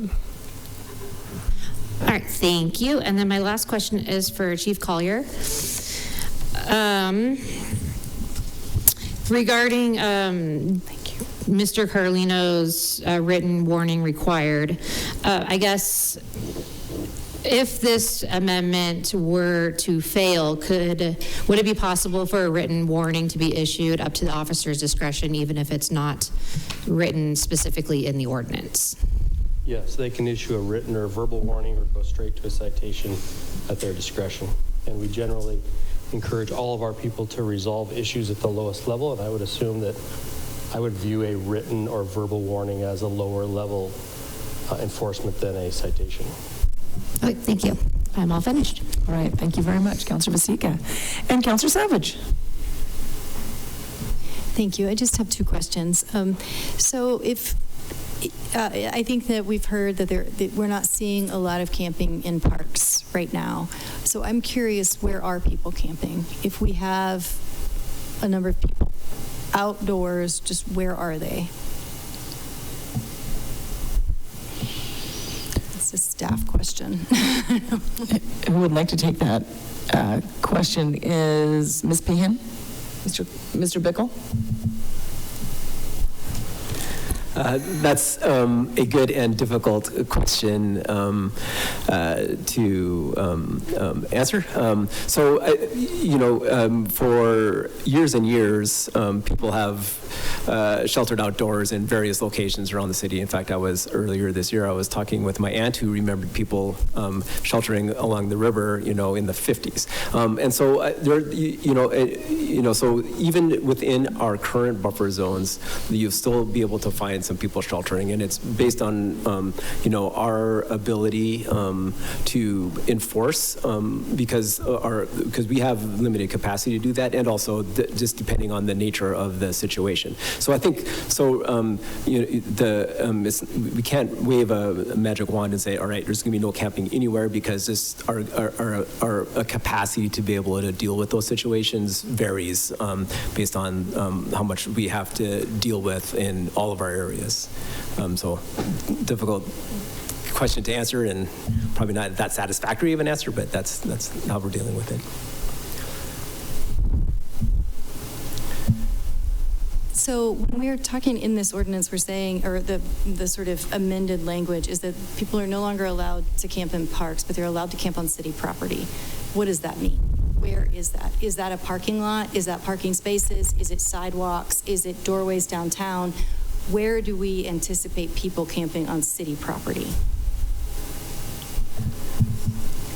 There are still areas along our commuter trails that are outside of the buffer zones. There are areas of right-of-way that are outside of buffer zones, and so those are areas that are legal under the ordinance.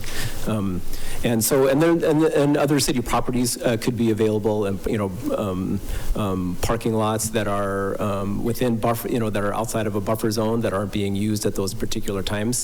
Are all those types of things that are eligible. But it is difficult to actually say, like, provide a map or something of where that goes. Thank you. You bet. Councillor Carlino. So we can comment on amendments now and then comment again after the amendments? So right now we're commenting on the amended ordinance, which includes the friendly amendments, in addition to the introduced amendments that are your amendments, as well as Councillor Becerra, Councillor Farmer, and Savage's amendments. So this is the last time to comment? Yes. Okay, yeah. Well, I certainly have a lot of thoughts about this. I think, this ordinance isn't, putting a Band-Aid over a wound. This ordinance is sticking a rusty knife into a wound, to speak it metaphorically. I think it's super counterproductive to give people criminal charges, tow people's vehicles, hold their vehicle/home until they have enough money to be able to get it back from the city. I think that's all very counterproductive and is going to keep people experiencing homelessness for a longer period of time than if we didn't do those things and spend our money and resources on those things. I think it's important to point out that this ordinance implementation would not be constitutional if it wasn't for the Supreme Court overturning Martin v. Boise, and that this ordinance is really part of the MAGA agenda and Supreme Court agenda to further criminalize people that can't afford homes. And I think that is really really the wrong direction and not what Missoula wants. So yeah, rather than spending millions of dollars a year through, I guess I'll spell it out a little bit more. We heard almost $1 million from cleanup costs, millions for police calls, millions for fire department calls, code compliance, parks, towing, all of these things to try and move people in circles. We're wasting millions and millions of dollars a year on when we could have been putting that money towards actual solutions. If we put just a fraction of that money towards the Housing Solutions Fund, I think we would see many more people into housing and therefore less people camping, and we would get the desired result that we all would like without having to go towards the punitive route like is proposed here. So I think we've got lots of options, and I think this is ultimately a big waste of money and criminalizing homelessness when we really don't need to. And yeah, I'm really disappointed in the city council, and I don't think history will look kindly on you all for making decisions like this.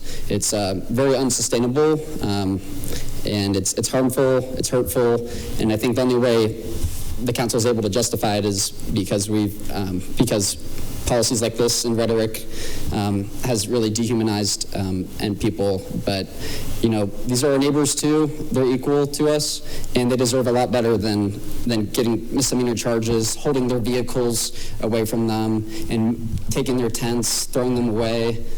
We could do way better than this.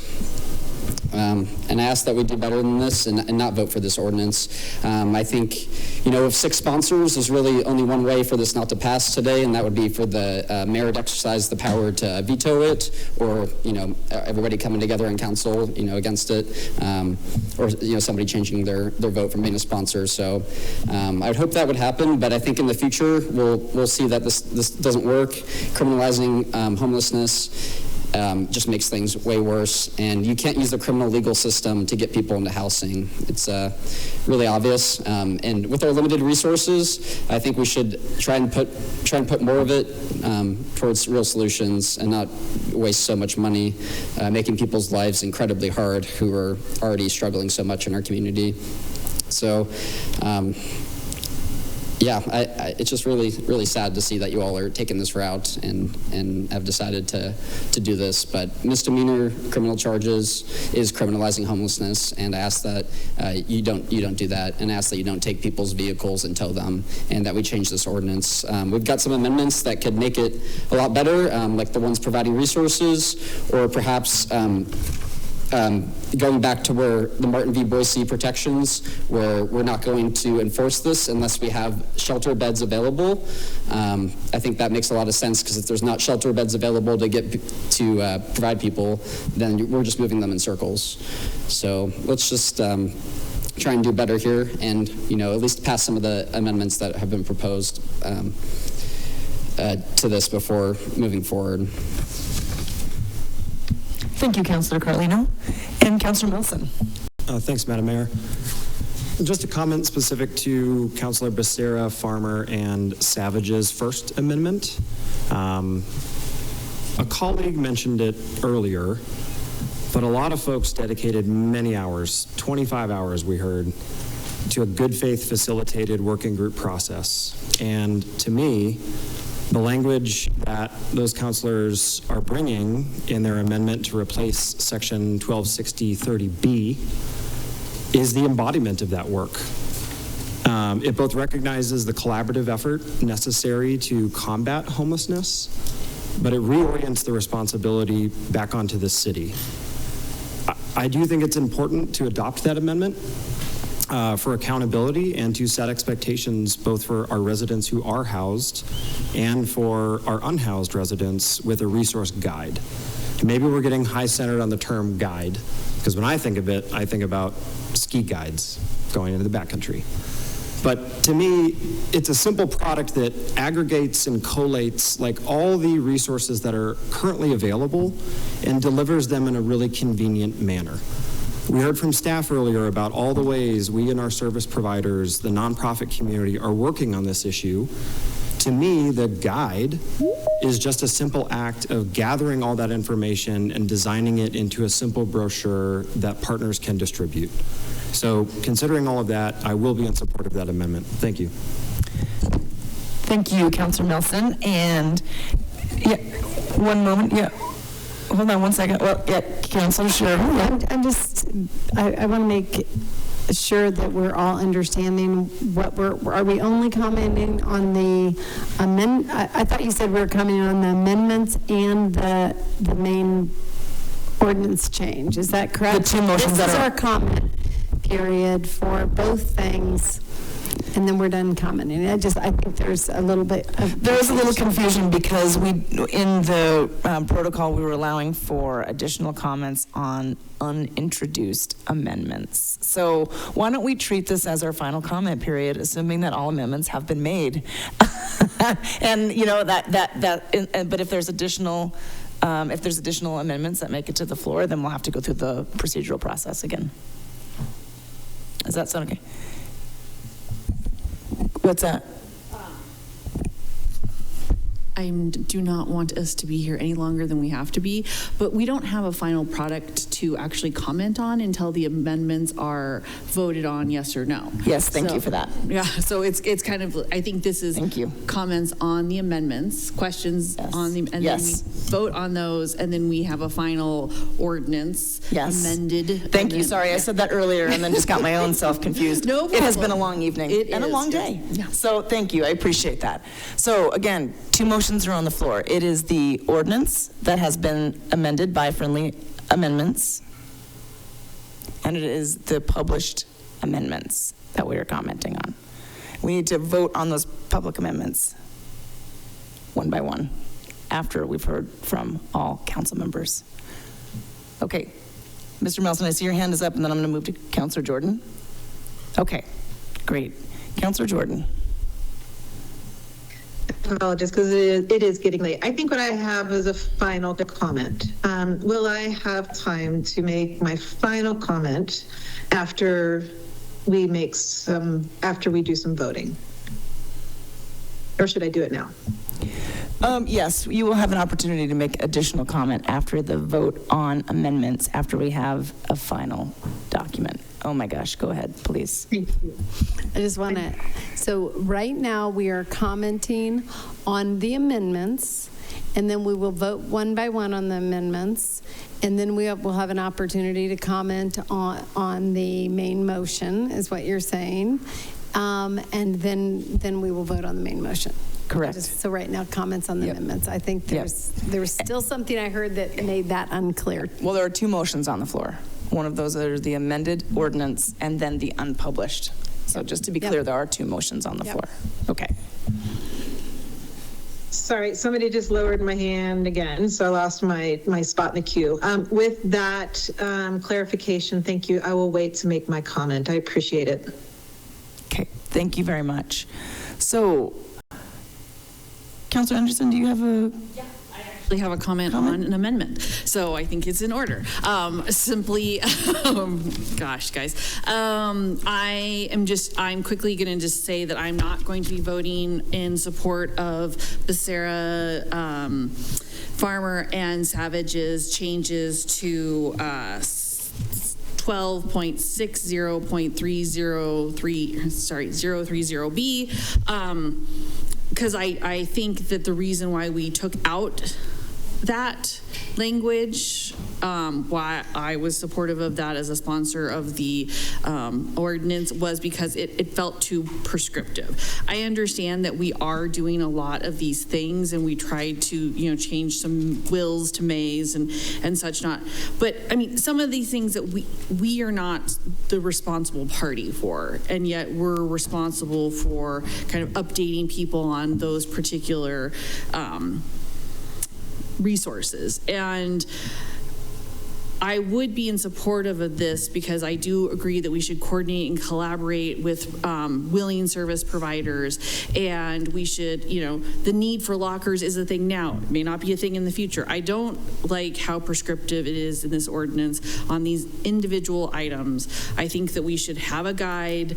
We should work with providers and understand that it is a fluid situation on what the needs are, and and where those resources should be going and to whom. And so therefore, this being too prescriptive, I will not be in support of it. I could amend it, but I don't think that is a good use of time at this point in time. So because we are not the party responsible for example, sharps containers, we, should send people to the Open Aid Alliance, and they are the ones who are going to be the foremost authority on where it is that sharps containers are, and if you need, other additional ones. And that's what I want us to be doing, is like pointing out the things. Obviously, we know where trash cans are and permanent bathrooms are, and porta potties move frequently for a variety of reasons.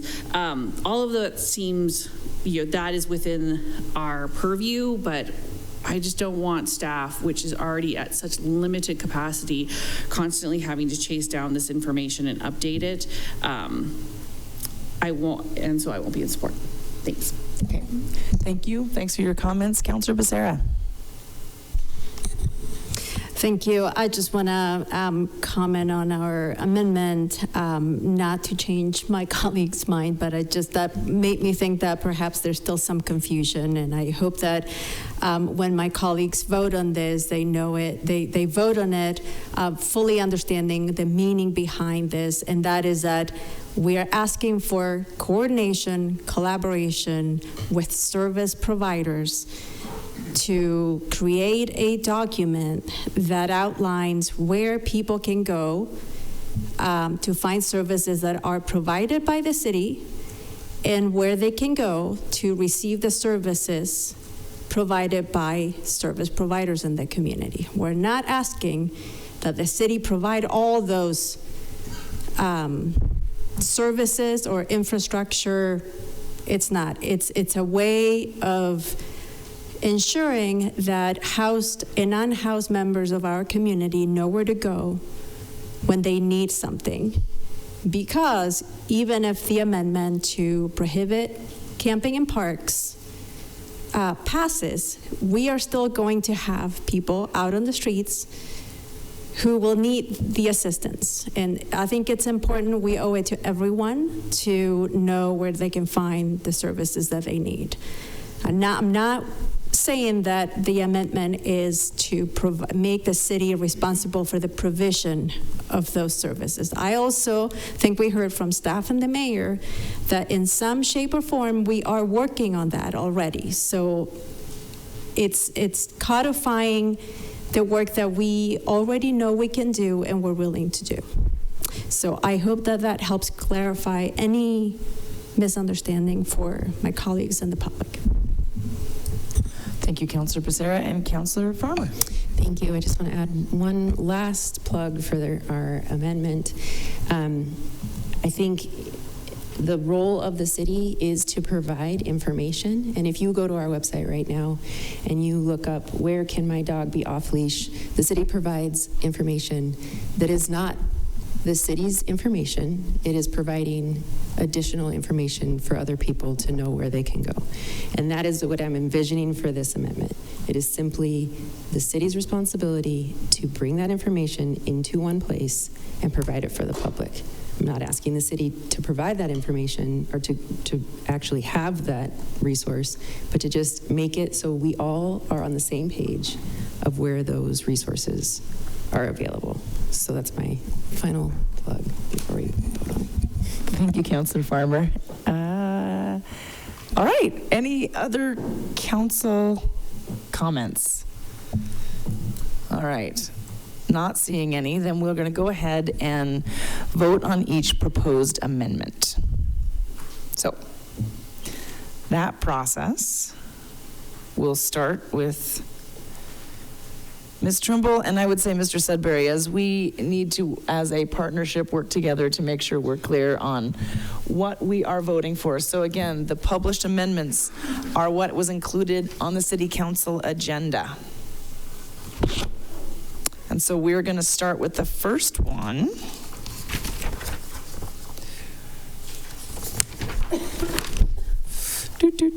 which is amendments offered by Councilors Becerra, Savage, and Farmer. And this is on section 12.60.030, section B. Am I right? Okay.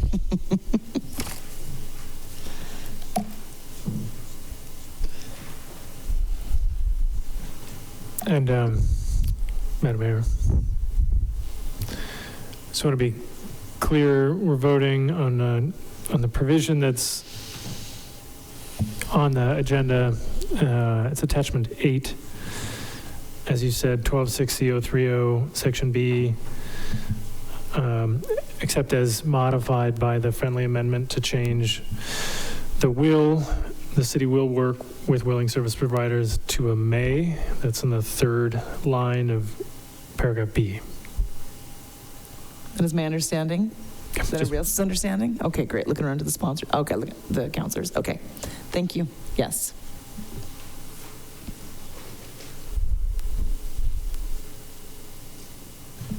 Give me 1 second to set up the vote.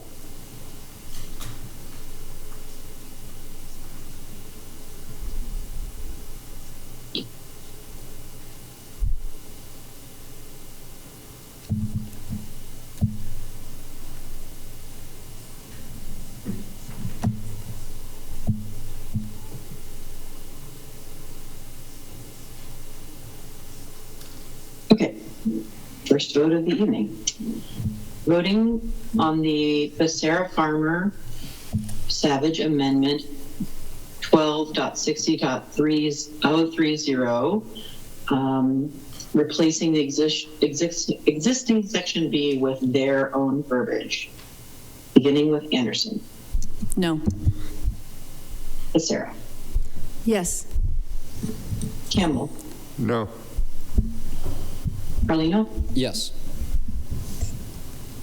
Farmer. Yes. Jones.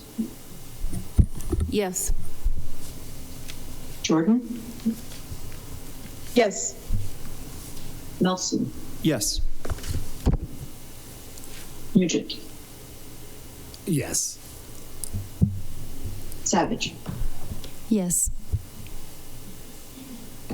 Sherrill. Yes. And Vasecka. No. And that passes with 9 in favor, 3 opposed. Okay. Thanks, everybody. Thanks, Ms. Trimble. We'll next move next to the next amendment, section 12.60.040, adding language to that section. And Mr. Sudbury, would you like to clarify anything, or Ms. Trimble post that online? I don't see any. Yeah, I'll just make the same clarification. This is attachment 10 on the agenda under this item, and it is as proposed in that item 10, except that the shall that appears in line 6, City Council shall approve the permit. That shall was changed to a may by friendly amendment that was accepted.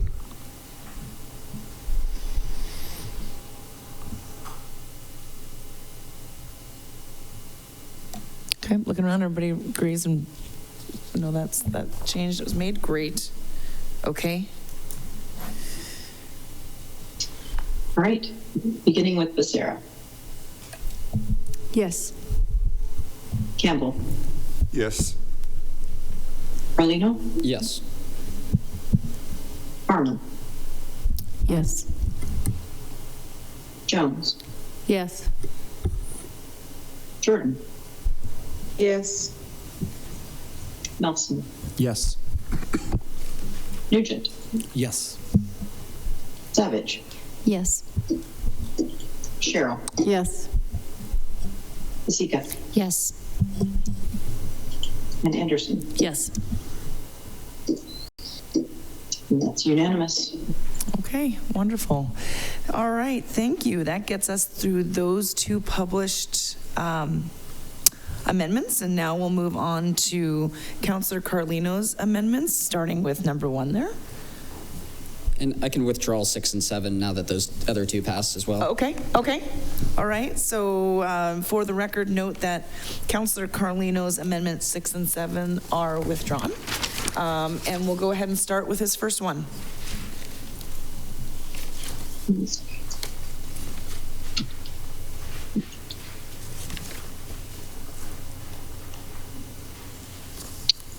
Okay, this is an amendment to add to 12.60.050D authority to enforce as long as there is no option for an individual to access adequate indoor shelter for sleeping. Citations for violation of this chapter may not be issued and enforced.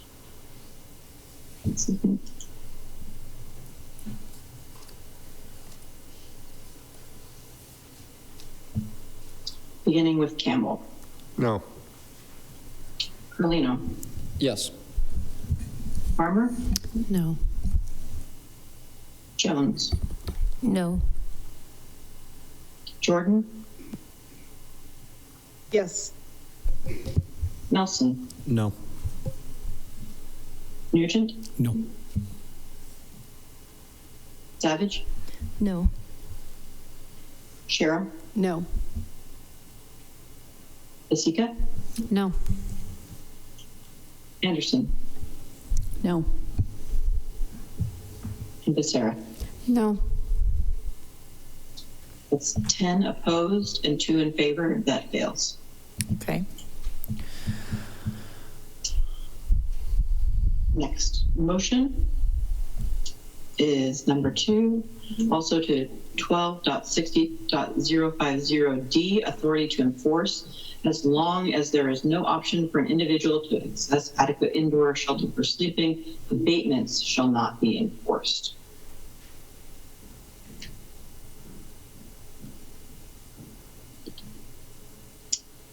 Beginning with Carlino.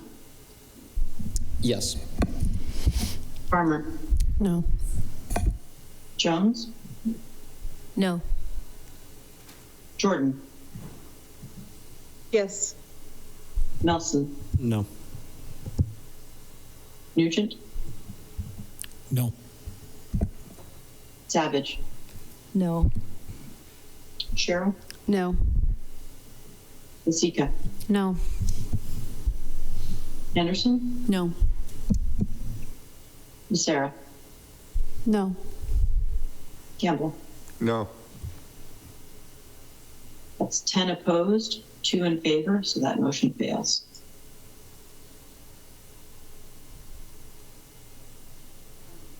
Moving on to item 3, which is to delete from 1260.050C8 related to towing vehicles, beginning at however any costs incurred by the city to clean up public or private property surrounding the towed vehicular camp structure due to an accumulation of garbage and refuse around the vehicle must be paid by the city before the vehicle is released.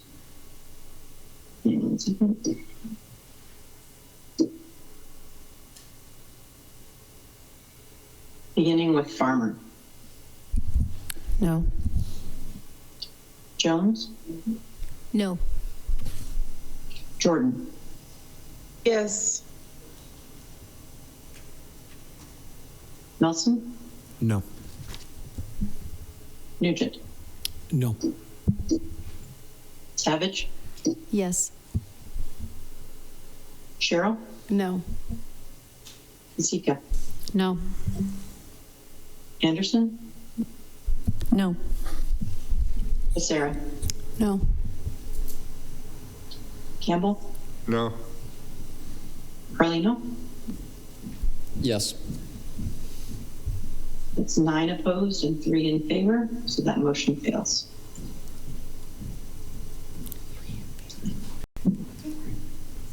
Next item is item 4. This pertains, oh, no. The motion is to retain Section 1260.50B3 about deferred prosecution agreement or deferment of imposition of judgment for first citation. The city shall offer a deferred prosecution agreement is what's changed in the sponsor's amended version. Second.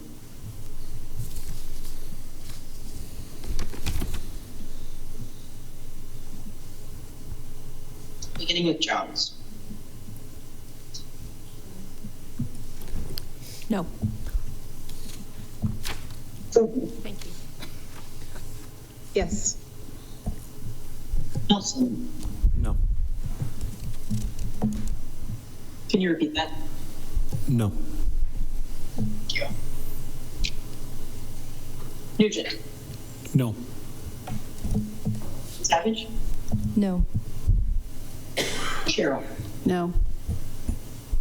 Tika. No. Henderson. No. Sarah. No. Campbell. No. Carlino. Yes.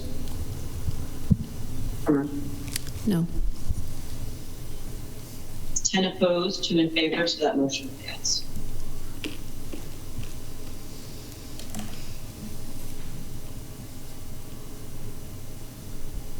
Next up is motion 5, which deletes section 206050B2 and 4. There's a lot of verbiage related to misdemeanor municipal infraction penalty off and the penalty that's authorized.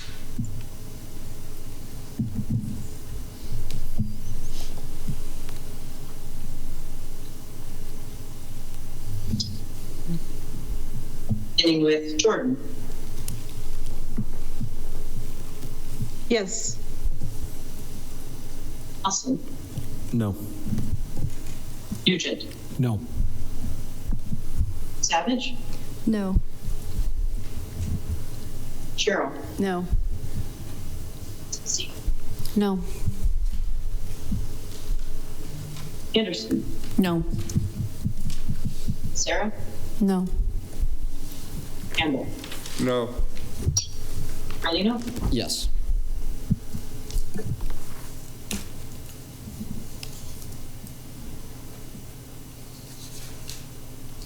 Can you repeat that? Sorry, did you say Farmer or Carlino? Farmer, yes, Oh. sorry. Sorry, no. Jones. No. 10 opposed, 2 in favor, that motion fails.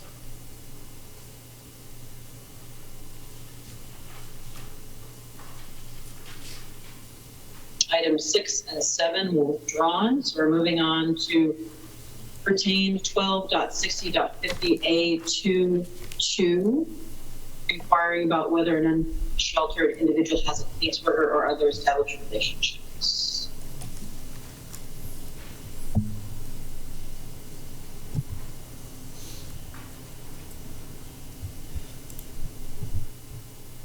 Beginning with Melson. Yes. Nugent. No. Savage. Yes. Sherrill. No. Sika. No. Anderson. No. Sarah. No. Campbell. No. Carlino.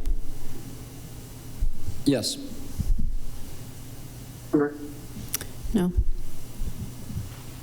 Jones. No. Jordan. Yes. 4 in favor, 8 opposed, so that motion fails.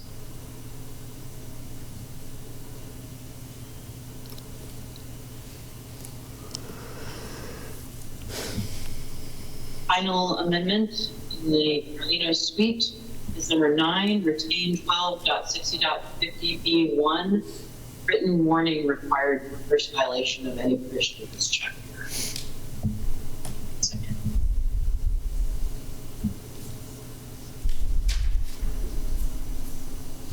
Beginning with Nugent. No. Savage. Yes. Sherrill. No. Vasecka, No. Anderson, No. Sarah, No. Campbell, No. Yes. No. Jones, No. Jordan, Yes. Melson. No. 9 opposed, 3 in favor, so that goes. Okay, we've made it through all of the published amendments. So that means that we now have an ordinance that has both friendly amendments and the published amendments that passed. Okay, thanks for bearing with me, everybody, because the process is a little bit wonky, is it not? Oh, man, might just be me. Hold on one second. Let me get back to this. So now we want to make sure, just going through the process after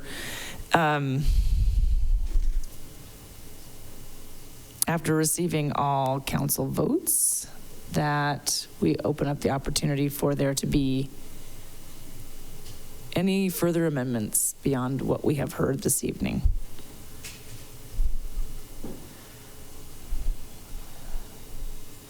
And if so, if we can get those all on the floor at the same time. I'm not seeing any hands raised. Okay. All right, no additional amendments. So that means that we will then settle on council comments prior to a final vote on the amended ordinance. Before we do that, I just want to make sure, any procedural questions? Everything seem right? I could just clarify for the sense of finality that what the ordinance that we're voting on is. I would or love that. Thank commenting. you very much. So the ordinance as amended is the ordinance that is shown as attachment 6 on the agenda, as modified by the item attachment 8 and attachment 10, as well as I understand it, a friendly amendment that was introduced earlier, and I'm going to read this to make sure I got the amendment correct. It's a change to 206030C concerning the rules governing camping on city property. It's an amendment to the time regulations stating that from the period starting November 3rd through March 9th, these hours shall be modified to allow an unsheltered individual to camp between the hours of 6 p.m. and 8 a.m. Okay, that's why I wanted to read it. So it was intended to be November 1st through March 1st. I don't know where I got those other dates.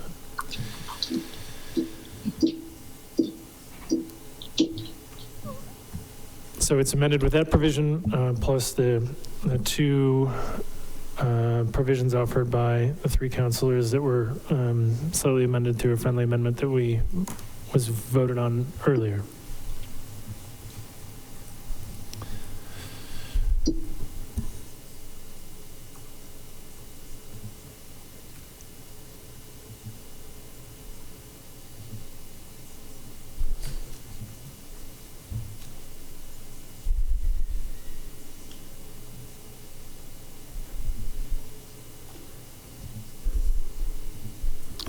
Or you're not waiting for me to respond, that's correct. No, I'm sorry. Did you have a question? I thought you were making an... That was it. I just wanted to make sure. I wanted to ensure that I read the provision that I thought was a friendly amendment from earlier because I didn't actually hear it. But I don't have anything else. I think you're moving to final comments. Okay. That amendment is correct. It's November 1st to March 1st. Okay. And you got that because we were originally talking about doing daylight savings time, which is about that same time. Okay. Great. Thank you very much for that. All right. Just want to look around, make sure everybody's clear on what we're voting on. It's right. Yeah, I'm just making sure before we get into it that people are clear. We have to go through every single amendment. Okay. All right. We are now ready for final council comments. So I saw Councillor Jones, please. I'm sure folks are going to have a lot of comments tonight, and I had quite a few pages, but I'm just going to focus in on a few issues. Because we've had another long night, it's a huge topic. I think the public comment was illustrative of how complex this issue is.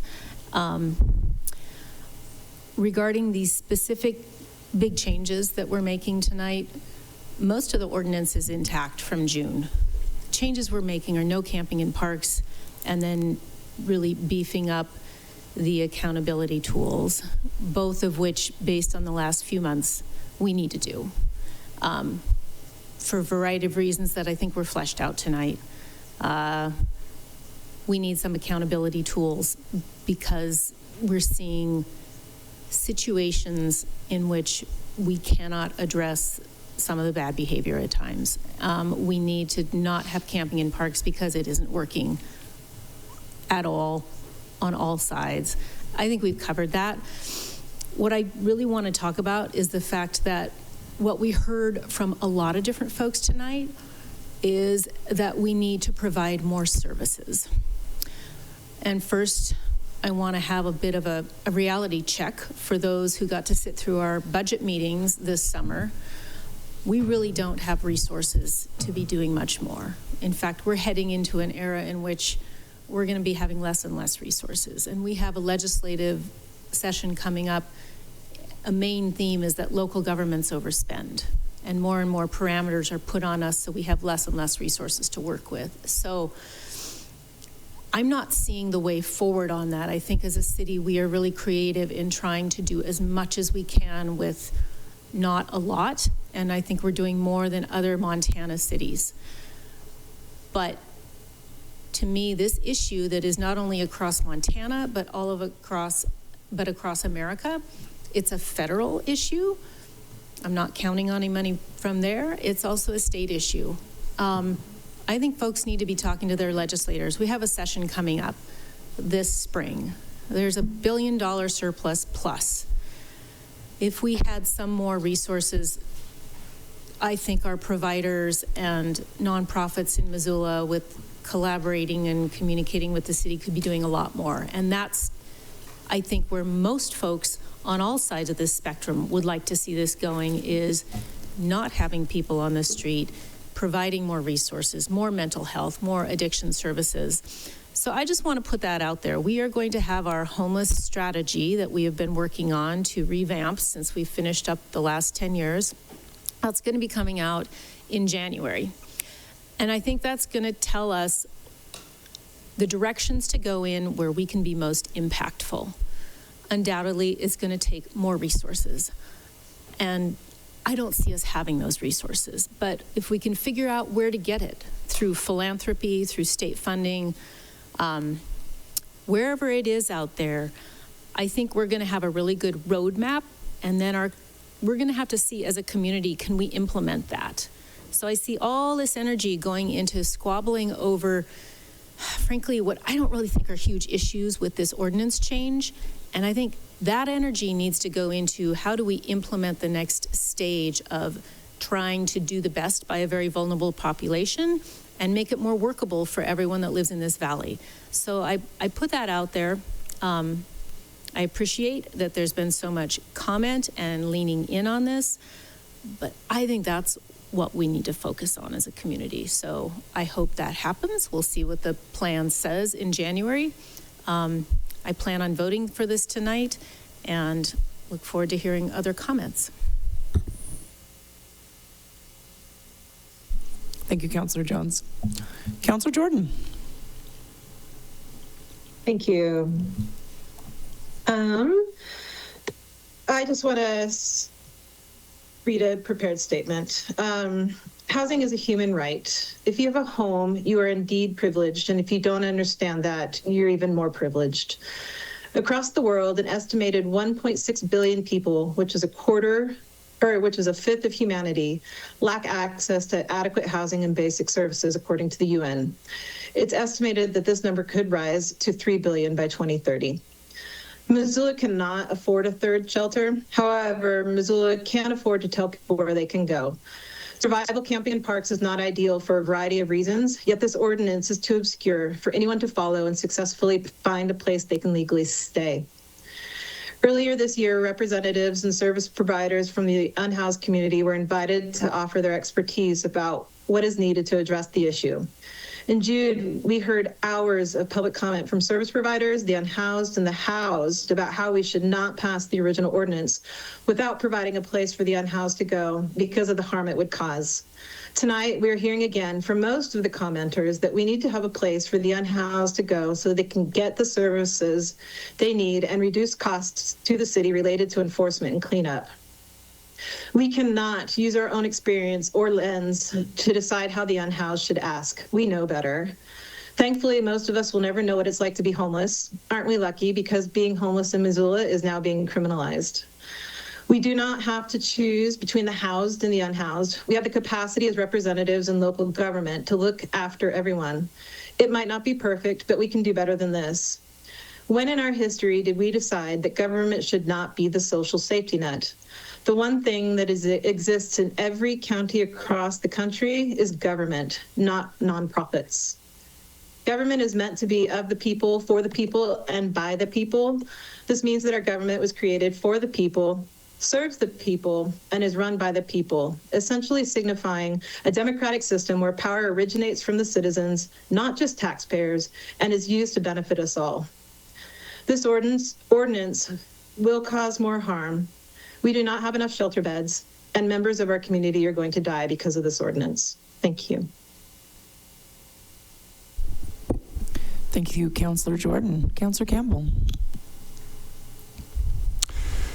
Thank you, Madam Mayor. I just want to start by saying right off the bat, just to be clear, should this amendment pass tonight, should it pass, immediately thereafter, Missoula will continue to be, bar none, most compassionate, most resourceful community in the state amongst Class 1 cities in terms of resources available, in terms of what we as a state provide, in terms of what our nonprofits provide. It's completely unparalleled compared to other communities, Great Falls, Bozeman, Kalispell, Billings, I mean, you name them, bar none. Missoula is going to stand above in terms of service provided, but there's only so much that we could do as a community, and we have to make best use of the resources that we have them. And I understand the argument of, investing more money in some of these services going forward, and certainly we have to look to the state possibly for some of that, for addiction treatment, for mental health treatment. Governor Gianforte, one of the centerpiece items up there is the HEART program, Healing and Ending Addiction through Recovery and Treatment program. I would like to see that bolstered going forward, so that we have more of those resources available here in local communities like Missoula and other communities throughout the state. So certainly there's more that could be done at state level in that regard, I feel. Going back to my opening statement, as a whole, I feel this amendment again does a good job with addressing what has been overwhelming response from the community in terms of public safety, in terms of safety of people that use our parks, use our trails.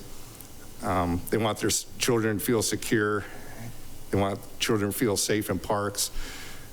School bus stops are oftentimes located next to public parks, and they want to feel safe, leaving your children, in those situations, and have the ability as tax-paying citizens, that pay for these parks and pay for these services and pay the fees to use the recreational opportunities that they do to, have that ability to have their children feel safe. And, I have to say, I don't see the individual here, but it's been, and I've heard it before, but the idea that we're going to ask a school-age child, a pre-kindergarten child, we're going to advocate responsibility to them to look for needles, to look for glass, to look for paraphernalia, look for anything else like that is absolutely absurd.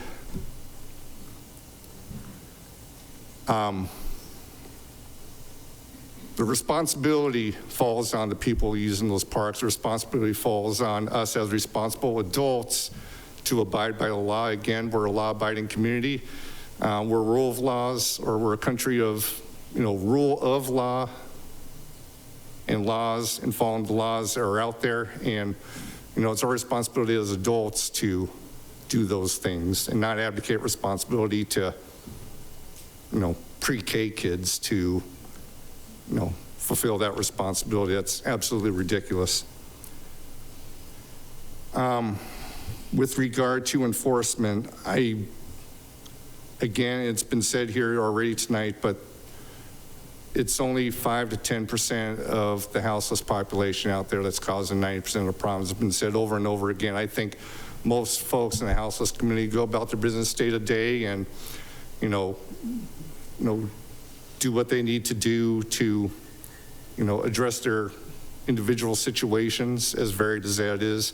But there's going to be that 5 to 10% that are going to cause these problems. There has to be accountability for that. And I think the changes we're making to this ordinance, affords us an opportunity to try to reintroduce accountability to the system. The only cold water I'm going to throw on it is, at the end of the day, this does come back to our municipal court system, which, I've said before, and it's just my personal opinion there, but they've completely abdicated their responsibility for any personal accountability for people who commit any sort of misdemeanor offense, any sort of civil infraction, however you want to put it, and have totally abdicated their responsibility for holding people accountable for their actions, and have turned municipal court and continue to turn municipal court into another social service system here in the city of Missoula. That's going to be something that's going to be addressed in the year coming up. They're all up for election this year, and that'll be a conversation for another day. But the final part is the city's role and limitations and what we could do. And I think what we end up here with is a good product that does a good job of stipulating, and with the amendments that have been offered and that have been accepted tonight, show in detail what our responsibilities are going to be from this point forward. And again, there's a role here for our nonprofits and for faith-based communities to step up. I think we all would encourage them to do so, to step up and to offer, what they can, given the current economic conditions, to, support our houseless community going forward. But for those reasons, I'll be in support of this amendment. Thank you. Thank you, Councilor Campbell. And Councilor Anderson. Thanks so much, Madam Mayor. I'll try to make my comments very brief. As people were making public comment tonight, I was making a list of things where I feel like perception is not matching reality. And it's frustrating to be up here and to take that public comment, and when you want to say, oh no, our taxes, the disparity between us and Billings is not what you portray. And I think it's also misleading when there's this sentiment that, well, if we just didn't do cleanups and we didn't do security, that would all of a sudden produce all of this extra money that we could then build something with. And I think that is a harmful dialogue to engage in, because it's not the reality. It's the fact that, you have people who in the Parks Department are having to take, their workload that they normally have, and then they are being reassigned and reallocated one or more days of the week to do cleanups. The same with people in public works. You have calls being made to 911 that police are responding to, that fire is responding to, that the mobile support team is responding to, that then they're triaging the other calls. So it's not like all of a sudden, if we just got rid of this ordinance or whatever fantasies out there, that all of a sudden all this extra money is going to be freed up. It is, we are still going to have all of the cops on payroll because we are a city that has needs, and our police department is the right size for that. Same with the fire department, same with the mobile support. Hopefully parks would be able to, get out and spray and do more mowing and all the infrastructure that is needed. It's an opportunity cost is what it really is. And we are trying to balance the needs of everyone who lives here, and be it provide services for those parks, clean up those parks, clean up those trails, answer those 911 calls. It's not like there's all of a sudden going to be this plethora of money in which to then, build, hundreds of units of affordable housing.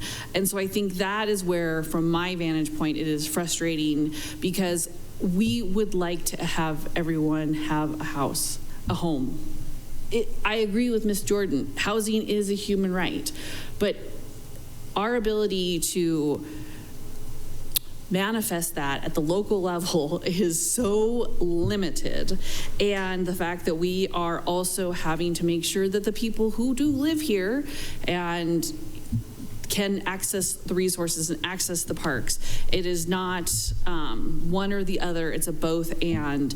And unfortunately, given the way our system of government is, the fact that we still have not caught up at the state level from the severe cuts that were made to DPHHS in 2017 with the caseworkers and the mental health, and the fact that at the federal level, we are giving tax breaks to people for their second jets, but we are not investing in mental health, all cascades down to this crisis point we are at now.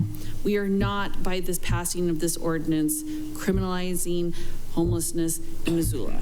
We are simply saying you cannot sleep you cannot crisis camp in a park in Missoula. That's all we're saying. And if you are unhoused and you are crisis camping and you are, in a public space, but like, for example, behind Bob Ward's, and you are complying, you're not going to get a ticket. So you're not going to be criminalized. And so it is having an enforcement mechanism for those folks who are not able to follow the rules. And if you are not able to follow the rules and you get a ticket, well, you get a ticket for not following the rules. So, I think that, as Mr. Campbell said, we are a very compassionate community. I have been on this council and voted for many of budgets. I remember the budget where we stood up the mobile support team, and Mayor Engen said that this was the most social service forward budget that he had ever seen in his time, and we've continued to expand upon that. And we're going to have some really tough decisions, because there are those who are saying enough is enough. We cannot continue to afford the trajectory that we're on for property taxes. I 100% agree with you. And I thank Ms. Jones for bringing up the fact that there was a $1 billion surplus again this legislative session. I do not need another $600 refund check to buy a snowblower. I need fundamental investments in infrastructure that are going to help everybody in the state and help municipal governments do the things that we are actually tasked to do: health and safety, roads, public works. And if we don't get some help at the federal and state level, this problem is just only going to expand. But today, we are just simply saying you can't crisis camp in a park in Missoula. There are other places. We can argue about the amount of beds. We have resources. And so I will be in support of this. I appreciate everyone's comments. I appreciate working together with my other colleagues for bringing this together and the robust public comment. We will continue to educate one meeting at a time. Thank you, Councillor Anderson. Councillor Farmer? We should probably have the 3-minute timer as well. I can spark it up for you. No. Yeah, I'll be quick. I just wanted to say also thank you to the public for coming down and sharing their stories and sticking with us. And thank you to staff for all their work on this. I know it's been a real slog.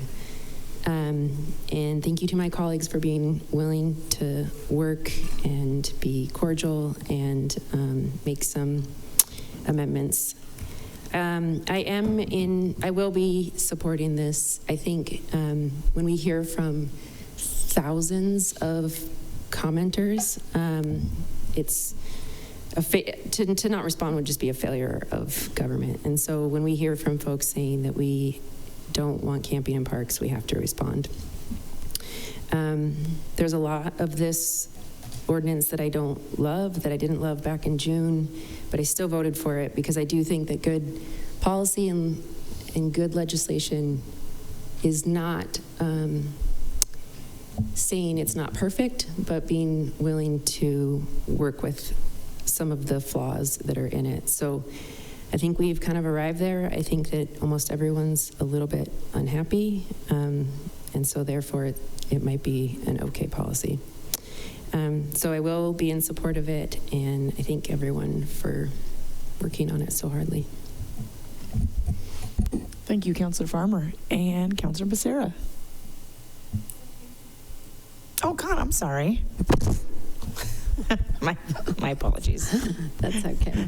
I'm going to be very brief because I think, I generally made my points when I introduced these changes to the ordinance. And I do think that this threads the needle the best we're able. And I agree with Ms. Farmer that everyone's a little unhappy, which sometimes means we're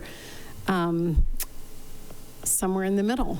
To me, it's clear that parks need to be off the table and that we need to find some level of enforcement for the and I think it is a very, very small percentage of those that just are refusing to follow the rules as we had written them. And, that's one thing that I guess I didn't really foresee when we originally passed this. I also just want to point out that I've heard a lot of crazy math and accounting thrown around tonight that is at best very misleading and mostly just kind of wrong. I'm too tired to articulate it right now, but our budget is online, and I suggest people take a look at that and also reach out to your ward representatives if you do have questions and ask for a breakdown in writing. I think that it would be good to have that illuminated because I heard some math that I'm not going to correct all of it right now because I'm too tired. But I'm a sponsor of this, and I do not think it's perfect, but as our late mayor used to say, do not let perfect be the enemy of the good. And I think this has what we need. And, I will tell you, I don't want to be here this late ever again. I know I will be. But I think part of legislating is messy. And I think part of it is our jobs is to, if there's something that doesn't work in the future, we bring it back and we change it again. So I have no shame in deciding that what we were doing was not working and deciding to change it. And I will continue to do that. And I am committed to continuing to do that as a legislator for this city. Thank you, Councilor Sherrill. Now, Councilor Becerra. Thank you. When I was elected to City Council, one of the first calls I got was from a friend of mine who was serving on his second term on the City Council in Buffalo, New York. And he said to me, be prepared to be put in a lot of damned if you do and damned if you don't situations. And I would say that this issue takes the cake for me. There are a few lessons that I think we have all learned throughout the many months and hours and years, really, that we've been working on this challenge, and that is that we cannot do this alone. I think that my colleague, Ms. Anderson, is right. We need the state and the federal government to take care of the things that are clearly outside of our control. We do need to continue to coordinate and collaborate. We need to make more room at the table for the unexpected but welcome partners. And for those of you who supported our amendment, I really appreciate your vote because I do think that that's a way to cement our continued commitment to this work in a codified way. We heard a lot from people who live near the McLeod Park, and I understand the concerns. in great part because I think for years we have had people urban camping or sheltering in areas like the Reserve Street underbridge. When that closed, I think a lot of people went to Ward 2. A lot of people went to the west side. They lived with very similar situations to the ones that were brought up by people who live near McLeod. I rarely heard from them. I think that Ward 2, and I'm not saying that other wards are not as compassionate, but the people who live in Ward 2 and in the west side have big hearts and are incredibly compassionate, very tolerant people, and I never really heard much from them until now. And so when I hear from those constituents, when I hear from those neighbors that please support the amendment, I feel like I'm doing the right thing. So I will be supporting it. Thanks. Thank you for your comments. And Councilor Nugent. Thank you, Mayor Davis. I appreciate the comments from most of my colleagues. I think they've illustrated the kind of difficult place we're in. I also really appreciate the public comment and the public participation. When we were discussing this in June, there was a lot of comments in the room that kind of implied that we weren't listening to the whole community. And a few of us were saying, no, I think the whole community maybe hasn't been participating in the conversation to the level that they might. And I think we saw very much so that they came and they participated. And, generally, whether I agree with people or not, I always admire organization. So I think that, people on both sides of this conversation have organized well and brought the community together. And I think that can be good. I do think there are a couple public comments that are worth maybe pointing out. One, and I don't think they're still here, but somebody compared amending this ordinance to policies in Nazi Germany, and then in the next breath said we all need to calm down, which I thought was an interesting juxtaposition of things to follow each other. But I think what that failed to recognize is there was another public commenter later that talked about all the outreach they do through the Poverello, and we fund that. The city of Missoula, in our budget, funds part of the HOT team at the Poverello to try and make these relationships and reach out to people and connect people to services. So, you could talk about doing one good thing doesn't give, the ability for us to do something that somebody else considers not good. But I think when you represent a city that's got 77,000 people and growing, we're going to have people that have different opinions. And we need to keep enough people generally supportive of it being okay to spend parts of our budget on doing things like outreach and doing things like helping the Poverello with security because it helps them and it helps the neighborhood. Finding ways to help meet some of our shelter needs, though it's never going to be something the city can do ourselves. I think that all has to be factored in together. So it just doesn't do any good to paint with a broad brush or put everybody as the bad guy. And, I think there's been some comments too about the Supreme Court and kind of tying it all to MAGA, but, that Supreme Court decision was also advocated for and supported by known liberal states such as California and Oregon. And I think that illustrates that this is not just a simple issue. And honestly, the Ninth Circuit Court opinion, in my opinion, made it far too easy for the federal government and the state government to not do anything, but then point to local governments and say they're the bad guys. And I actually think that this has made it a little bit easier for citizens in places like Montana to go to the state legislature and say, hey, we've identified real problems. Like, so many public commenters talked about mental health. Well, news for everybody who's not sitting around this horseshoe, the city of Missoula is never going to have enough resources to solve or really even provide assistance in the mental health world beyond what we're doing with like the mobile response team.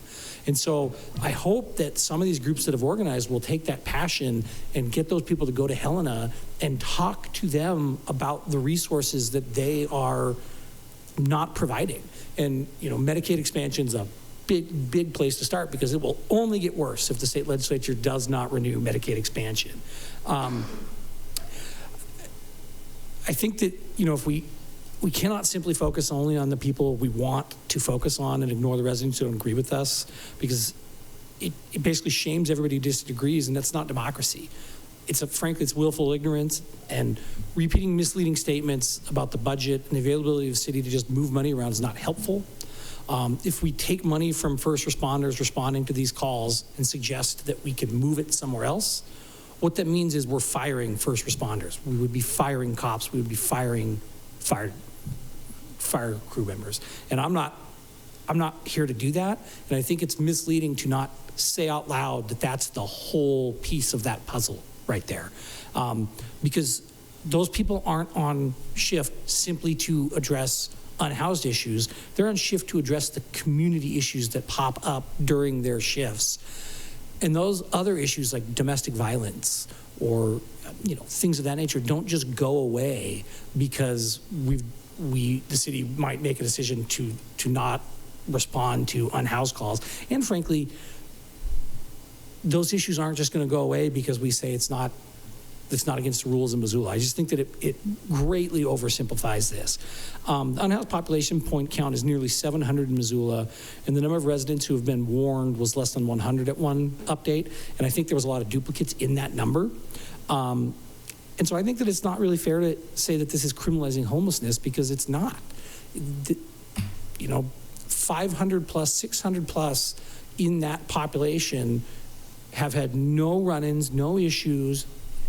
They're out there doing their best, living their life, using the services that are provided in the community, whether it's from us, whether it's from great community members, whether, it's unfortunate situations where they might be living in a vehicle, a car, an RV. And I think that painting that entire population with this one brush where we're somehow not fighting for those people if we don't fight for somebody who just wants to camp in a park and pretends that that person doesn't exist, doesn't do us any good. And we know from some of the public comment of unhoused individuals over the months and months and years that we've been talking about this, there are some individuals that choose to do that, and that's fine. But I also will quote Mr. Spitzmacher, who was here earlier but went home, but he said a couple meetings ago that if there are no rules, things can snowball and get out of control. And I think that, that is an unhoused individual pointing out from his lived experiences that there needs to be some level of accountability. There needs to be some level of rules. So it's okay for us to have this conversation. And I really do appreciate the neighbors of all the parks, but especially McLeod Park, because it is in my ward, for continually speaking up for yourselves and your neighborhood and bringing forward what you've been seeing, because I think that really did help this conversation. And I think that some of the public comment we heard that implied, honestly, it made me sad, the idea that any of us should think somebody who is on medical respite or just got out of medical respite from the POV and is now lived in a park for months on end, that's the solution we should be advocating for. Because that's not a good solution. Like, it's not a good solution to have anybody sleeping outside, especially in the winter. And so I just think there's so much more to this, but I do think that this gives us an opportunity to maybe focus down a little bit more and figure out how to help some of the people who truly are choosing not to utilize the services and maybe better understand why. The last thing I want to say is I want to thank Bob for calling a spade and pointing out that the idea that we should ever normalize our community children on what to do if they find a needle in a park is ridiculous. And we should say that out loud, and we should not be afraid to say that out loud, because that should not be a normal part of life. It just shouldn't. And it's okay to say that. So I appreciate that. And I appreciate everybody's work on this. And I know that it will continue to be a conversation that we have over and over again. But, I thank you for all being willing to sometimes have these hard conversations. Thank you, Councilor Nugent. And Councilor Savage. Thank you. I also wrote something in anticipation of us being here very, very late. We're not as late as we were last time, but I'm going to read it. But before I do want to say Thank you to the sponsors, and thank you for everyone who worked together on this. I really loved seeing all of that. I can't see you when I have these on, but I really loved seeing that and knowing that this council can work together, and I did really appreciate that. And I also know that sometimes we don't agree, and sometimes that means that, you know, we vote differently, and that's okay. And we have our reasons for that. I think we're all trying to represent our constituents, and we're all trying to speak to the calls and emails and, you know, comments that we have coming in from people in our wards. And so I appreciate that that's what everyone is doing here. And I agree with Mr. Nugent. I don't think anyone here is trying to criminalize homelessness.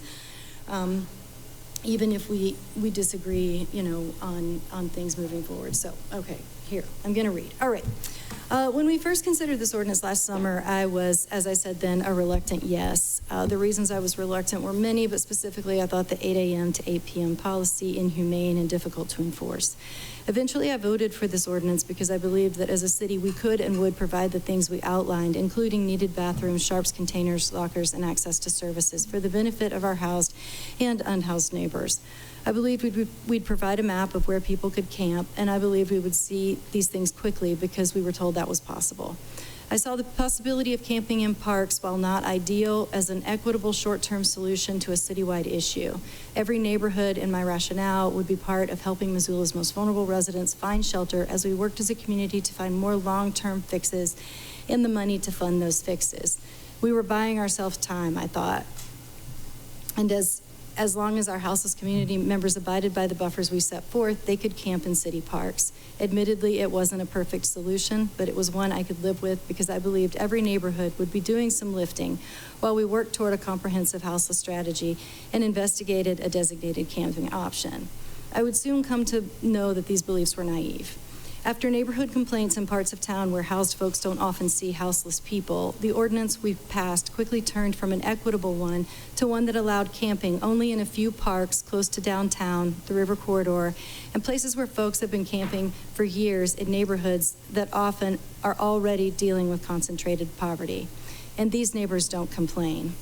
In the end, we were told the ordinance, which suffered an extremely clunky rollout, was impossible to enforce in parks all over town. We never really got bathrooms or sharps or lockers we outlined in the ordinance. It's December, and I've never seen a map or a resource guide. And while I'm super excited to see the rollout of the RV permitting program, tonight is the first time most of us are seeing this. So here we are tonight with an amended yet still imperfect ordinance that is long, wordy, hard to enforce, one that has been poorly executed with a confusing and rarely used civil infraction element that it seems no one ever discussed with our judicial branch. Though I know staff are working on it, we still have no comprehensive houseless strategy. Numbers are fuzzy and hard to come by as well, so we are not clear on the number of people sheltering outside or if we have enough shelter beds at any given time. I feel like we've lost the plot, and I'm not totally sure what this ordinance will accomplish. Having said all of this, I actually think having houseless folks shelter in parks is a bad idea. If I could vote on that piece alone, I would. It is clear that unhoused people are not safe, and people in neighborhoods across town have made it clear that they will not tolerate this kind of camping.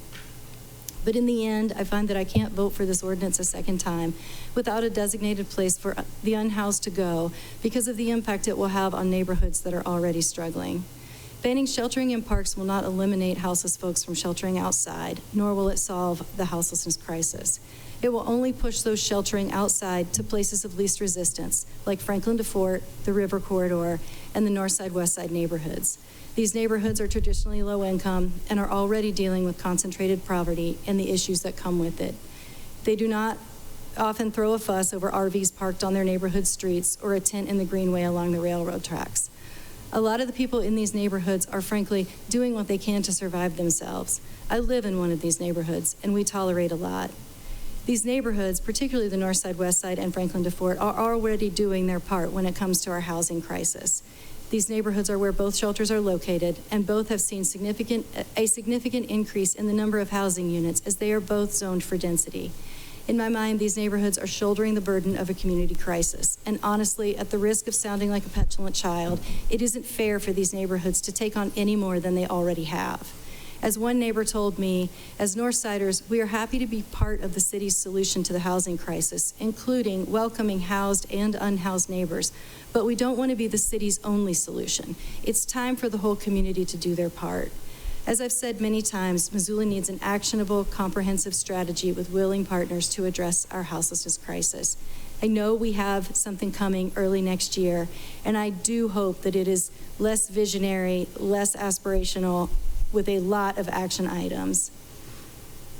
As a municipal government, we have the power to convene, and we need to use it. We need clear guidance for our residents about where people can and cannot camp. We also need collaboration with service providers, our judicial branch, and our faith community. And in the end, we need to continue to invest in housing. Thank you. Thank you for your comments, Councillor Savage. Councillor Melson. Yeah, thanks, Madam Mayor. I'll be brief. To me, good leadership means owning your mistakes and adapting when outcomes don't align with your intended goals. I found myself reflecting on a term I learned in college that land managers use called adaptive management, where you develop indicators and standards, you monitor progress rigorously, and when necessary, you make adjustments to ensure that your desired outcomes are met. And I feel like our work amending this ordinance is analogous to that. I also feel like it cuts against the old adage that government is slow and unresponsive. I feel like we tried something new and different. We monitored the progress, we listened to the community, we assessed all the complex factors and impacts, and we're now considering making an adapted decision as another step in trying to best balance the needs of all of our residents. It is an impossible needle to thread. You're damned if you do, damned if you don't. But I, throughout tonight, have been encouraged by the discussion from you all, from the public, from members of staff, and I think it does reaffirm our commitment to this issue, that we are making incremental progress here. And so to that end, I will be in support. Thank you. Thank you for your comments. And it looks like that wraps up all council comments this evening. And so that is final council comments. That means we will now move to a vote, a roll call vote on the ordinance as amended.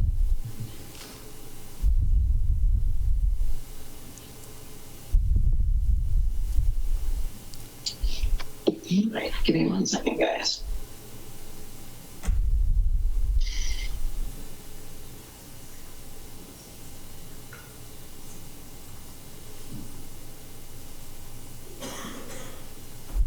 All right, beginning our final roll call vote on this item. Beginning with Nugent. Yes. Savage. No. Sherrill. Yes. Vasecka. Yes.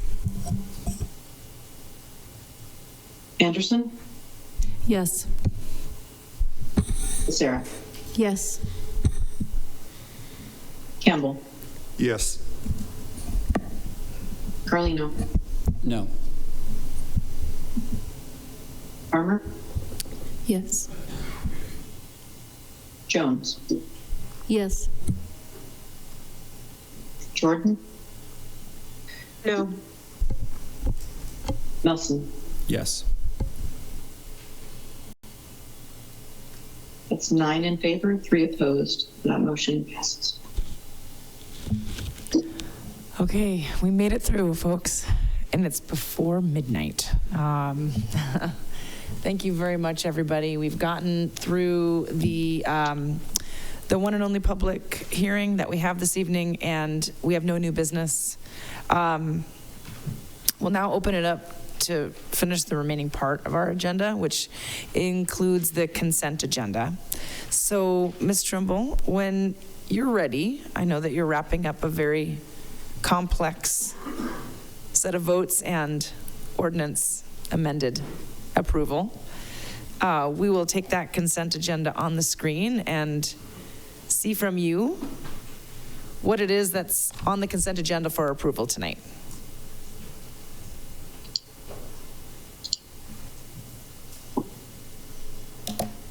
Can you see that? Yes, we can. All right.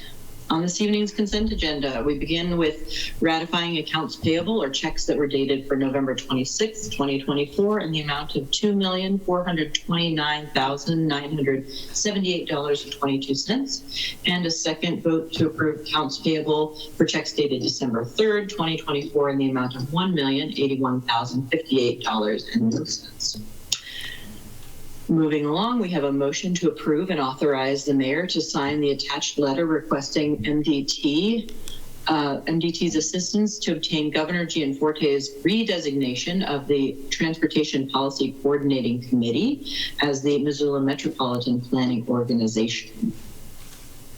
We have a motion to approve and authorize the mayor to sign a contract change regarding grinding following the emergency storm cleanup with terra firma and modifying the not to exceed contract to $1.6 million and a completion date on or before March 1st, 2025.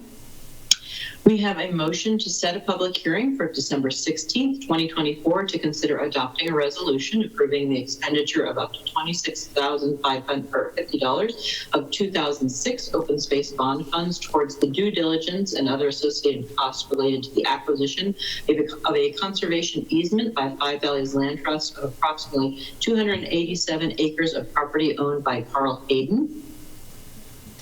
We have a motion to approve the Linda Vista Estates subdivision phase 2 final plat. We have a motion to approve and authorize the mayor to sign a 1-year renewal service agreement with Granular Insurance Company for the city's health insurance stop loss coverage. We have a motion to approve a resolution to authorize the lease and approve the mayor to sign related documents related to the lease of the property at 301 East Main Street, the old library building. And finally, we have a motion to set a public hearing on December 9th, that's next week, for the phase development review of Missoula Loft Homes on Mary Jane Boulevard subdivision phases 1 through 3, located north of O'Leary Street and east of Mary Jane Boulevard. Wonderful. Thank you very much, Ms. Trimble. We will go ahead and take public comment on the consent agenda. I'll include the regular business on that consent public comment as well, as there is none, no regular business. So any public comment this evening on the consent agenda? Not seeing any in the room. Any online? Okay. And I've not received notification ahead of time, but do any council members wish to separate any consent agenda items? Okay, not seeing any. Then we can go ahead and do a voice vote on the consent agenda, please, Ms. Trimble. All in favor, say aye. Aye. And any opposed? And that's unanimous. Okay. Thank you all very much. And we will now open it up to public comment on non-agenda items, if there is any public comment on non-agenda items this evening. Not seeing any in the room. How about online? Any online?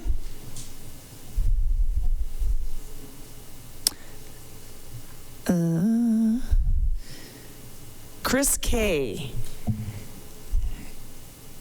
Can you unmute on your side?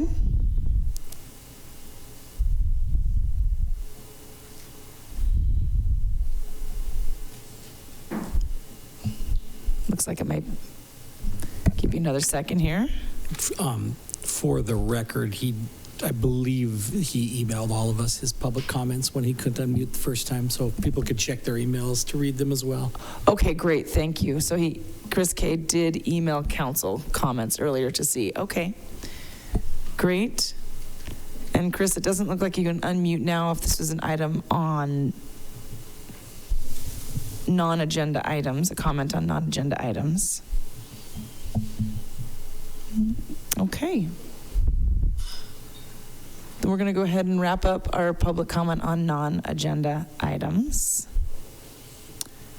We'll next move to communications from the mayor. I just want to thank all of the members of the public for coming down for spirited conversation and passionate opinion, expertise, perspectives.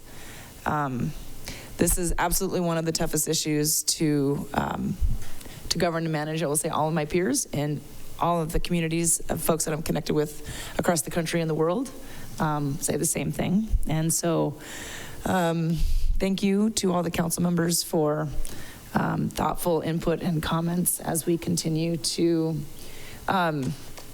work on the aspects of the House's programs that I feel like unfortunately really get drowned out. At this time when we have these conversations around this ordinance, there is so much that we are doing as a community, and so we're going to continue to stay focused on that.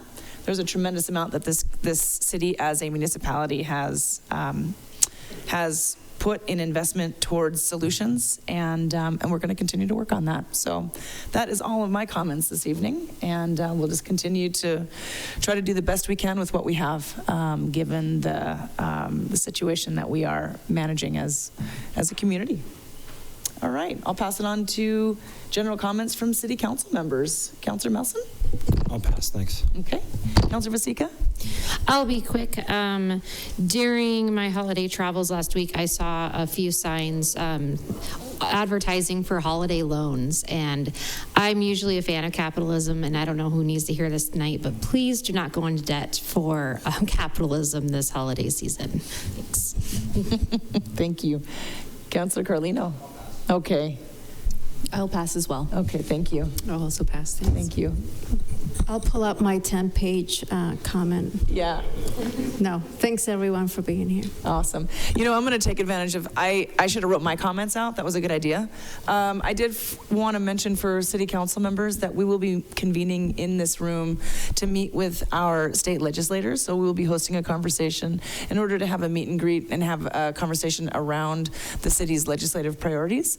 A lot of that is what we talked about tonight. The city continues to advocate for state support and the state support we need. That includes behavioral health support. That includes supporting the Montana Coalition to Solve Homelessness.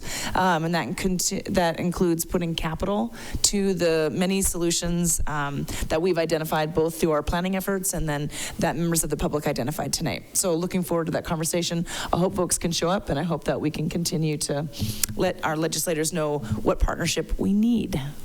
Councilor Sherrill. And that's Wednesday. That meeting is Wednesday after our committee meetings. I don't know the exact time, but it's on the city calendar. 5 to 6. Thank you. Okay, I'm passing. All right. Thank you. Councilor Nugent? I'll be real quick. The Housing Solutions Fund was referenced tonight, and I just want to let people know that from July 1st when it reopened until mid-October, that fund paid out $236,000. And I believe tomorrow is Giving Tuesday, and that's one of many great options for consideration in the community. So just if people are thinking about things they can do after this conversation, that and many other good things are going to be out there. Good call. Thank you. Councilor Jones? Okay, thank you. Councilor Savage? Yes, just also wanted to briefly mention Giving Tuesday, so thank you, Mr. Nugent. But yeah, it's our time we can give back. Thanks. Great, thank you. And Councilor Campbell? Thank you, Madam Mayor. I'll pass tonight. Okay, thank you. Councilor Jordan? I'll pass, thank you. Okay, you bet. With that, folks, we are going to adjourn at 11:55 p.m. Thank you. For midnight. No way. We're not meeting past midnight on this.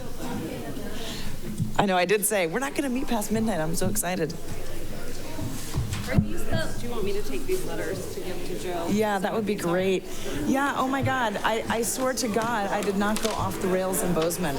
Like that freaking article, man. Isn't I'm it like, funny? who is this guy? Wait, that's wrong. That's wrong. And you're like, I saw her